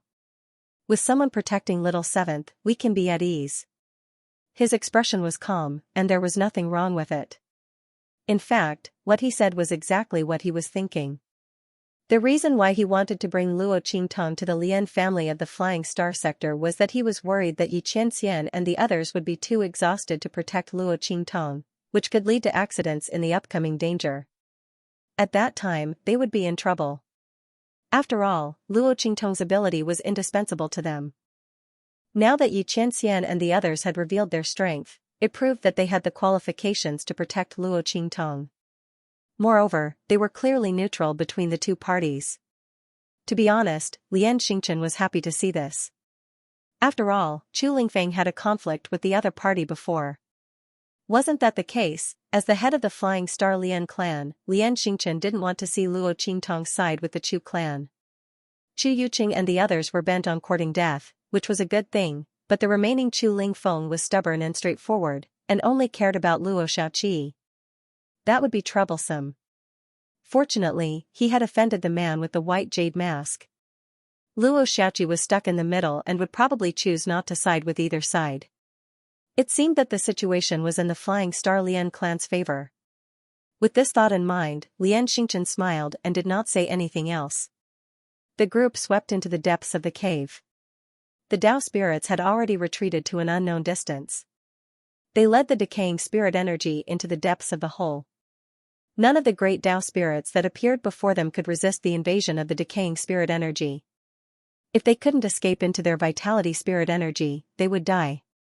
The people of the Heavenly Wind Shu clan and the Flying Star Lian clan worked together and easily killed them in the decaying spiritual qi. However, they had also consumed a lot of energy. Without the vitality spirit energy to replenish their strength, they couldn't use it. They could only rely on the spirit flowers and spirit herbs they had picked from outside to replenish their strength and strength. Among them, Chu Xiaofeng, Gu Yifeng, and the others were the most eye-catching. The top disciples naturally didn't lack spirit flowers and spirit herbs, and so did Xing Chen and the others. But for the ordinary disciples below, it was barely satisfactory. Some of them only had a few pitiful stalks of spirit flowers and spirit herbs. However, Chu Xiaofeng and the others were different. He and the other mercenaries took out a large number of spirit flowers and spirit herbs and poured them into their mouths without hesitation as soon as their strength was depleted. The Tianfeng Chu clan's ordinary disciples and the Flying Star Lian clan's people were stunned. They were all very careful and calculated the amount of spirit energy they absorbed from the spirit flowers and spirit herbs. They didn't dare to pour the spirit energy into their mouths until their strength was almost depleted. In contrast, Chu Xiaofeng and the others' actions were simply insane. Everyone deeply suspected that there was a treasure trove in the abandoned continent that was full of spirit flowers and spirit herbs and wasn't guarded by high-level magical beasts. Chu Xiaofeng and the others happened to have found such a treasure trove.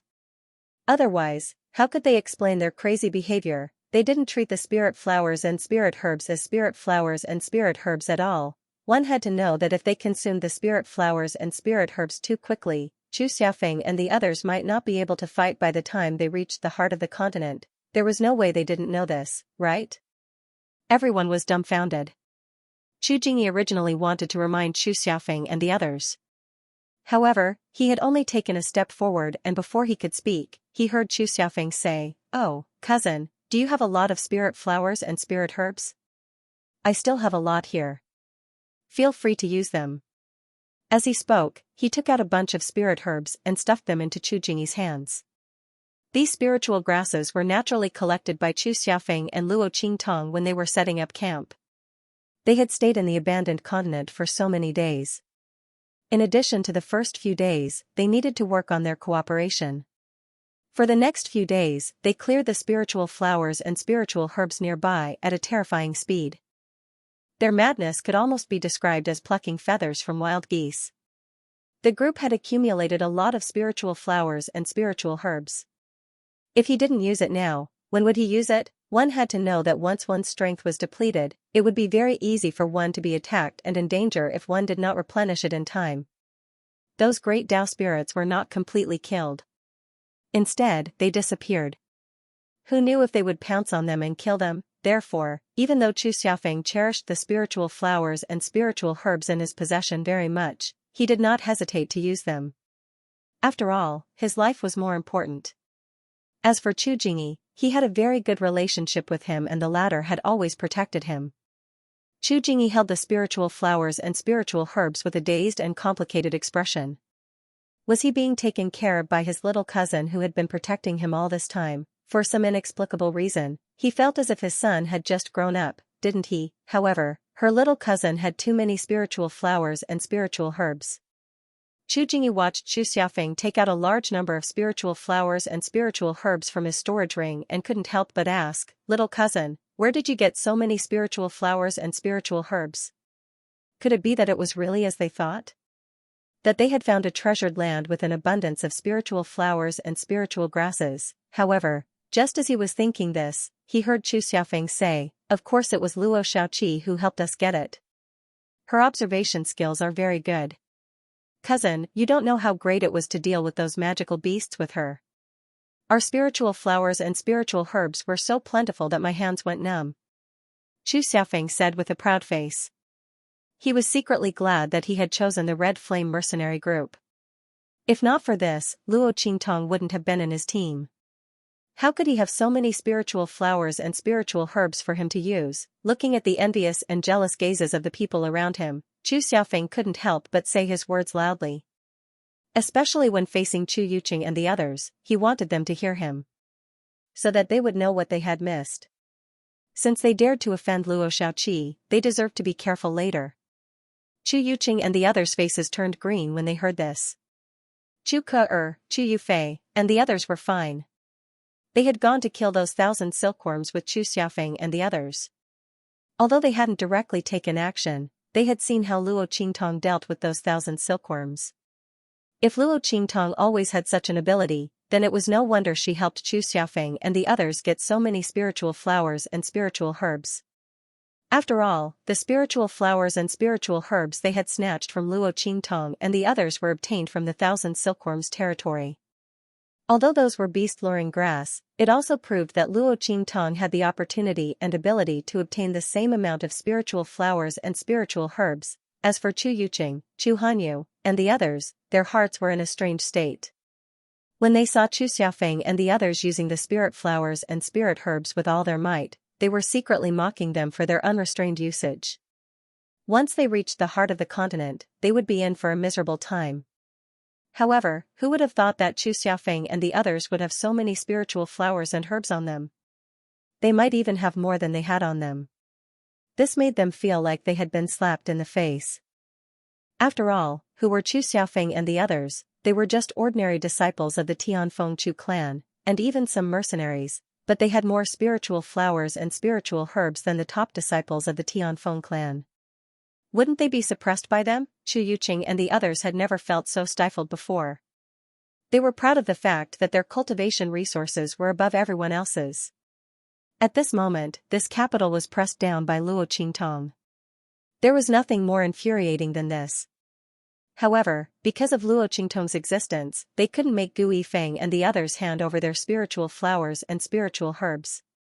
Otherwise, even if they couldn't touch Xu Xiaofeng's spiritual flowers and spiritual herbs, they could snatch Gu Yifeng's spiritual flowers and spiritual herbs. What could these mercenaries do to them? But now, they could only grit their teeth and watch as Gu Yifeng and the others wantonly used those spirit flowers and herbs, while they couldn't even get a single strand of hair. How infuriating! Chu Yuqing gnashed his teeth inwardly. If he'd known earlier that this Luo Shaoqi was so useful and strange, he would have long ago brought her to his side. He would have squeezed her dry, then killed her. That way, he wouldn't have landed himself in such an embarrassing situation. At that time, she might not have the protection of that white jade masked man and Chu Lingfeng. Chu Yuqing was filled with resentment as he thought of this. He couldn't vent his anger on Luo Qingtong, so he turned to curse Chu Ke and Chu Yufei, blaming them for not warning him of Luo Qingtong's power. Why didn't you tell me that she had the ability to obtain such spirit flowers and herbs? His expression was cold and harsh, and he didn't listen to Chu Ke and Chu Yufei's explanations at all. He only wanted to teach them a lesson. He completely vented his anger on them. Chu Ke and Chu Yufei hadn't expected that they would be the unlucky ones in the end. Chu Yufei's gentle and charming figure and deep scheming were also useless at this moment. In his anger, Chu Yuqing couldn't be bothered to listen to her pretentious words. This was the fate of those who flaunted their beauty and were full of schemes. When a man was happy, he would treat you like a plaything and tease you whenever he wanted. When he was unhappy, who did you think you were? If Chu Yufei was the real first young miss of the Chu family, it would have been fine, but she wasn't. Chu Yuqing couldn't be bothered to give her any face. If it weren't for the Ninth Elder's faction and by Xing's strength and influence as Madame Xing, Chu Yuqing would have thrown her out of the group. Chu Yuqing and the others were causing a ruckus, but Luo Qingtong didn't notice at all. Her attention was completely focused on the depths of the cave in front of her. Perhaps it was because they were getting closer and closer to the depths, but the fog inside was getting thicker and thicker. The vitality and spiritual energy was becoming denser and denser. Luo Qingtong's bloodshot eyes made it difficult for her to see the scene inside. After all, it was the heart of the continent, which was filled with the power of the Great Tao. Currently, Luo Qingtong's blood-red eyes were still unable to see through it. Especially when they were so far apart. However, as everyone's journey progressed, Luo Qingtong felt a strong sense of danger in her heart. Everyone, be careful. Just as the sense of danger reached its peak, Luo Qingtong's blood-red eyes suddenly saw a huge black figure leaping out from the depths of the hole in front of them and rushing towards them. You're just exaggerating. Chu Yuqing's heart was filled with displeasure as he lectured Chu Ke and the others. When he heard Luo Qingtong's sudden shout, he jumped in fright. He then raised his head and looked into the depths of the cave. It was filled with smoke and there was no movement at all. He immediately snorted with disdain. However, as soon as he said this, there was a swoosh. And a furious roar. In an instant, huge figures leaped out from the depths of the smoke and fog. The extremely dense vitality and spiritual energy violently washed over them. Then, as these figures leapt out, it suddenly scattered in all directions, revealing a huge cave in front of them. The heart of the continent. At the top of the mountain in the huge cave, there was a huge ball of light that was pulsating violently as if it was alive. Countless mountains, rivers, forests, and trees flashed quietly in it. Many of the people present were very familiar with these scenes. It was not because of anything else, but because it was the terrain of the abandoned continent.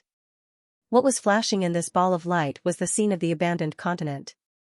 This was the heart of the continent hidden deep in the ground of the abandoned continent. Everyone looked at the scene in front of them in shock. They saw that the huge cave was a natural underground cave. Because it was separated from the ground, it had evolved into a different ecology and appearance. Trees, mountains, rivers, and everything else was there. When they looked up, they couldn't see the top at all. They didn't know how deep they were underground. The only thing they could be sure of was that they had reached the heart of the continent. While everyone's eyes were filled with surprise and shock, the roar of beasts and the sound of wind came from all directions. Everyone was shocked to realize that there was a terrible danger in front of them along with the cave. Roar. An extremely arrogant roar sounded, with a natural pressure of the great path. It was almost deafening as it rushed toward the crowd. In the next second, a guard at LV6 of the human martial realm who was standing on the periphery was pushed to the ground by an extremely huge figure. Then, in an instant, his body was torn into pieces by an irresistible force. Ah! A shrill scream rang out. He had broken through to the 6th level of the mortal chi layer and was responsible for the safety of the Chu clan. He was much stronger than an ordinary cultivator of the 6th level of the mortal chi layer. However, just like that, he had been killed by a pair of gigantic claws. Not only that, but in the next second, his body was put into a huge mouth. Then, there was a crunching sound that made people's teeth ache. Countless spit and blood splattered. The air was filled with a strong smell of blood. This guard at LV6 of the human martial realm had died without a complete corpse. Spirit beast. Looking at the mountainous beast in front of them and sensing the pressure of the great Tao emanating from it, the expressions of the people from the Tianfeng Chu clan and the Flying Star Lian clan instantly darkened. Spiritual beasts were separated from demonic beasts by a single word, and were also separated from demonic beasts by a single word. The meanings they represented were completely different. To put it simply, anything with the word spirit was naturally compatible with the power of the Great Path. They could borrow the power of the Great Path to cultivate on their own. Like humans, they could constantly improve and transform themselves.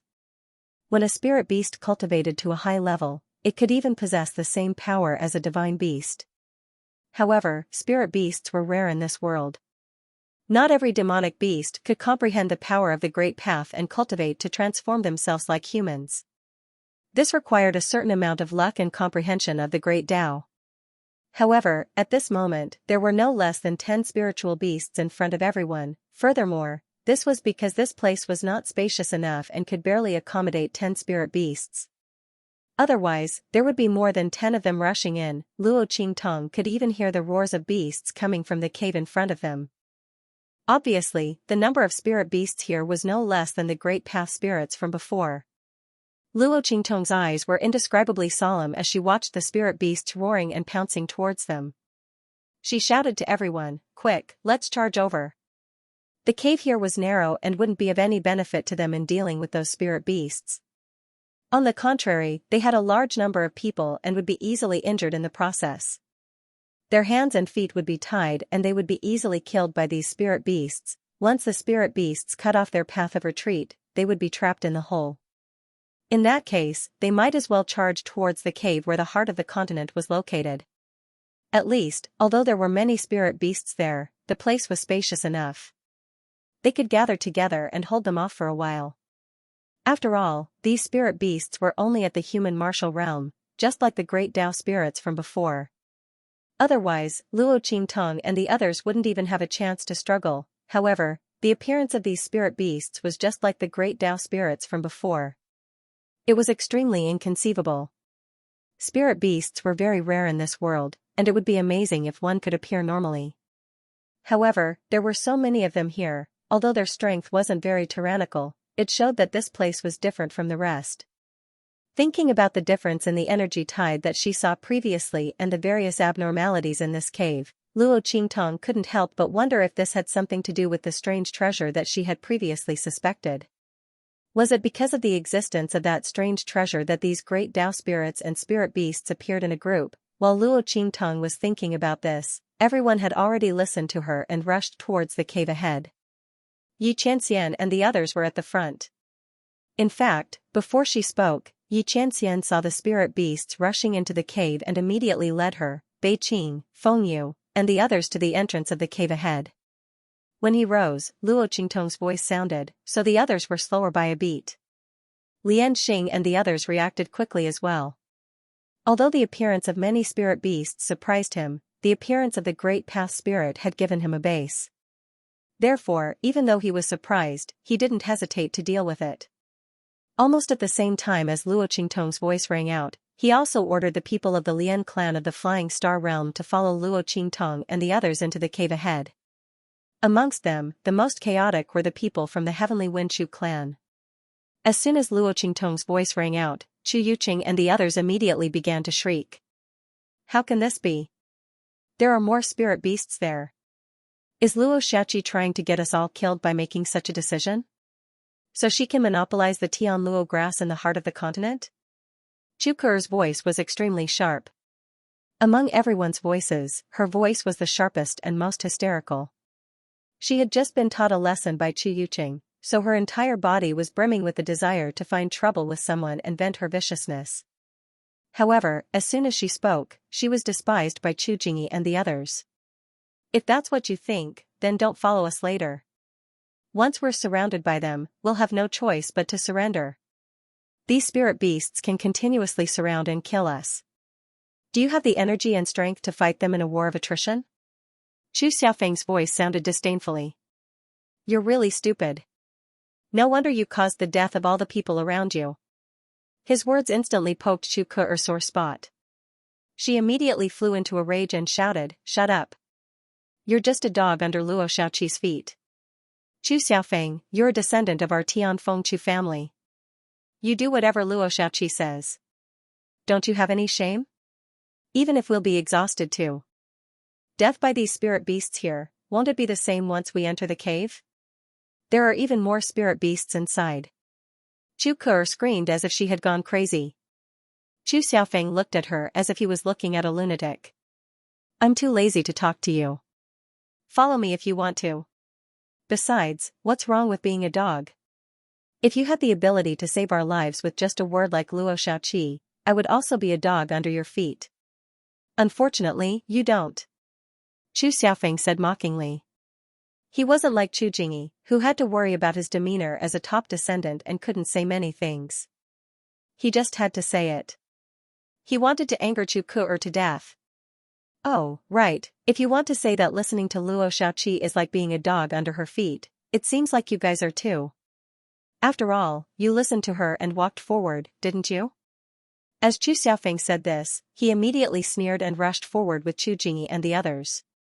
He couldn't be bothered to pay attention to Chu Ku'er. The latter's expression changed greatly. When she heard Chu Xiaofeng's last words, she hurriedly looked at Chu Yuqing beside her and said anxiously, "Big brother, don't listen to his nonsense." "That's not what I meant. I didn't mean that listening to Luo Xiaoqi's words would make you her dog." Chu Ku'er's words became more and more anxious, and in the end, she was a little incoherent. She had just been taught a lesson by Chu Yuqing, and now was the time to be afraid. Chu Yuqing's face darkened as he looked at his sister, who was incapable of accomplishing anything but good at ruining things.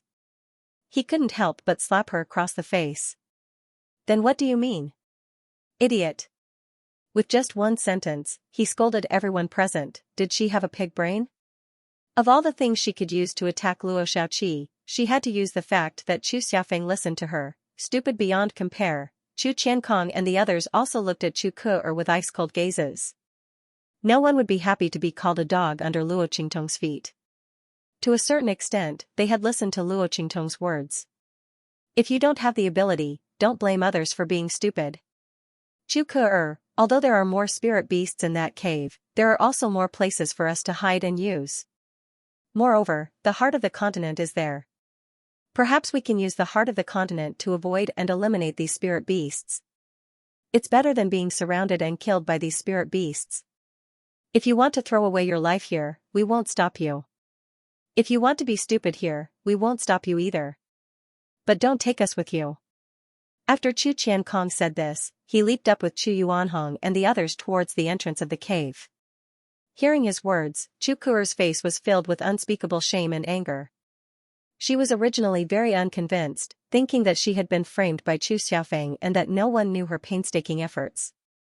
Therefore, when she was slapped by Chu Yuqing, she wanted to cry and make a scene. She wanted to let everyone know that she had said the wrong thing for their own good. But now, when Chu Qiankong spoke, she didn't know what to say. All the words were stuck in her throat. Luo Xiaoqi was actually right.